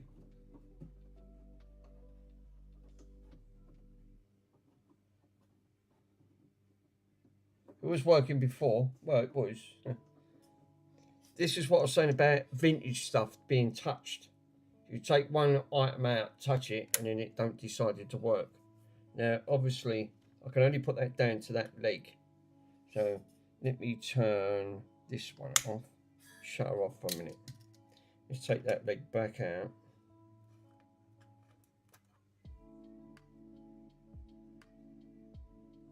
Let's give that leg a good clean. She's really fluxed up there.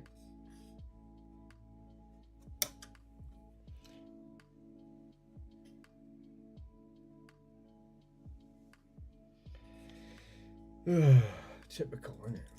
You've only got to do one. It's all it takes.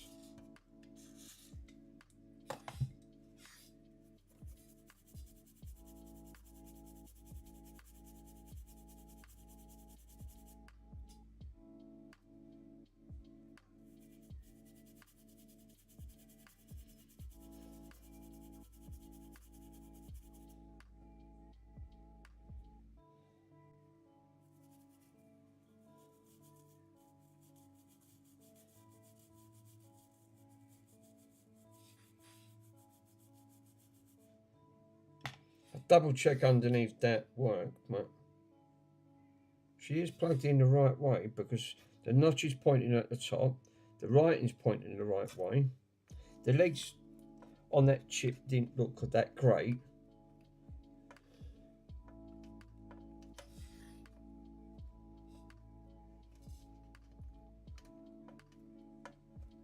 Let's try again.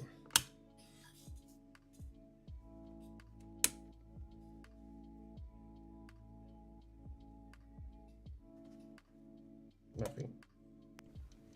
Whoa, whoa, whoa. Oh la la. No, Oh, didn't like that at all. King in the castle, king in the castle. Look Have a at me, chair, look at I me. have a chair. Oh, go do this, go do this. King in... No, so obviously it's got to be that socket issue that's caused the issue. You know, since I put that one socket on.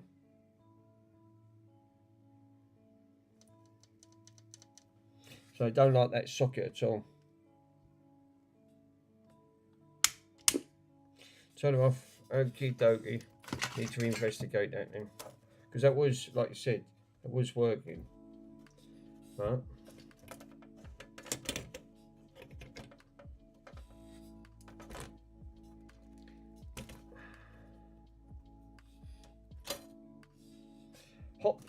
hot power supply coming up. Wait, quick, take her off. nearly got zapped in. Right, let me investigate. Let me investigate that socket I've just put on. Obviously, it's got to be that that's causing the issues. It's the chip. It's sat all the way down. Yes, what I was thinking into it. Let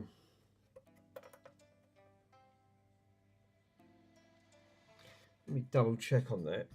Yeah, that's a good point, Peter, actually. Let me have a quick look. Yeah, she's hunkered down.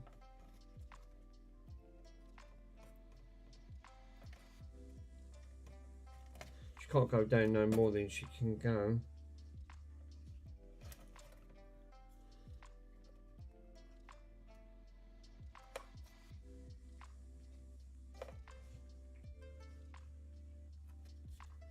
Can't see it not.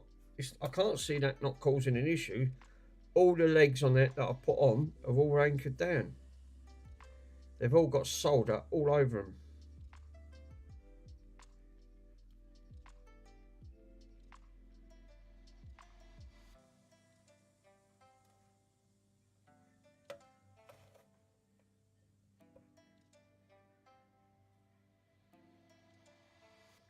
So that should have made a point on there. I can't see it. It's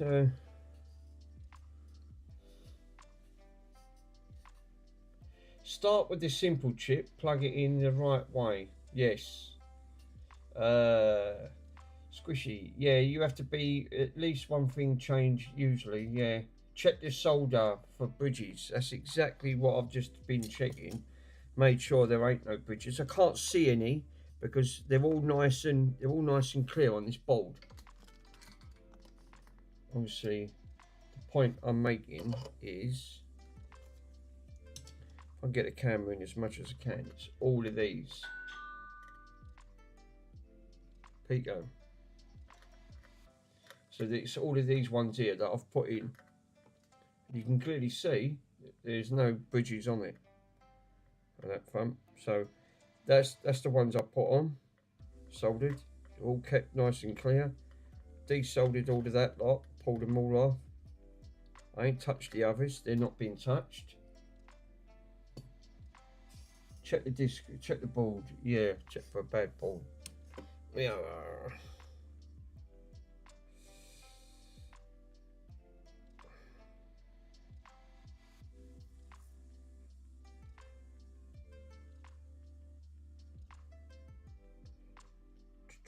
This is a proper tool. This is what Chris F has put in.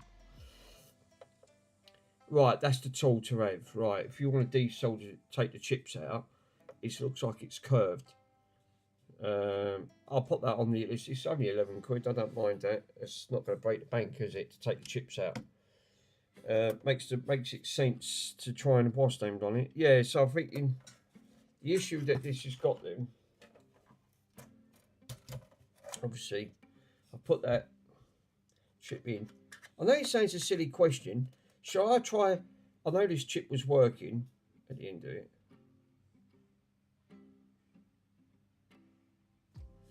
Because looking at the chip itself, obviously you can see where they've soldered it to the leg, where they've soldered right up. I mean, I've cleaned it to the best I can. I've got all that gunk off.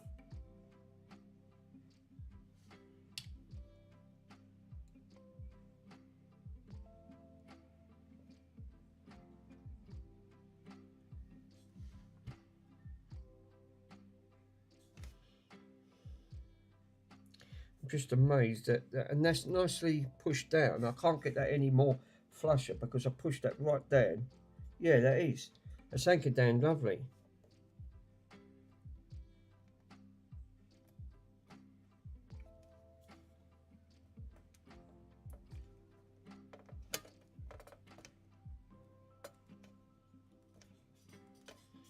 That's it. Make sure she's pushed down. Because again, connections are the key here. I'll try it again.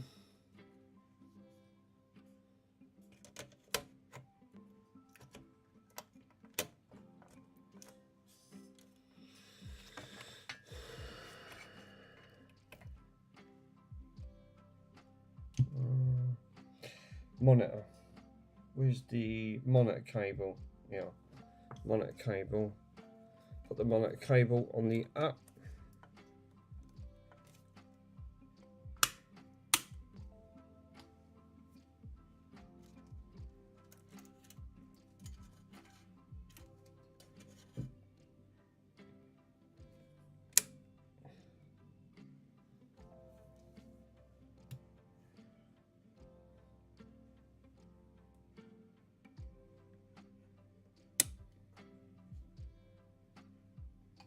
Nothing, absolutely nothing at all. Nada. Nothing on the screen. So, and I've only took that one RAM stick out. Let's turn up all the way to the maximum. So this is what makes me think the other one's got a bad RAM, because what I've done, this board was fully working, and all I've done was took one RAM stick out and I've got a black screen, just like that one down now. Yeah, it was that chip that was on the border point on the board. Yeah, I mean, like you said, I've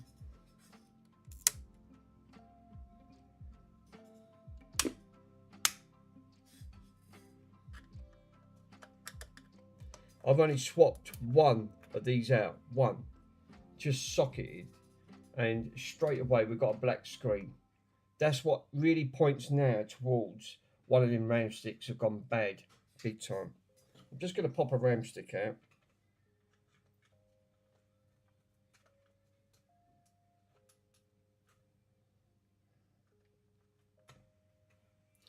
Just going to pop one of these in.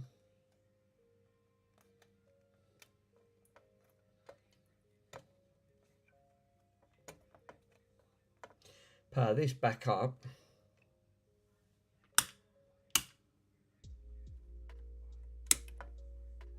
See if we get anything.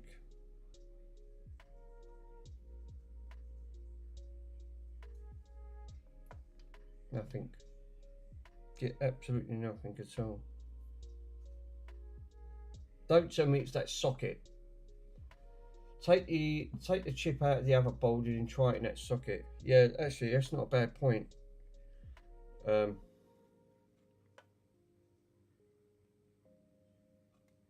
Yeah, I'm going to put the other chip and just swap it over. See if we got anything on that. I still now thinking that 100% there, it's one of these, because I've got a blank screen on mine. It's just it's too much of a coincidence.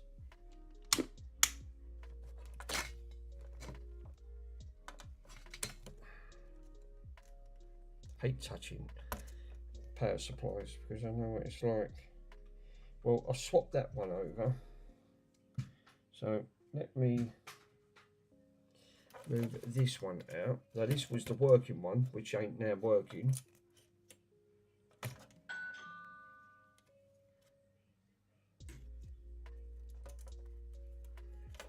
MK. Hey man. MK sent me a message, bless him. Where's the... Let's take this bad one. Let's see if we got anything.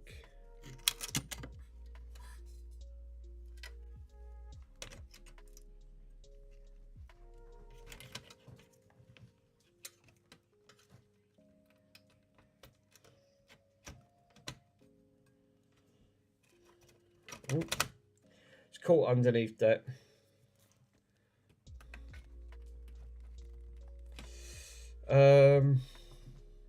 Let's plug the monitor in. Oh, Bronson's up. Don't know how he tries to sleep on the smallest chair when he's got his own chair. Oh, he's mad. Absolutely mad. Madness. Switcher on. Switcheroony. I would blame the socket maybe making not full contact. That's exactly what I'm thinking.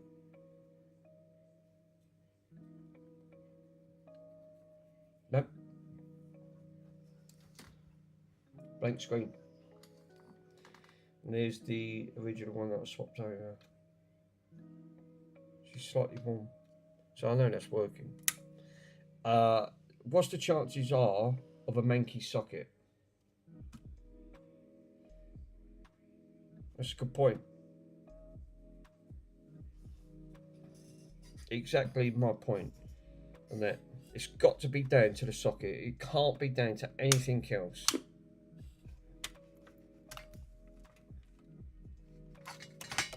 Not me. How many times have I undone a socket, put one in, took one out? Yeah, I'm really pushing my luck here with all these bloody power supplies. Taking it out, holding it. In a minute, I'm going to get zapped. You know it's going to happen. Right, I've left a good chip in that revision A. Right, so the good chip is socketed on the first one. I can only put it down to the socket. Can't be down to anything else. All I've basically done was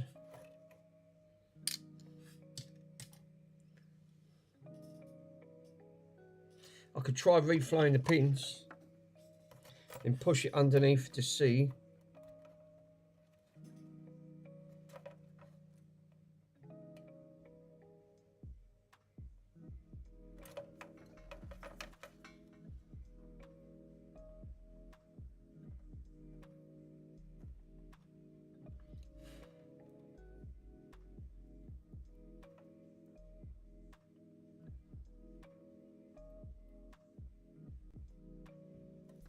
Where's my torch? That torch really helps me.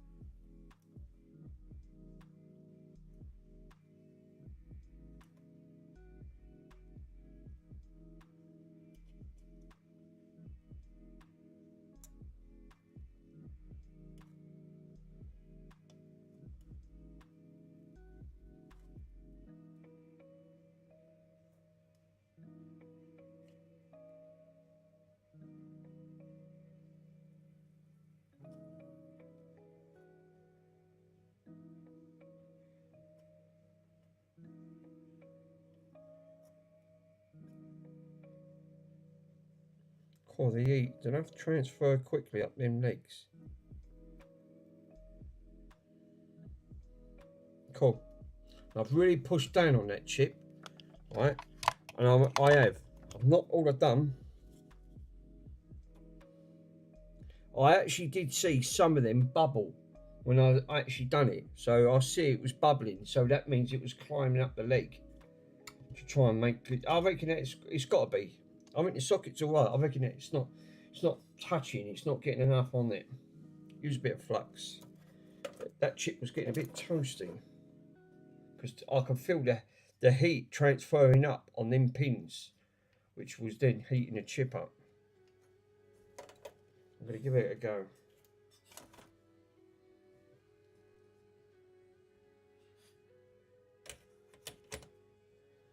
It can't be down to anything else. That's the only one thing that I've swapped.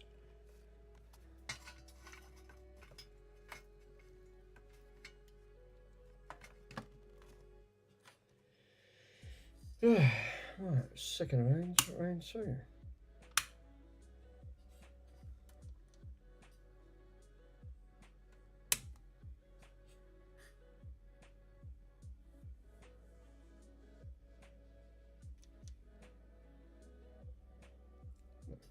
Oh, sorry guys. It would help if I put the power supply into the bloody board.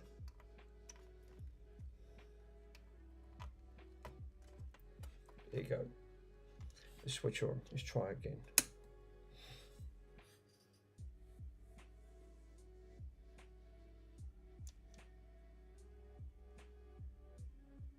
Nothing. Absolutely nothing. I've got nothing. I've got Zada.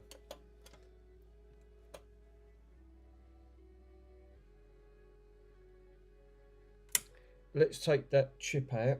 Swap that chip back over.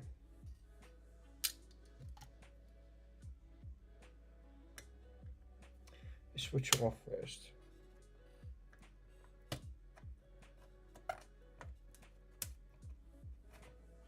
Let's put the original chip back in. I bent that pin up. Be careful there. Let's put that chip back in.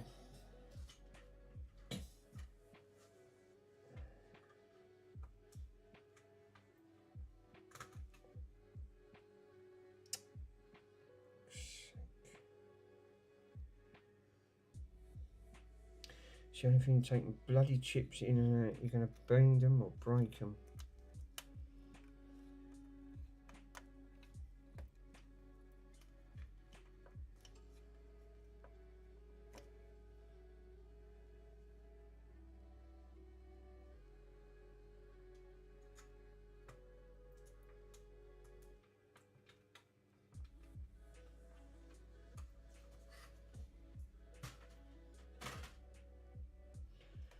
Right, original chip back in. Switcher on. Let's see if we got anything. Nope, nothing. It's just not having nothing. We got nothing at all. You sure the power is switched on as soon as you said it was received? Let's double check to see if you was getting power. Yeah, what I could do, I could probe. These should be about 5 volts coming into this. So we should be receiving 5 volts in. So there's nothing metal on that. Put it on that, put it on voltages, and we're going to probe a black one, and I'm going to probe a red one.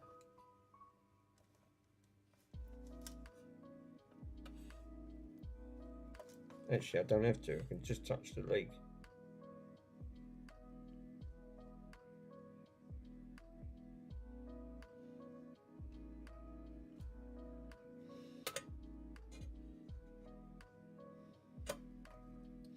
Can't see a bloody thing.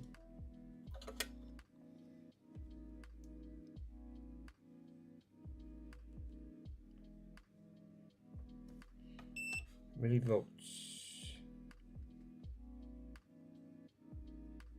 4.91. We're getting 5 volts coming in. So you'll have 5. There's 2 reds. One's a -5. One's a +5. We're getting 5 volts going in, but for some reason I can only put it down to that socket. I can't put it down to anything else. And I just can't. You know, it's the only thing that's the sockets. That can't be a great socket making a good connection. Because like you said, that was working lovely. Now she's not.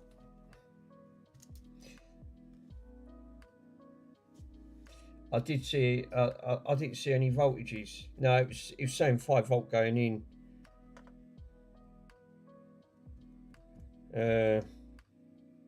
Which was coming out one of the reds.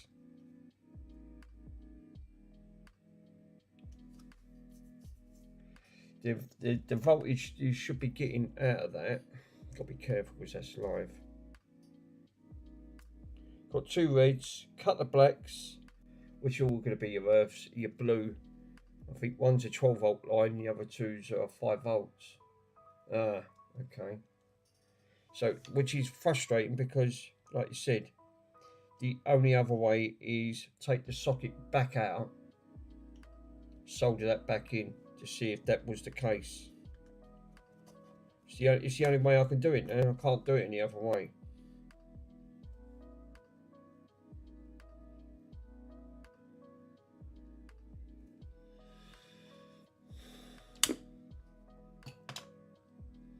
Let's put that voltage over there for a minute. Fuck it. It's definitely 100% that socket. It shouldn't be. You wouldn't think a socket could actually do that, but you're right. It probably can.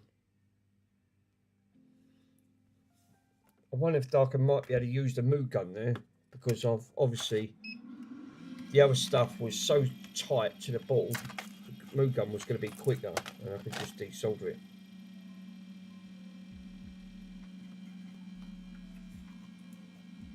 And look at the amount of wick I took off there. I mean, that's quite a lot.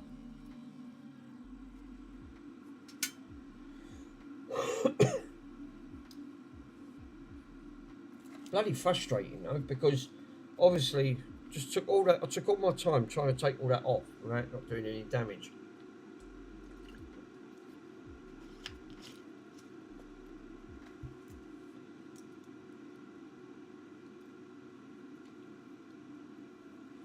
I haven't seen a socket do that. Yeah, but it's none. If it doesn't take, yeah, if it beeps out to the IC pins to the socket contacts. Not personally, but I've seen it on vids on other channels. What Ace said. What, test the, so what you're basically saying, Ace, just test the socket. See if it's making contact from one side to the other. Actually, that's a very good question. Let's put it on continuity, put it from one side to the other to see if it is. I know what Ace is saying. So touch it from one side, put one side to the pin to the other to see if it's actually making the contact from one. So I'm going to do the top one and touch it. Yeah. It's going to be a painstaking long slow, but at least I know then it is making a socket. Yeah. So then it might not be the socket after all. Yeah. 4. Cool.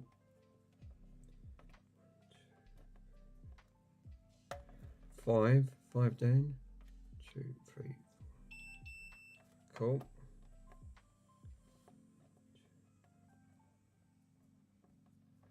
6.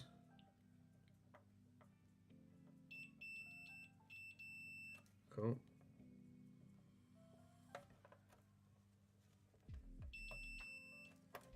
So the socket is making contact. Well, on that side it is. Let's go from the bottom. Cool. Then it ain't a socket. Then why ain't it booting up? Because I haven't altered anything else. I've only took this one. I've only took one of these RAM chips out.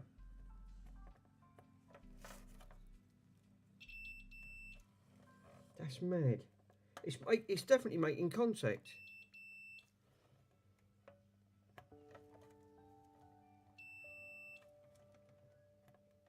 Because I see the legs bubbling.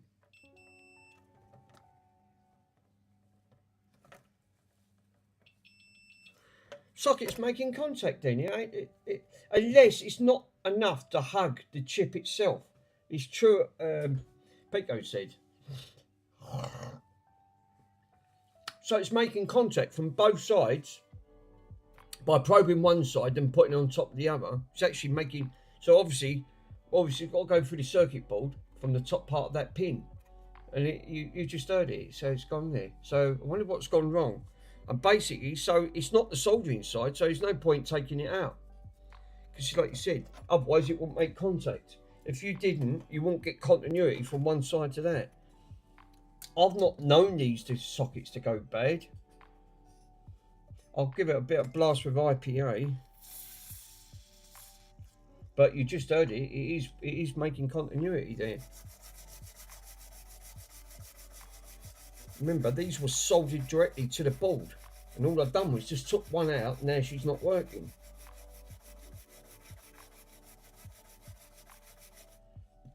The chip was working, and all I've done was took her out. I didn't do nothing else. She's ran the correct way because you've got the notch pointing to the top.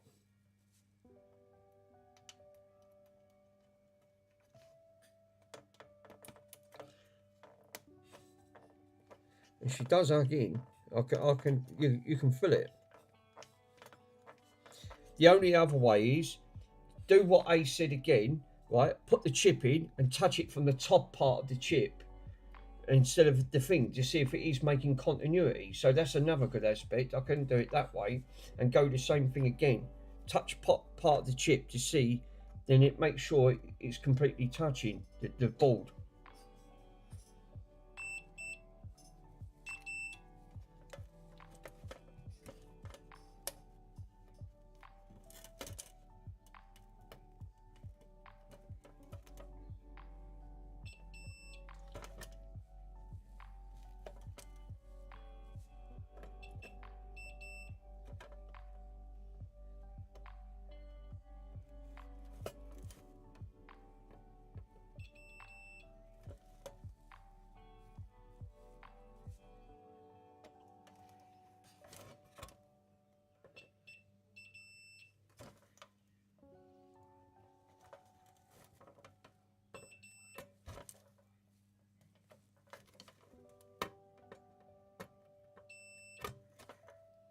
I think it is. I don't understand why. We've got contact there on one side of that chip completely.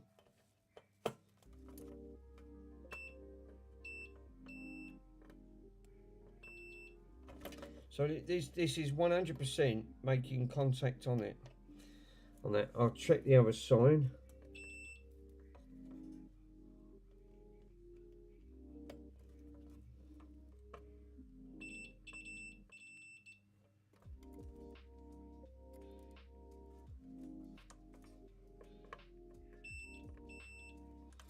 Cool.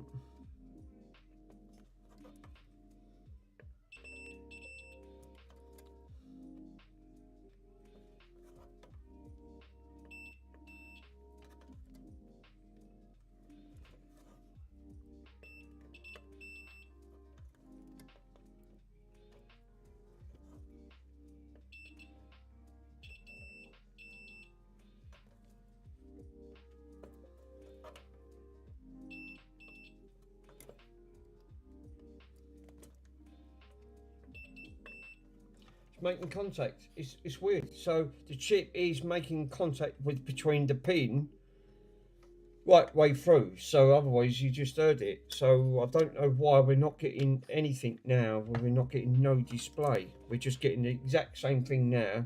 Black display on the actual board itself. So she is definitely getting power there.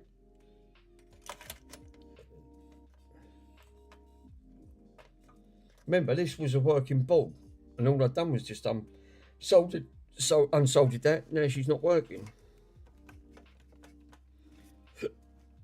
Typical bloody Ataris. They're a nuisance. You touch them, they don't like being touched.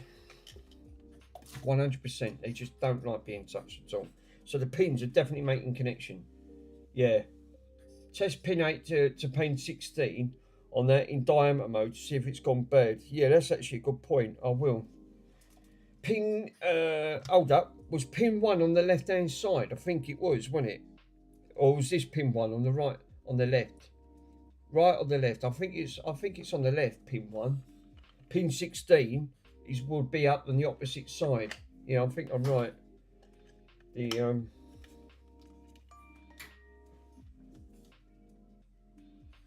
Brico. Yeah, test to pin 8 to pin 16. Need to turn on. We'll plug her back in. We'll just quickly, well, we've got to plug it back in anyway. We put some power back on.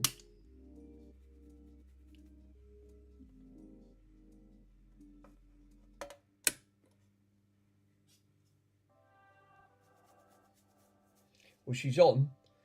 No, stop. One will be where the dots is. Right. Yeah, we've still got no display on this. None. We've got a blank screen. We did have before because it did work.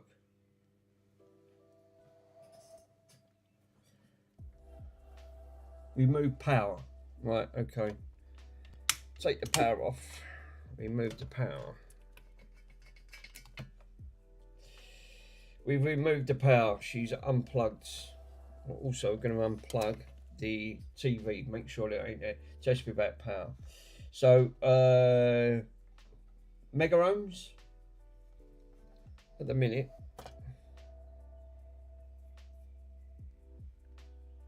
Pin 8 and pin 16. So pin 8 would have been, so let me count down from the dot. Yeah, because 1, I was right, because it's got 1 written right at the top. So pin 1 is on the left hand side. So we've got 1, 2, 3, 4, 6, 7, 8. And in pin, what's pin 10, did you say? I think you did. Test 1 to 16. That's it. 1 to 16.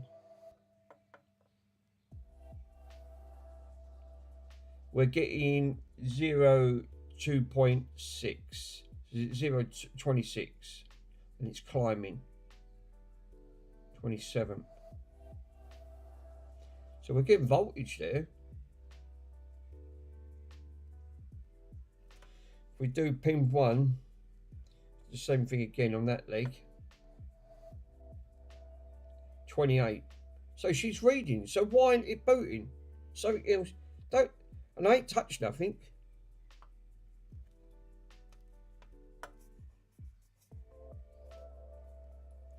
Hold up. What's this? Oh, flux. Burnt flux.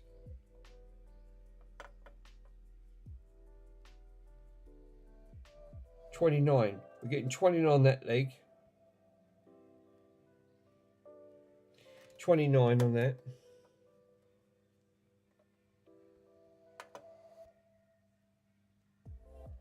They're all reading 29. So she is reading from the chip itself. If I flip the board over, I'll do the same again. So pin on that one, it's going to be that one there. And I'll read it. All right, I'm going to read it from underneath to the top. We're reading 29. So it's definitely reading from underneath as well as on top. I've actually got 30. I've got 30 mega ohms. And then they're all good. So it should be preventing it from booting. Then I can only put it down to, then why didn't it work? It was working on the monitor, right? Unless it ain't displaying due to, now obviously I thought it's part of its value. I can't see how because I've only just took one chip out. That should have worked.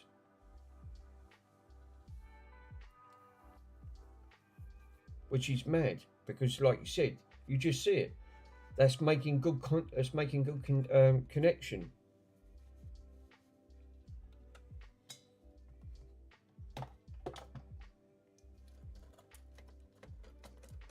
I don't get it with this. I really don't. This is how finicky consoles are, especially. I've double checked the power supply.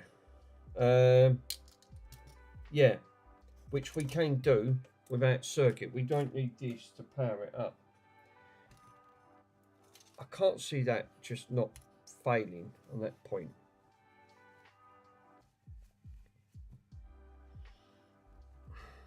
So let me plug the power in. We can do a bit of investigation on the pin layout on here.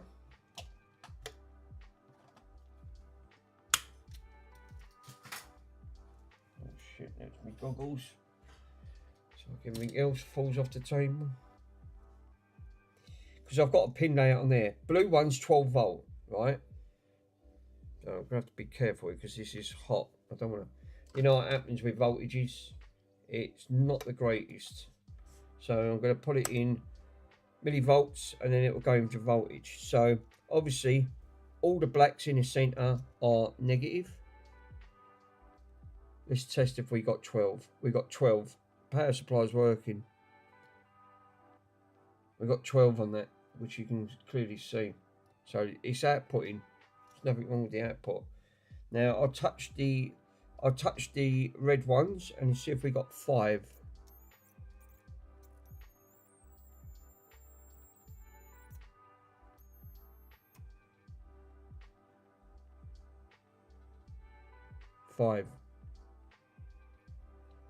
We got 5 volt going out. She's working. Power supplies, we've got power in it. So power's outputting. So we've got 5 and 12 coming out. So, which it was working on this before, which obviously it's not now. I don't get it with Ataris. I really don't. It's one of those finicky things that, you know. Also, check the power. Check the power into the board. Yes. Now check the power on the board. Right. So we'll put that back on.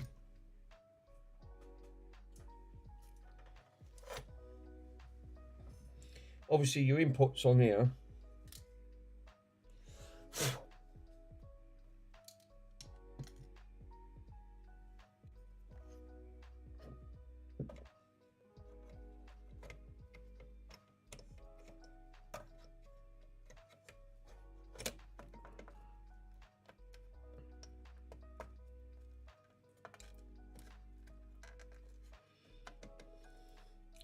Do you reckon that could be because it ain't making a good connection that's earthed out down on the board itself? Because these normally, I mean, it's got to be grounded out. Do you reckon this could be a grounding issue? I mean, obviously, I know you've got your grounding pins on there. I mean, I did try this before. I didn't have that. We still had a picture. That's what I don't understand. It's mental.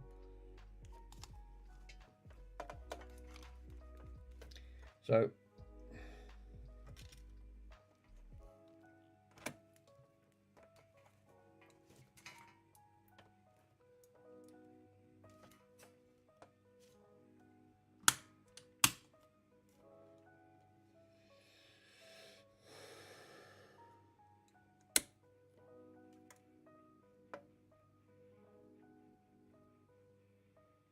We should have got something come up, at least. I've got no hum, nothing. So, obviously, just by taking that out, it's obviously upset it.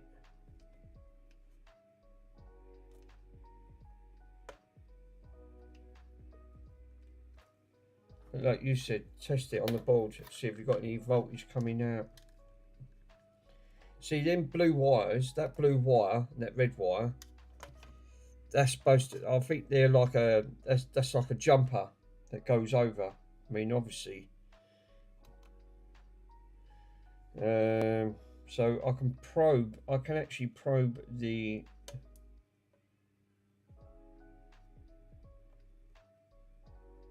We're getting 5 volt on the red.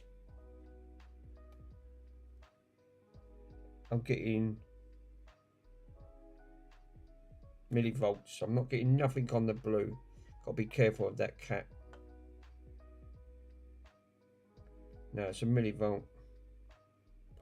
But I'm getting 5 volts on that red.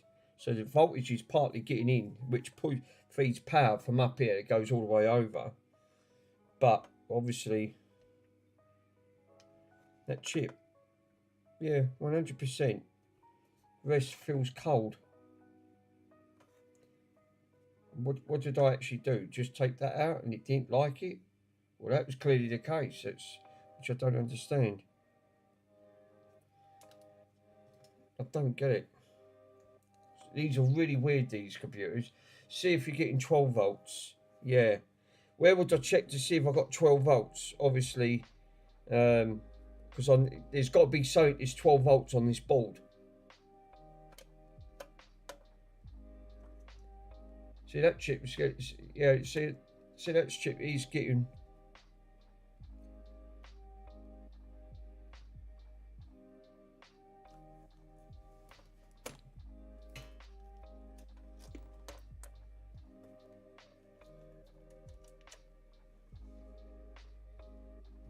You can hear it when it unplugs.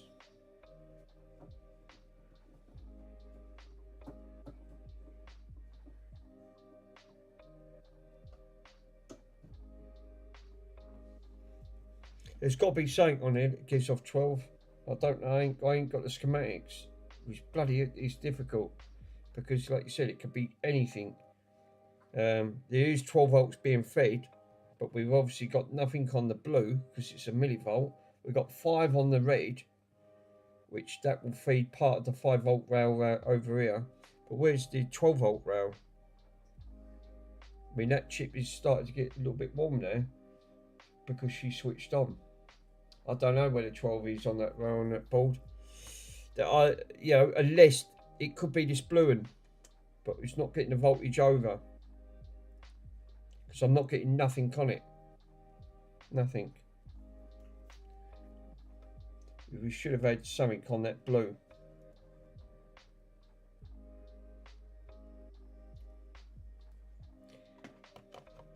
I'm baffled. Do you know what I'm going to do? Shall I take the socket out and just put the chip back? Solder the chip back. I can't see why not though, because like you said, it's reading from it. Obviously, I've upset something on here just by taking that one off. It didn't like it. Unless it is down to signal.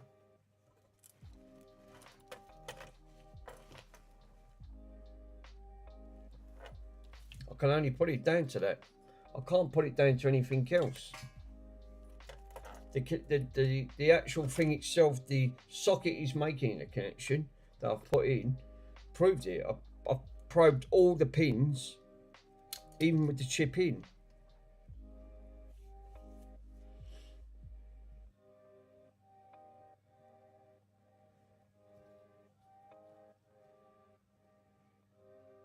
Which is bloody frustrating because, like you said, it's taking these out. It's got to be down to something. I can't put it down to anything else. Yeah, but I don't think it will fix it. No, I don't think it will, Worms. I think you're right. I think that the issue, obviously, I've took it out of circuit and it wasn't switched on. You did see it, but just by switching it on, so obviously something's not making a circuit on there. Unless you've damaged part of the pad on top of the board that could be layered. Yes. That could be a potential issue. It's true what Carfor said. Them legs. Obviously, if you look closely at the legs, they've all got solder around them legs on the top.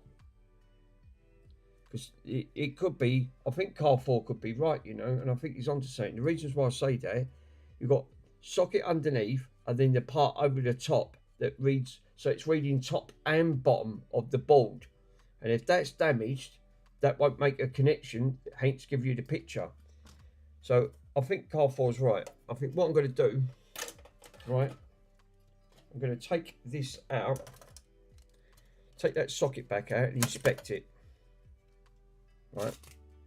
I think that makes sense to what Carfor's saying. Because I can see the circuitry on top, and obviously it's making connection at the bottom, but it might not be making connection to the top, and that could make perfect sense of why you're not getting no display, because it can't complete the circuit.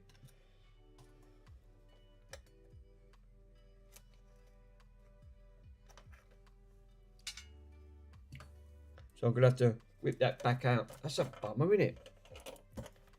Yeah. Well done, Carfor, as usual. Thank you, my friend. That would make perfect sense to what exactly what you're saying here. Again, when you've got no schematics on it, you're second guessing.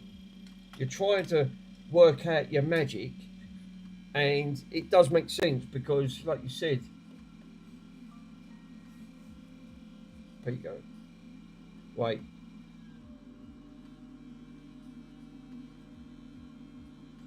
It could plug it into the chip to power it up.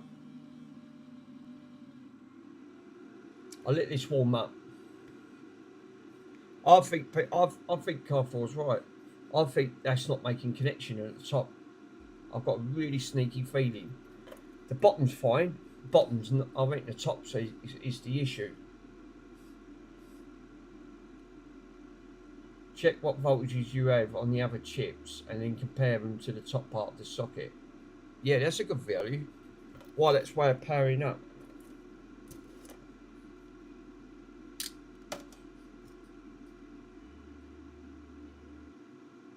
because like you said, I think they was reading from data.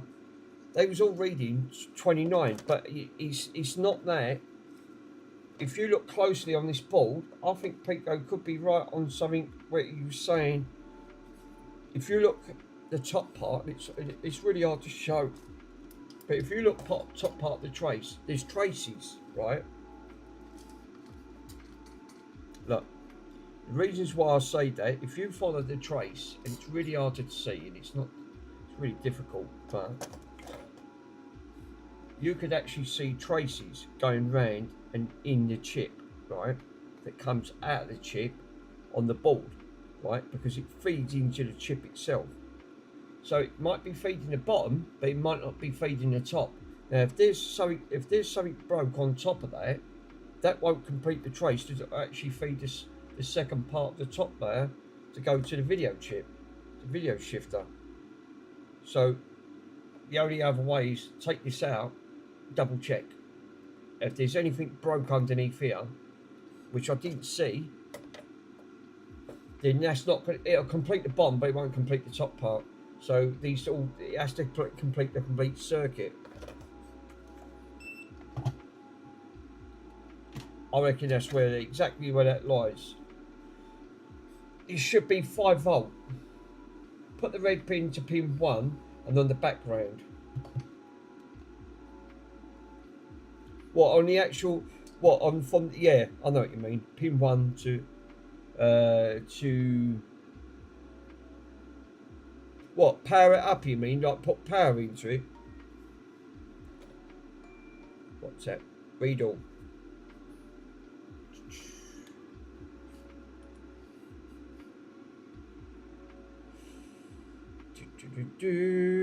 Test pin to post. Right, so okay.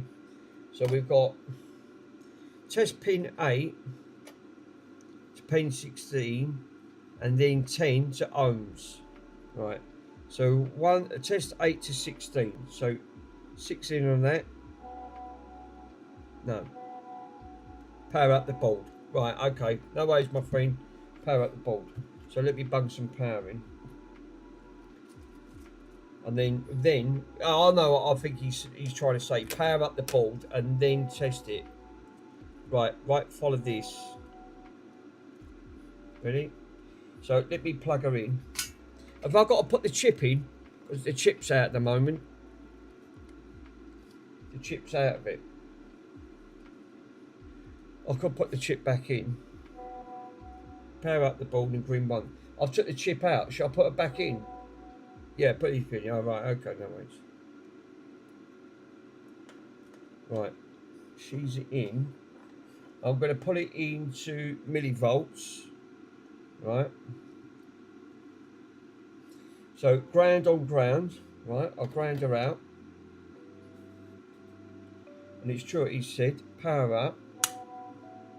Volts into DC. Yep, it is. It's in DC mode. Switch her on.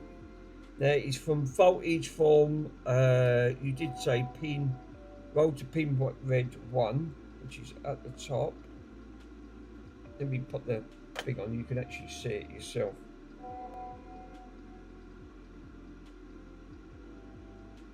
We're getting 0.89.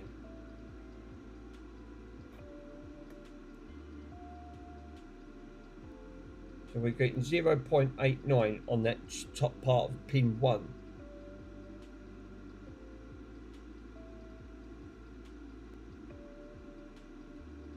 I think that's not right. Yeah, you're not getting 5 volts. So this is what I'm saying. This is what I think. This is what is actually happening. Because if I probe pin 1 on the top part of that, that's coming up 9 volts. So all the others are coming up 9 volts on pin 1. 9 volts, 0.9.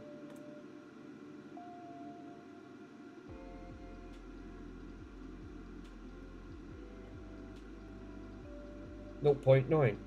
So all the other pins are getting 0.9.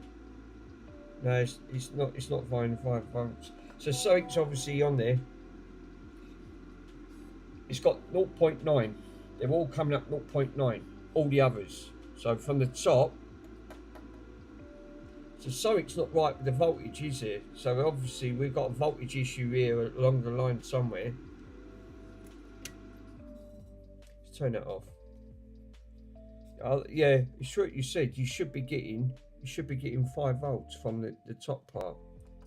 So like you said, you can clearly see it's got 0.981 volt.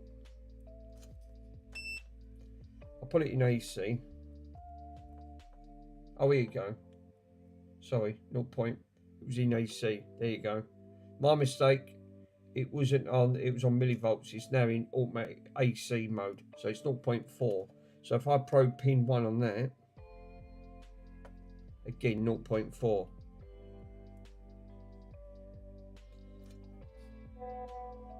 Yeah, DC volts. It's in Well, it's in AC. I can't get it into DC. This thing don't read DC. Fucking Mickey Mouse. So I said multimeters. It's reading 0.4. All these chips in pin 1. Press the blue button. Millivolts. I've got AC and millivolts on V. If I put it on to that, it then comes up. It comes up 1 volt.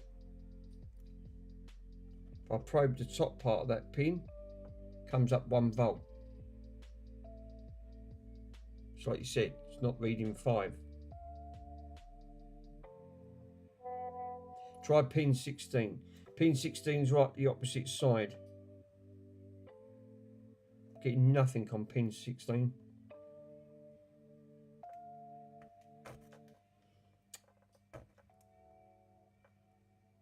Nothing. Not on none of them. So we're obviously pin 1 to pin 16. You should be getting voltage coming out. We're not getting no voltage. It's virtually no. No. Compare it on different chips. It's the same pins. So if I pin 16 on that, it's right across the board. So it's making no difference.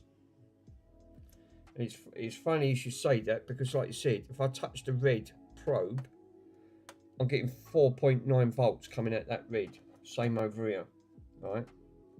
4.9. If I probe that blue should be 12 volts. I'm not even getting that. So something's killed the power between this side of this jumper. From up here, we're not getting no 12 volts, which is not feeding the rest of these chips to power them up. For some reason, you're not getting around. Yeah, and that's it. I think that's where the issue lies. Because pin 16 should be 12 volts. Pin 1 should be 5. Pin 12 should be well, we're actually just getting 1 volt, which you can probe. You can see it's 1 volt. So obviously, by me putting that in, for some reason now, this is gone completely. Night. We're not getting no voltages around on that front, and that's weird. I've never seen that happen before. And that you CDC, that was purely working on that Rev D. It's the only one I've got that was the other 1040. Obviously, we probed it. The chips are good, but we've obviously got nothing on this front. The chips are getting warm, so they're getting voltage to a certain degree, but obviously we're not getting nothing up here. We're getting 1 volt on that, which we should be getting 5. That one, you should be getting at least 12. You know, that's what feeds some of these 12. It comes off this chip, so it goes to all these resistors. Then you've got the individual resistors that goes in between. So it pulls the power down to get the correct voltages into the others. But yeah, I don't know. That's weird. I'm baffled. I'm absolutely baffled. So would that be part of the top part of the leg not making contact? Could that be true what Carfol said? I don't know, because it was fine before that.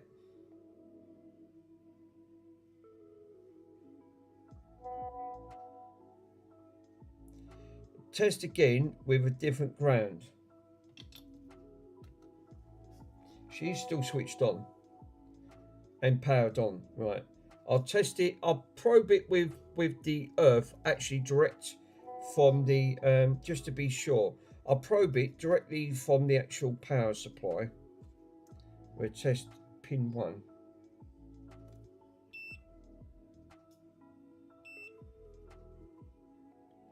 Pin 16. Millivolt. Pin 1. 1 volt. Makes no difference.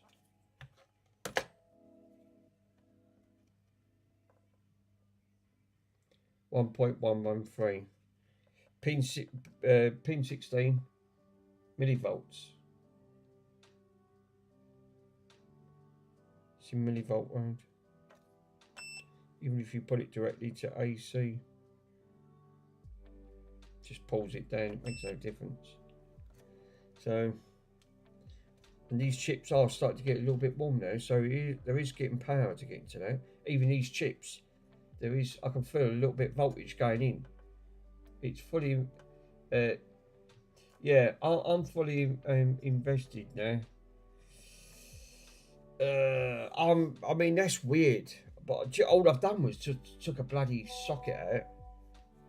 Yeah, that's where you need a thermal cam. I think you're right.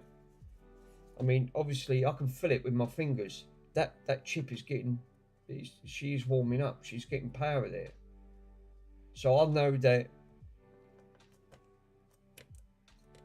right up to here, these chips are getting warm. So I can feel it with my hands. So the top part of the one is getting voltage to it, which is mad. So why has it just decided to stop and not get a display?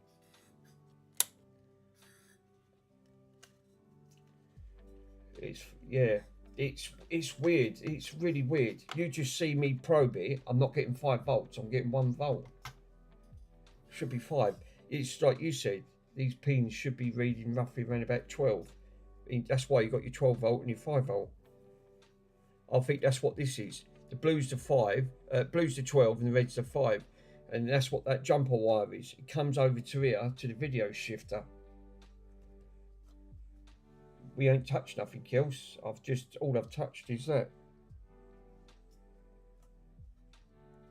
It's a weird situation. Because,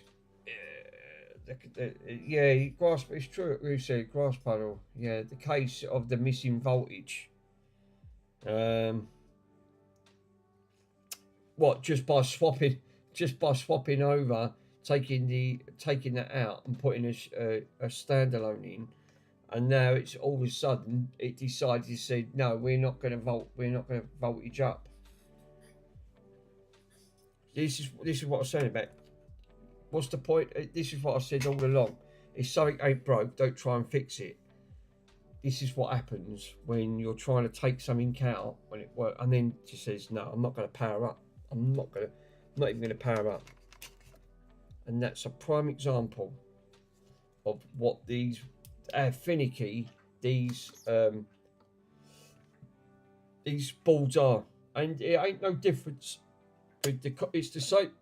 It's the same with the Commodore 64, the Ataris, the Amigas, the Amstrads, the Spectrums. Exactly the same. They are so finicky. They do not like being touched.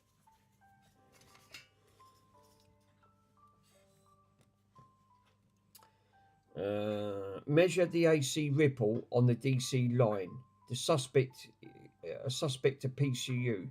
Set the multimeter to AC voltage and measure between the 5 volt and the ground. The ripple should not exceed 50 millivolts. Usable voltage can cause the system instability, which can even the DC read seems fine. So basically, yeah. So does that have to be tested in the? Does that have to be tested? Could that be tested out of the board or in the board? Did it work out of the case, or were you missing a plug? No, it's only one plug, which is that. That was it. It's literally one plug, which I've just unplugged. All we got is this one plug. There ain't no other plugs, and all the connectors are all in.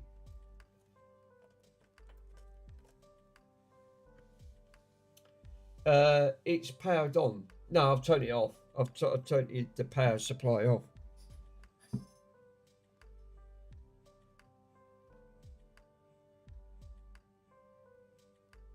But it's now got the exact same fault as what that one's got. Black screen. What did I touch? The only one thing. RAM. RAM is just really finicky with these bloody things. They really are. How do I test the ripple? Do I test it with the, like you said, you've said 5-volt line, and then the ripple should not exceed about 50 millivolts. So put that into AC, which it's in AC. I'll switch it on. So it's in AC mode. You can see it's in AC mode.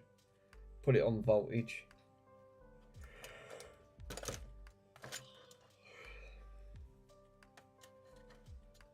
So we need to measure the 5-volt lines and the ground. Well, that's easy enough because I've only got a probe. I can probe that from here.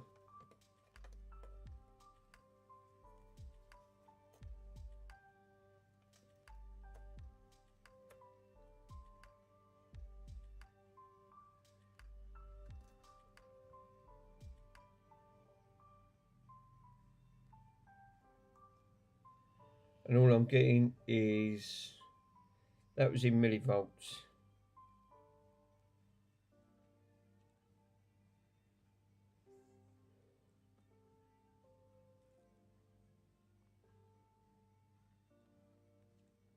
Should stop at 5. The red one should, that's 5 on the red. And she stopped at 5, exactly 5. Oh, it's gone 4.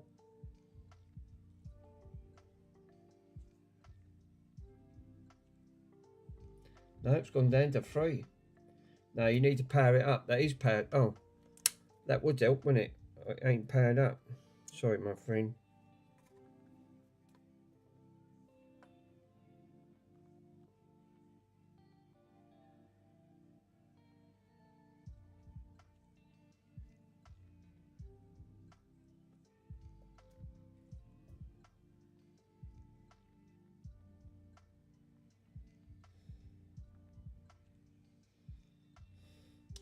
Plug the cable in now.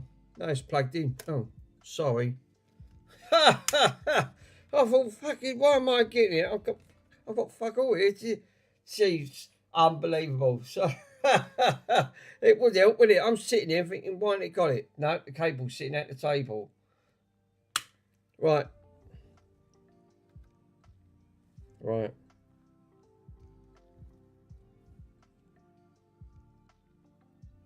There she switched on.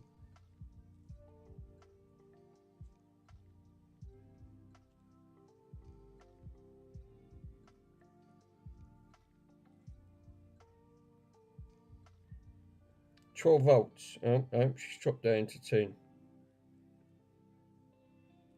Nope, still going down. Fancy for getting a bloody, putting a cable in. What a donut.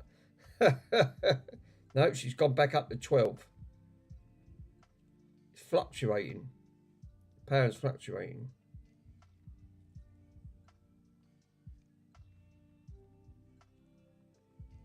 Stabilised at 9. It's touching the red. She stopped it dead on 9. Oh, it's gone down to 8. Yeah, it's not yet. We're getting Apple. So it's sort of fluctuating between 8 and 9.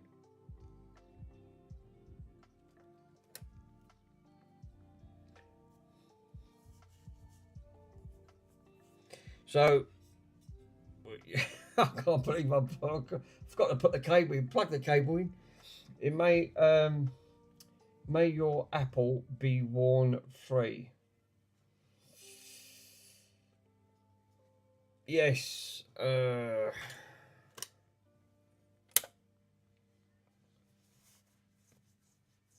I'm absolutely baffled by it.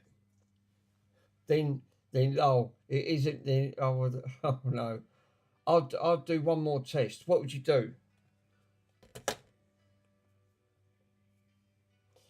12 volt, the 12 VM. That's pretty solid. Unplug and then remove from board. Right, hold up. Let's take that power supply. This power supply has been off more times than anything else. Don't want to get zapped. She's red hot. She's got voltage running through her. That's why I need that tool, really. Right. Whatever chips have got hot, really.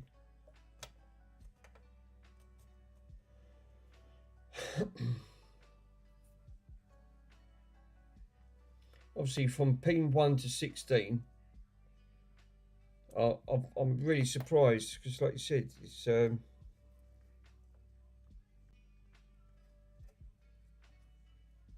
bin. Yeah, put it in the bin. That's it. Now where the power supply is the board test from 5 volts from now. Actually, yeah, it's not a bad idea, is it? So hold up, where would the 5 volt would be on the ends? And I will probe on pin 1 of the RAM. Right, makes sense.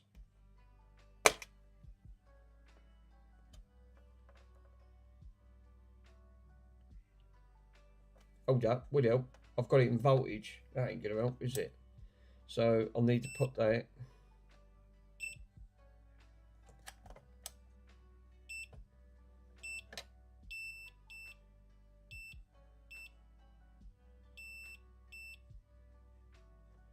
K ohm resistance, mega ohms resistance. There you go.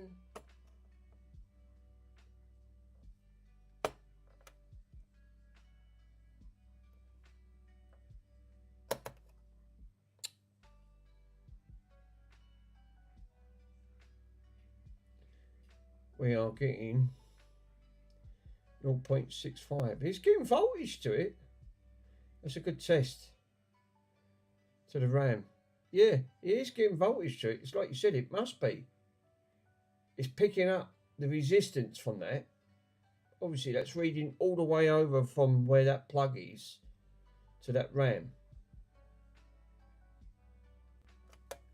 So it should be probed, really.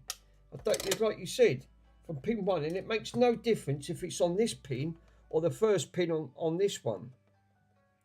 Because again, it will give you the same reading, which it does. It's exactly what it's doing. It's giving the same reading, which is about 8. So the socket is then done its job. Is that on pin 5? Is that in the 5 volt pin? Yes, pin 1 is 5 volts. That's when it was reading before, which is the top part of the pin, because it's the lowest down. Because these are all like, pin 1's right on the left hand side, pin 12 would have been pulling up to about 12 volts. But obviously from pin, what is the blue pin? The blue pin's at the end. So if I measure the blue pin to the furthest end, which is pin 12,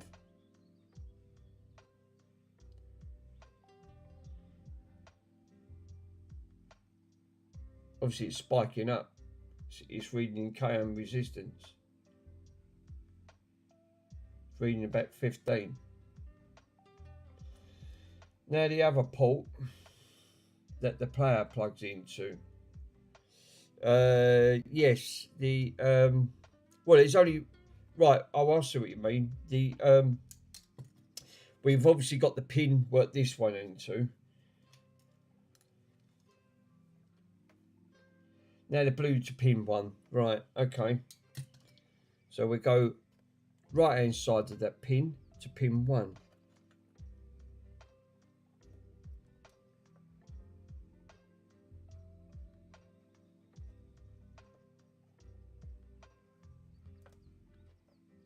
Because if I'm not touching it, like, it comes out, right? So I'll probe it to pin 1. We're up to about 33, or it's dropping down from 33. It's sort of stabilised at 32. 32.96. 95. 94. 95. 6. So it's fluctuating. So he's reading from that pin, from pin 12. So it looks like we are getting readings. The only things I'm not getting a reading from was from this blue wire to that wire over in that corner, which that top one is 5. It should be 5 volt, because you can see where it's on this side. It's saying this is where the plus is. These are obviously the negative pins. The first 3 are negative, and then obviously you've got 2 reds and your 12 volt line coming out. And that's what these are. These should be like test points. But what I'm saying is, this is where it looks like a capacitor should be. This is why they've done it. It's a jumper wire. It's got JP, so they've done that deliberately to put voltage all the way over here. Don't know why they've done that, to get it over this side of the board, because it's got JP4. So, and this is JP5. So they took mainly from the video shifter, coming all the way over up to here to pull power over this section. Perhaps it's weak. It's not weak enough to get voltage all the way over what it needs between the 5 and the 12. And I think that's what that blue is. I reckon that if I follow that, I bet that leads to that 12 volt line. For some reason, I wasn't getting no voltage from all the way over here. From that bit, from there to there, I weren't getting 12 volts. I was getting nothing. I was getting millivolts. But all I've done was just took that out. I've not touched nothing else on this board. You see it. It's broken. Oh no. All RAM. That helped that socket on the board. Put a good chip in, powered it in, nothing. Yes, absolutely Zada. We got nothing.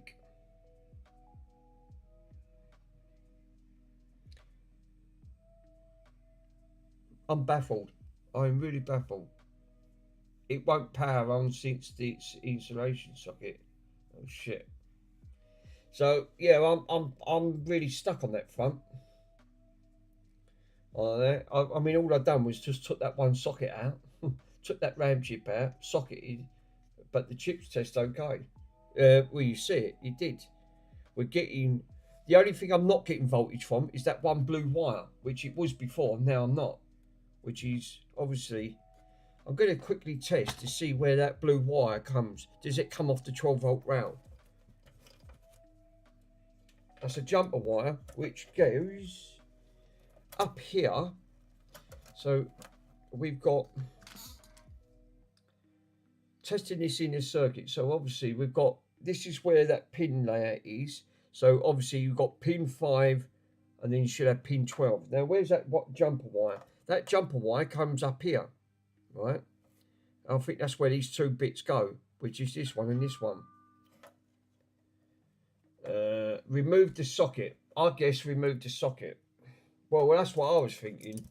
But obviously, and check the top part of the board. Well, that's what Car4 said.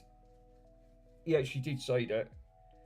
The only thing is that's the only thing to test. Well, it is. I mean, I can't put it down to anything else.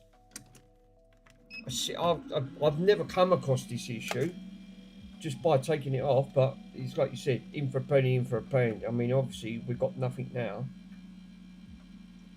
And that's all lovely and clean. I cleaned all the flux off that. So, no, I'm baffled as you guys. I seriously, I thought that'd be a good idea doing this, but obviously it's now upset it. The VCC is the daisy change for every RAM, so share with, yeah. That's the only thing it could be. It's time to do what Car4 suggested. So I'm going to power her up, take this socket out, and investigate it. It could, remember, you ain't just got, you don't just have this in circuit, you've also got the top circuit. So obviously, if that's making connection, which he did say, and this is not making a connection, then we're not getting all the proper voltages going through. So I wonder if that could be the case.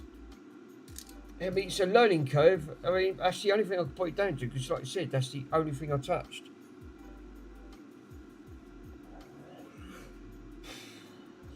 Absolutely mad though. I've never come across that.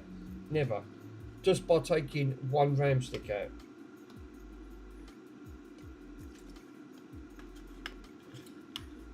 You see me test it. I've followed all your instructions. I've done what Ace said. Test it underneath. Make sure the pin's all tested. That's the only thing it could be on the board. It's a multi-board layout. Yeah, it's the only thing it could be. Because like you said, it won't be a middle trace. This is only a top and bottom trace. So if it's not making connection at the top, the bottom is, then obviously it can't send the rest of the voltages to the rest of the chips to power it up. It's the only thing I can put it down to. So the socket's going to have to come out and then inspect it close up.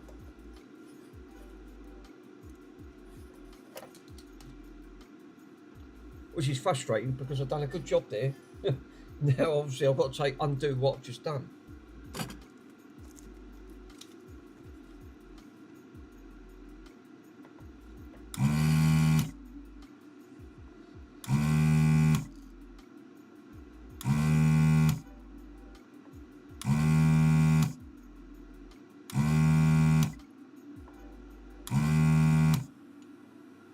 These are not coming off. And I don't want to delaminate. No. It's off. Ow, fuck, that's my finger. Yeah, the moo gun's not working. The nozzle's too big for it. So obviously we're going to have to go through the same thing again. And this is where you can start doing trace damage now, because obviously you're putting heat, taking it off, putting it on, taking it off. It's not good.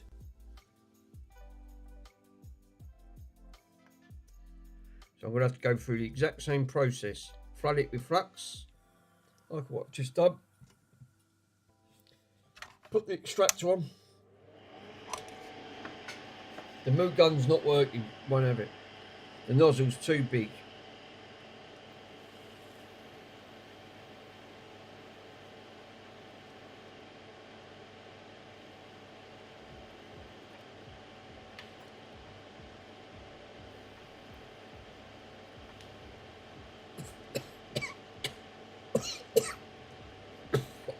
Jesus, don't breathe in, guys. It's not nice. Fucking thing's blowing it over to me. Jesus. Well, that's a good fume extractor. It's just blow it towards the person instead of sucking it away. You know, Jesus. Right, let's bring it closer. Stupid thing. I've already got. Oh no.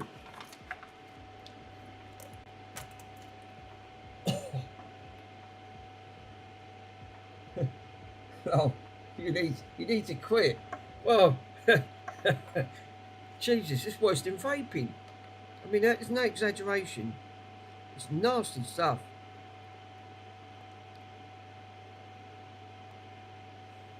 It's still doing it. I brought it closer.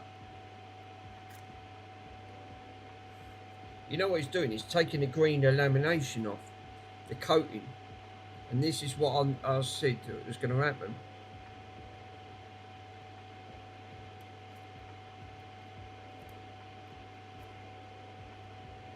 I've got both lamps on here. Let's put the... you need to quit. It's bad. It is really, really bad.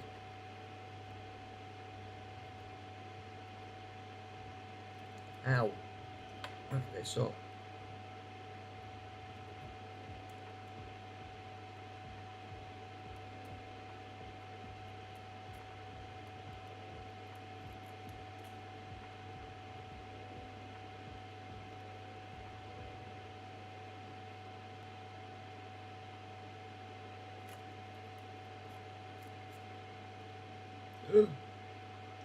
Fingers.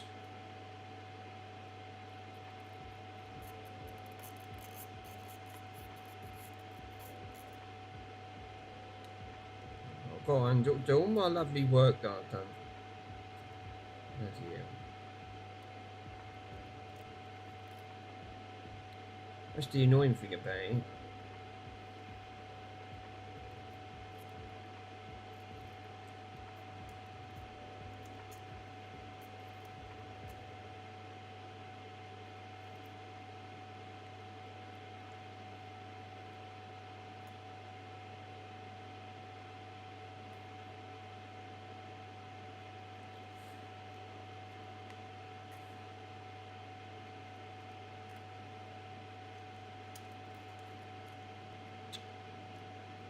Bloody annoying.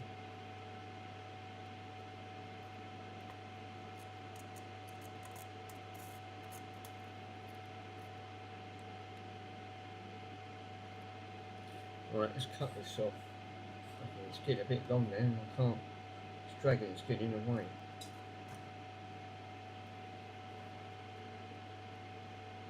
That's the most annoying bit. I've had to do all my lovely work that I've done to it.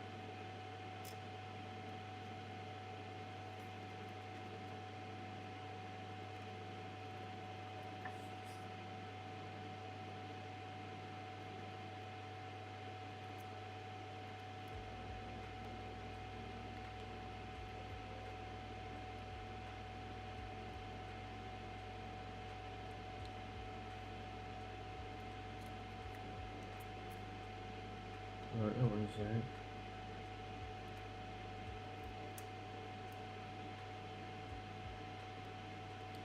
Yikes.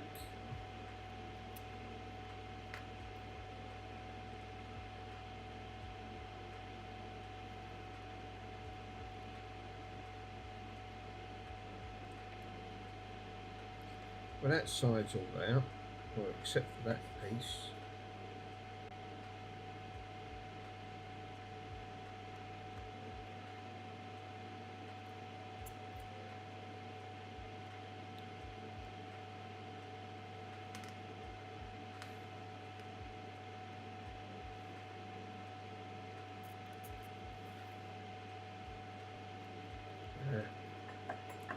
This one's putting up a struggle.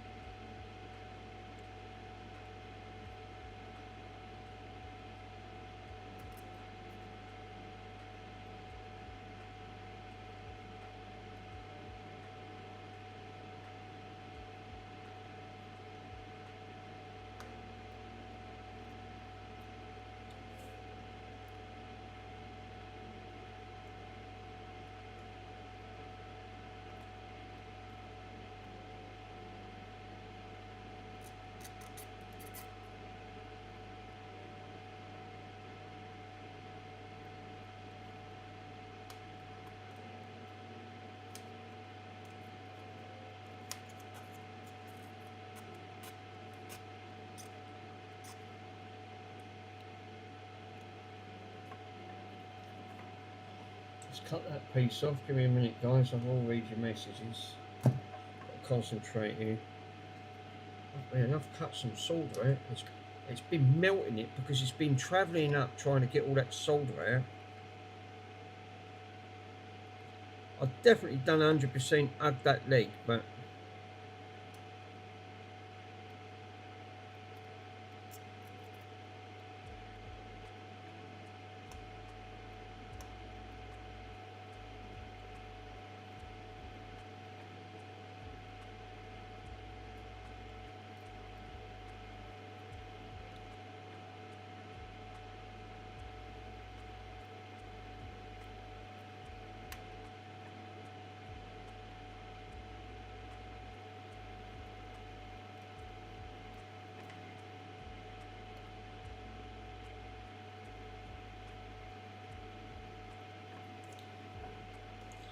can't really see.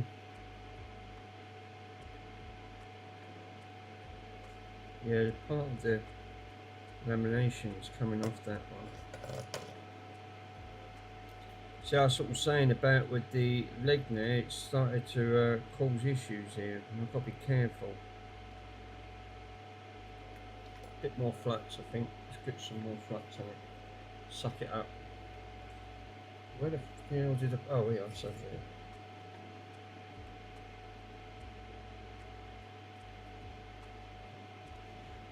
It's not the easiest.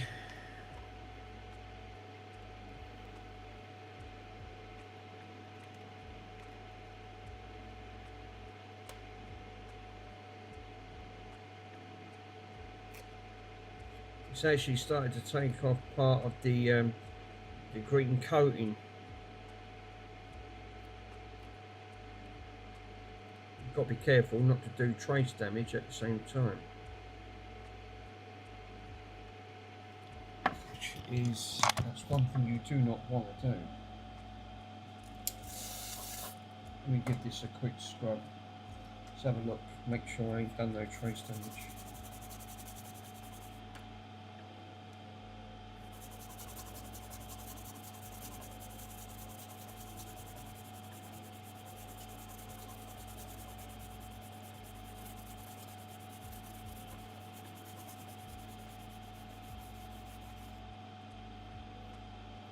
We've got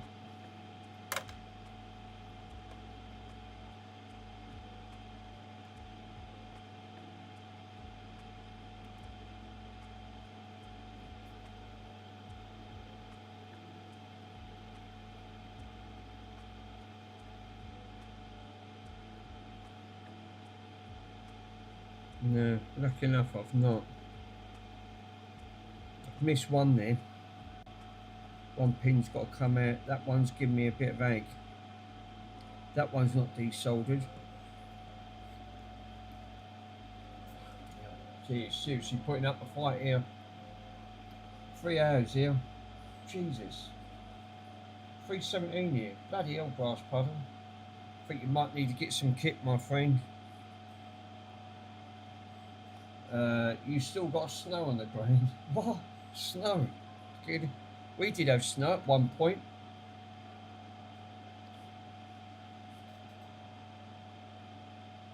Yeah, America did have some snow, didn't they? They had lots of it.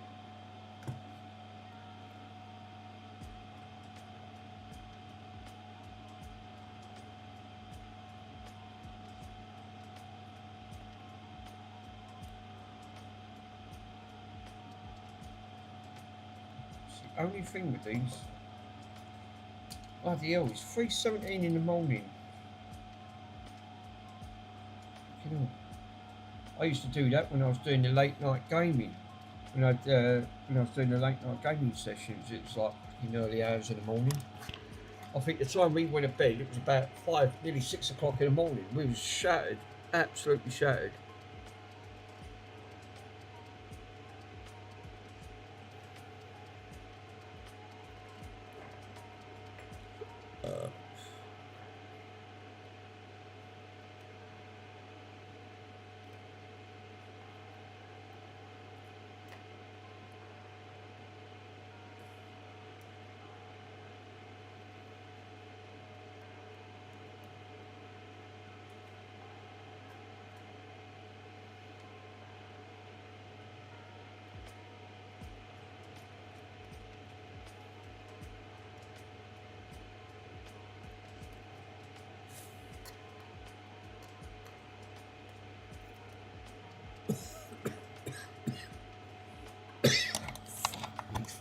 Tell you what, that's not great fume extractor. Fucking shit, it's blowing it back towards me face. I'm breathing more fumes in, it's supposed to be taking it away. Death. Yeah, don't worry, cause of death, yeah, toxic fumes. The fume spreader. What one you got? One of these. And all it's doing, the fan's obviously blowing, the air's creating a pocket, it's blowing it towards me. So all I'm doing is just getting a load of sulphur. It feels like sulphur, it's just breathing it all in. You need a sulphur, yeah. I mean, any more, it's like you said, it had to be right on top of you. No, not great. I wouldn't recommend it. what I might have to do, it's the same thing again. I might have to, I'll take that out. I might have to just boot up the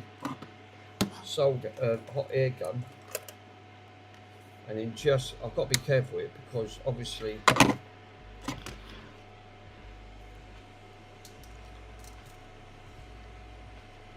need to get this out because I'm going to have issues.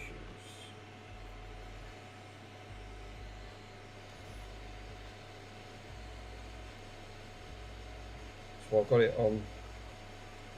I want to go 2 mad.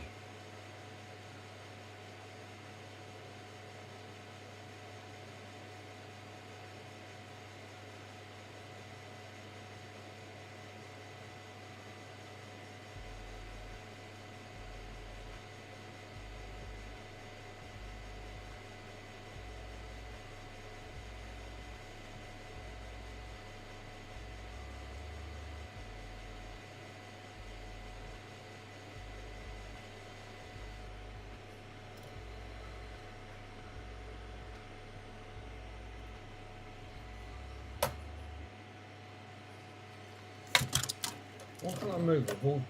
Okay. Yeah, I'm getting the right episode here. Hang on, nearly burnt myself in the process.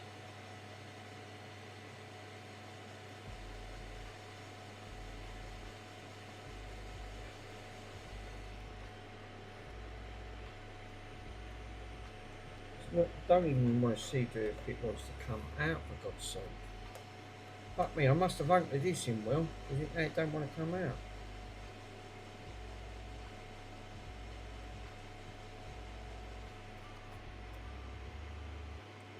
I don't want to get this ball too hot, because I know what's going to happen. It's going to go bye-bye. It's actually...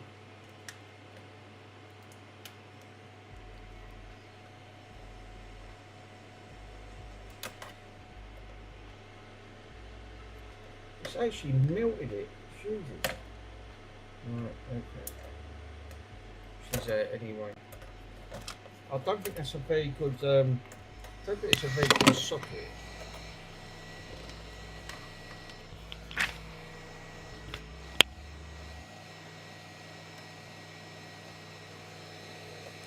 Left half the bloody pins in, look. Ha ha! Well, that's a good fucking thing, isn't it? Get the pins out.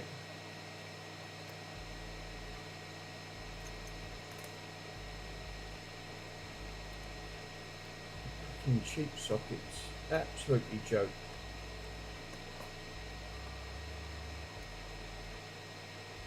No, that one's not coming out. This has been a total disaster. Right.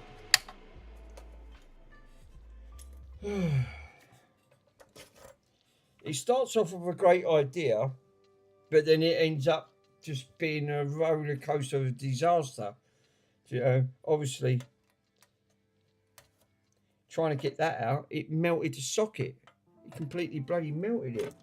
The trouble is, I don't want to delaminate that board because again, you're popcorn it. That's what it said. Put too much heat in, not good.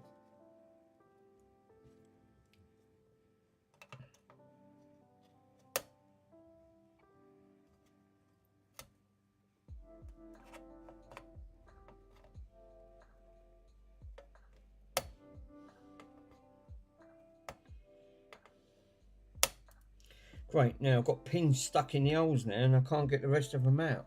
Oh, for fucking crying out loud. Oh no, this is not worked out, guys. Definitely. So,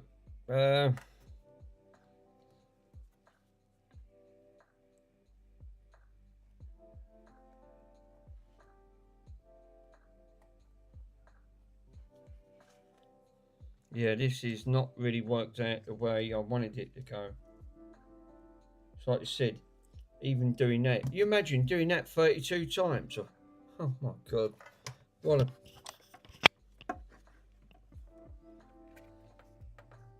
It puts your soldering skills to good use, I'll say that.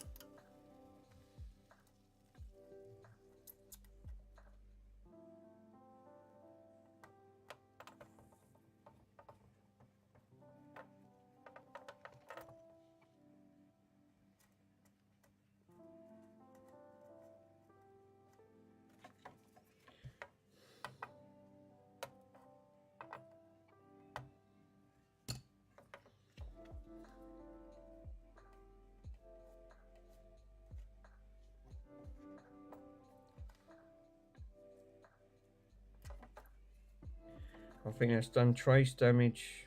It looks like it. Oh God, this is just a disaster. Absolutely, yeah, that trace is gone. Trace is gone. This is exactly what tends to happen.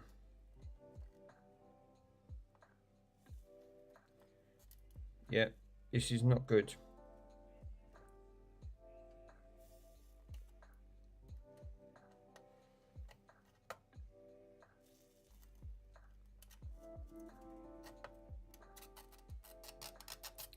So I've now took a working board and turned it into a disaster, which is not good at all, because now that trace is completely gone on one of that pin, which I knew this was going to happen. You won't be able to do that too many times. This is how finicky they are.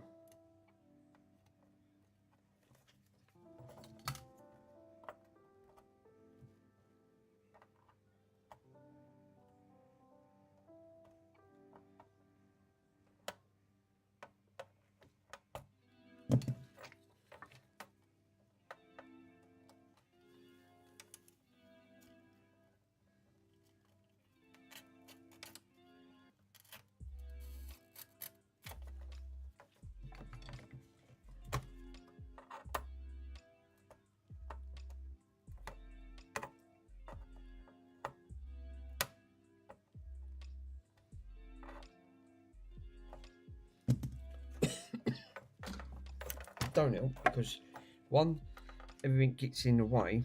It really makes you work hard.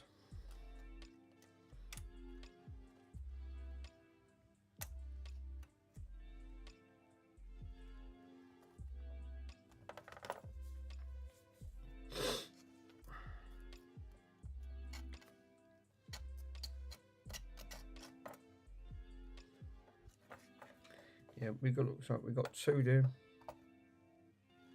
I'm pulling the remaining pins out.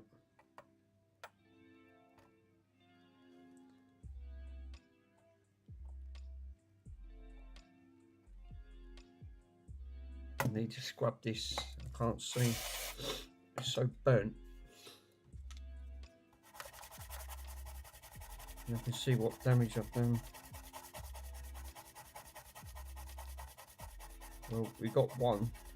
Looks like we got two trace damage. Lucky enough, we can take it from the existing pin. God, this has really fucked this up big time. Yeah, that's not great. This is this side is a bit of a disaster.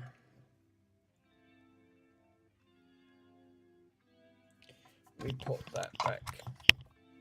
Yeah, it's not looking good. This is trying to get that out. Now you've turned it into a trace repair job. Yeah, I mean, obviously, what's actually happened, the heat from the solder trying to taking it out melted. The pins all got stuck in. So now it looks like I've got two trace to do on that, and I've got to make sure I've got the remaining pins out.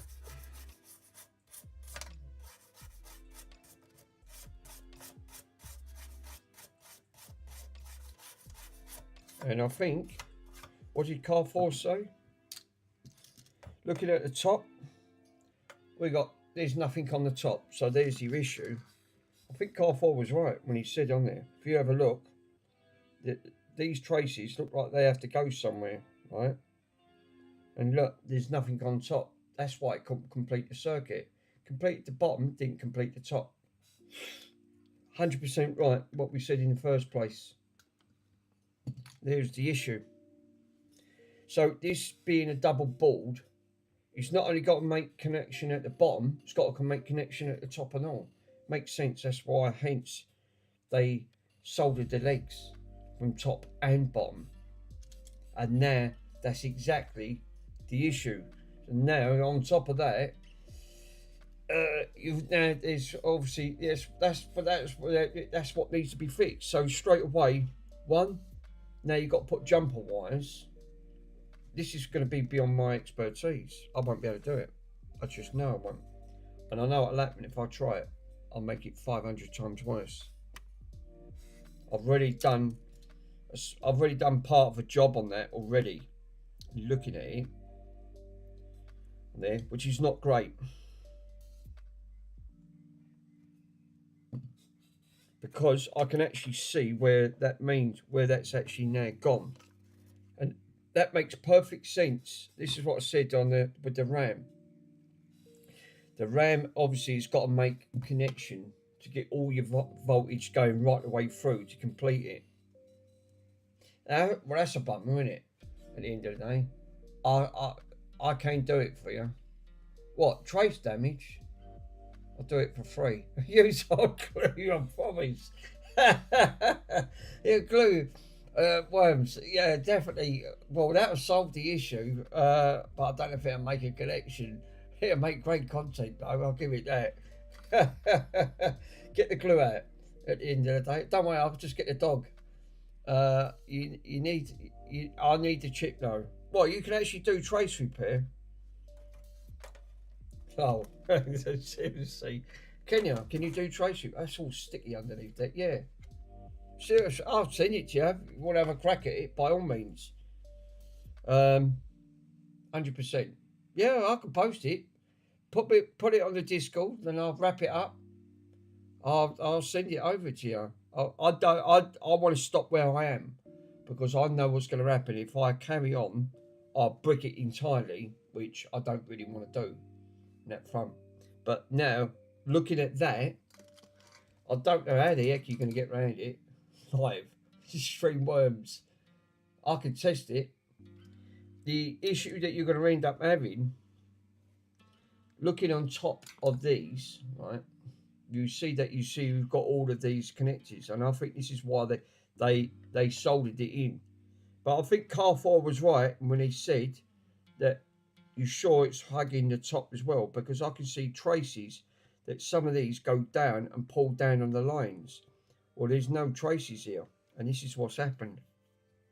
And I was being really careful of actually trying to take these out. So now, I don't know how you would be able to pull that section onto that bit, and that bit, and then do trace repair on the underneath, which is now we've got 2 traces ripped off because of the heat. Well, the solder's done that with the heat gun, not with the heat gun there and the soldering iron. Obviously, it's desoldered it straight off. I mean, they're obviously out now. Bloody annoying. Because I was being really careful. Yeah, no problems. You can post it. Can you post it? A photo on each side on Discord. I sure can, my friend. If my phone will let me, I have to turn that bloody camera down because it keeps going up to 200 megapixels. It went blurry on one of them. Oh, did it? Oh, sorry, bruv. I'll have a look because this bloody thing's an absolute nightmare. That's why these boards are ultra. Let me clean off this sticky off first.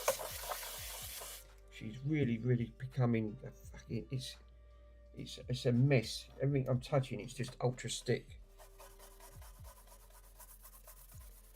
Lightly flux away.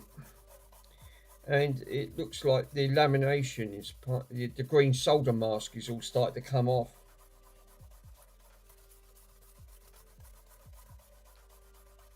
All I wanted to do was put a socket on. Ha! How hard is that?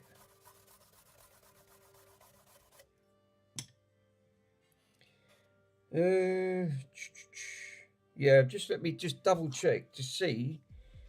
Can it? Oh god, it's got a couple of screws connected to it. Let's just double check to see where that one had actually come. I think that might be £1,000. Well, you might be lucky there. That one's £1,000, right? So that won't be an issue because that's a ground point. Looks like I can take it up to about here to this one. So that'd be fine now. This one,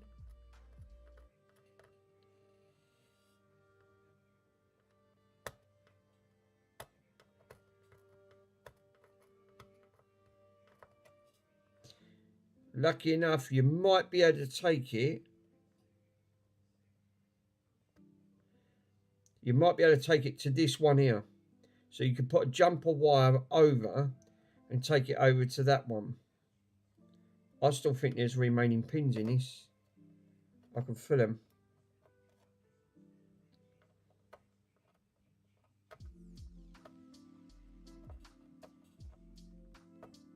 I'll post it. Yeah, made the right pigs here out of this. That hot soldering iron. Again, I was being really careful.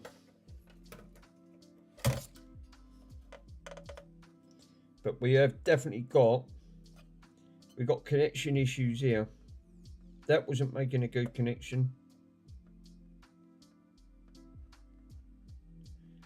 The solder mask has come off part of this because that could be part of the IPA. But all of these should have had connectors and they're not making connection. And I think that's where the issue lies. And that's a shame because that one there don't look like it was making a connection. That was on the bottom of the pin. That obviously makes a connection at the bottom. So that wasn't doing nothing. Yeah, some of them holes are still blocked. Got 3 holes there that's blocked up. It's still got the pin in them. That stuff melted. Well, all I'll say is, well, these were good bloody things then, weren't they? Good standoffs. Obviously, it just completely melted it. Nor me. I went to someone who needs a microscope wing. Yeah, it left someone really that needs it. We're definitely nobody even entered. I didn't enter. No, I did. I entered it. What are you talking about, Andy, with his thing? The I put it in. Yeah, I'll pay for the sockets. No, that's all right. Whatever. Trouble is, if I took that to, there's only one person that would be able to repair that 100%. It will come at a price, a serious price, and that will be at Luke at Retro 6. If that's going to say, first thing you say is, does it power up on these thing? No, straight away £95 in the UK. Then any trace repair is £65 plus the VAT. So I'd be getting a grand total roughly around about to get this back up and running. I reckon realistically I'm going to be looking about £250 to £300 just to get that done. I just like fixing stuff. But that's Retro 6. This is the reasons why you're paying, when you pay someone, you're paying them for their expertise. But it's not worth it because you can pick them up a lot less than what he's charging. The socket and the chips as well. Yeah, that's all right. I can send that.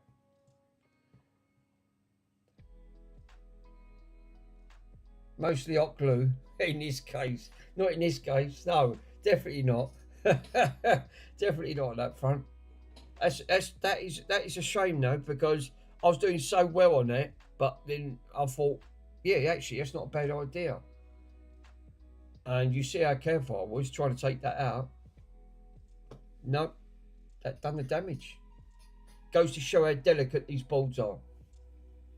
If you want, if you can send it to over morning, it's up to you. You'll have more expenses. Go for it, Worms. Yes. I can pass it over, Worms, if you want to have a crack. Easy stuff.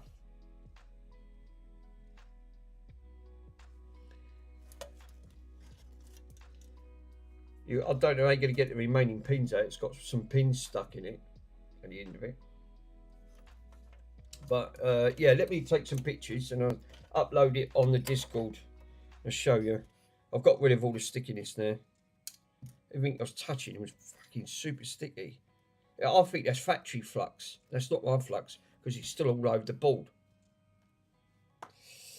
All right.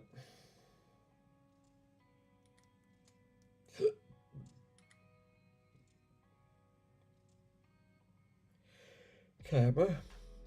No, see, it's still on bloody.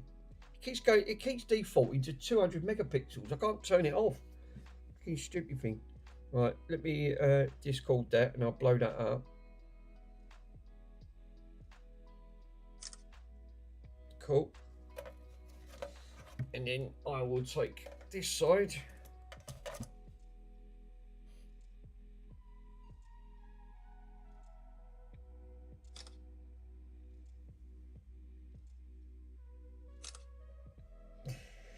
Cool.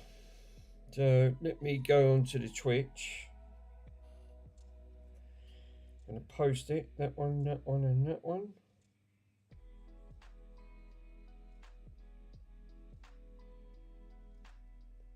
Yeah, do it on the 12s. It won't let me. But if it goes any higher than that, obviously, then it comes up with a problem. Right, I've posted them on the Pico's post. Yeah, that's a right bummer, to be totally honest. Actually, where's the chip gone? I took the chip off. I don't know where the chip's gone. Fucking hell. We'll have to chip look for a minute. That's a right pisser, isn't it? Took a working good board there. And yeah, Luke at Retro 6. It's not worth paying him because you could buy a fully working one for less than £300, which I haven't got.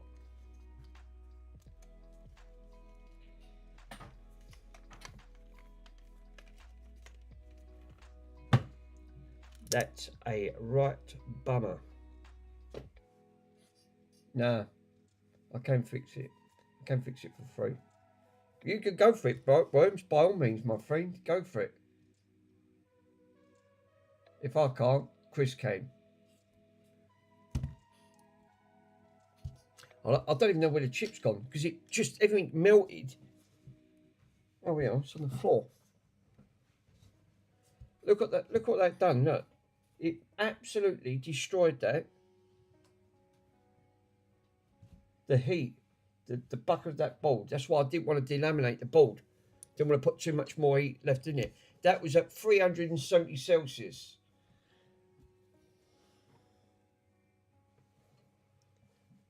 I thought I won't put any more, and that was at 80%.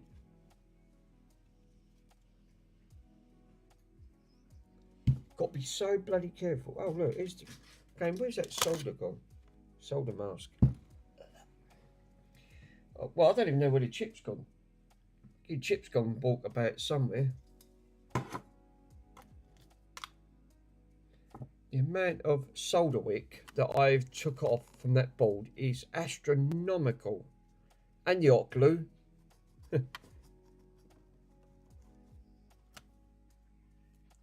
Wow. Well, there's lessons to be learnt there. Definitely.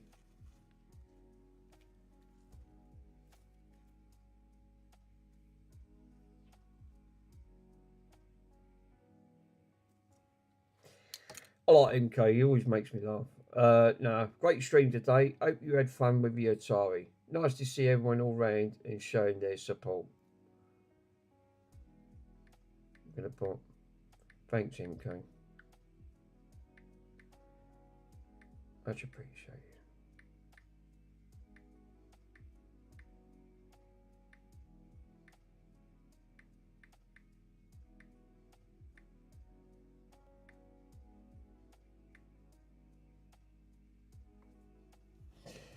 Yeah, that's what I like to see. Let me get rid of. Yeah, look all that lot. Look, I took all that off. Hold up, read your comments. I don't even know where that chip's gone. Oh, Jesus, I can't move. My arse has gone through. Let's sit on that stool. Wow.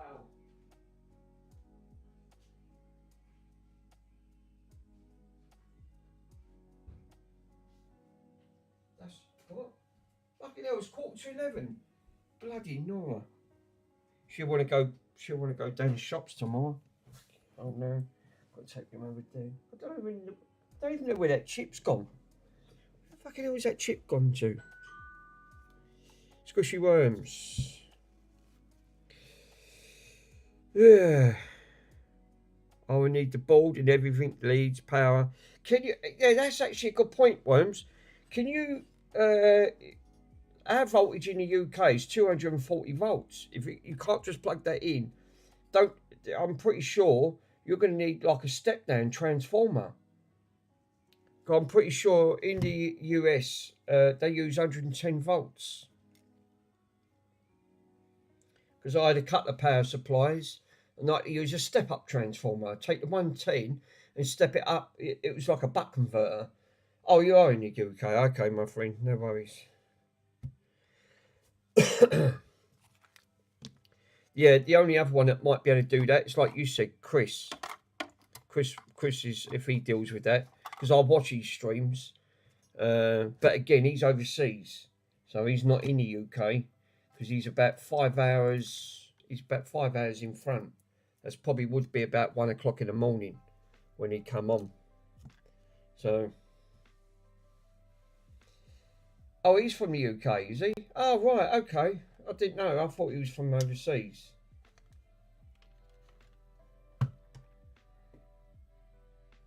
Yeah. I mean, like you said, I need to find that chip. Where the friggin' hell? Well, I've got it on there. Sorry. I don't want to post that because it's got your details. Privacy. I will make sure that I will post. It's going to be tricky because there's still the remaining. You've still got remaining posts on that. In there, so obviously where it's melted. Lucky enough, I didn't delaminate and I didn't popcorn the board. I think I pulled away just in time because these boards are ultra. When I say ultra thin, look how thin they are. They're just a few mil thin, and that's what happens. It was a good stream today. Yeah, well, it's interesting. I mean, it's like you said, it's a shame, but you know, we've all got to learn. All right, it's obviously cost me an Atari, but hopefully, fingers crossed, might be able to get it going again. But I don't even know where the bloody streams. I don't even know. You say that, Pete? I don't even know where the obviously it's such a mess on this table. I need to source the RAM stick, but it doesn't matter because I can take one off. Now, if we can fix it. Well, if that's the case, Worms, I might as well send you over both boards. Obviously, because there's no point sending you over just one. I might as well I'll wrap up two. I've got a box big enough. I mean, you know, so whatever's good on that. And then hopefully, you might even have better luck than me. So obviously we've definitely got a RAM issue, but that was the intentions to do that to start with, was to take this working one, socket it, and then just swap the RAM over by one by one, and then basically I thought that might have been the best bet. So I'll box up the both of them. I mean, at the end of it, it's not an issue. So all I need to send you over really is the power supply and the two boards. And the lead, obviously, to power it out into the TV. Yeah, and if you lose the memory chip, yes. Well, I need to find that because it's a mess on this table.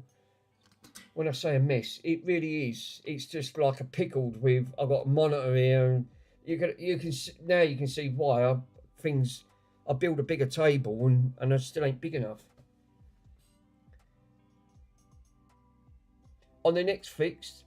It's and good like Worms and Chris is kind enough to help out. Yeah, I mean, you know, I'm like you said, it's but what you want to do, if you can, do a live stream it. I'd be interesting to see it at the end of the day. I mean, I've got enough projects to be getting on with. I've ordered that record player that went bang on the live stream. I've ordered another one. And this one's got a few issues, but it does work, partly working. It's for charity, so yeah. I mean, at the end of the day, that's all I was going to do was get one up, fully have one up and running, and obviously I was going to keep a 1040 and a 520 for myself, and the other one was a donation, So all I was going to do was just buy the outer parts and then put it back into, the money was going to go to the Dogs Trust. So yeah, I mean, that was where I was going to get it. The money, the donation of the money was going to go to the Dogs Trust because, so yeah, it'd be quite good. If you can stream, it'd be great. But I think you're going to run into a few problems because that's why I'm going to stop. Because I know what'll happen. You know, when I always say, don't get too far ahead of yourself. It's a bit like when J-Fix done that first stream. He went straight in for the kill, which was the most hardest job to do. And I'm afraid he trace damaged the entire lot of the board. And then Andy had to do his magic. And, you know, but he fixed it. He did manage to do it, but it weren't easy. And that's where I've got on this. Stop. I'm not going to continue it because I'm not confident enough to actually try. One, I'm not good at trace repair. And two, remember, I'm still learning. I'm like MK. MK's still learning. So, obviously, I'll probably do a little bit more better than MK, but I'm not far from him. I still need to learn, which is obviously, but things like that is not easy because it's really tiny in circuit. As focus as a lot of things all at once. Yeah, I mean, obviously, but I've given my best shot. I mean, it's a shame really because I was doing so well, but then car 4 was 100% right. Obviously, I've took all the trace pads up here. They've gone and it's not completing the circuit. That's why we weren't getting the 5 volts on that front. And that's why these are all properly socketed and they're soldered. But I'll need to find that chip. But obviously, I've got to have a clear up round here. So I will wrap these up and I will get these sent off first thing tomorrow morning. So I will do it. I'll see, because I have to weigh this because the more they go in weight, anything above about 5 kilo, it spikes massively in value in transporting. I know when I've sent some stuff to Pico, that come to quite a bit. So, but it's like you said, you have to keep the weight down. So this should be all right. But these boards do weigh something, even with the metal chassis. That one's not too bad, but this one weighs a bit more because it's got an extra shielding at the back. But hopefully, yeah, I'll do that. No worries. I'll have to source that chips. But yeah, thank you guys. I'm going to leave it here because I didn't realise in the UK it's 10:54 and I've got to be up in the morning. So what I'll do, I'll get up about 4 o'clock in the morning and I'll get these wrapped up and get all these ready and prepared. And that. Thank you, Chris, so much for your help, my friend. Pico, as usual, thank you very much, my friend. Worms, nice one. Be interesting seeing that anyway. We've got 9 people lurking around. Anyone else want to shout out before I go? And that, much appreciated for joining the stream. It's been interesting. Car 4, thank you very much, my friend. You was right again about that tracing. So 100% on you, my friend. You did say that the first, and I had an inkling. I think car 4 could be right. Yep, you was 100% with the brain. So yes. Anyone else? If not, thank you for joining, and I will see you guys very, very soon. And I will have another stream because I want to have a crack at that record player when it gets delivered. It was supposed to be delivered today, but it obviously didn't happen. So it looks like that's going to be a tomorrow stream. So thanks very much, anyone lurking in the background, and I will catch you guys very, very soon.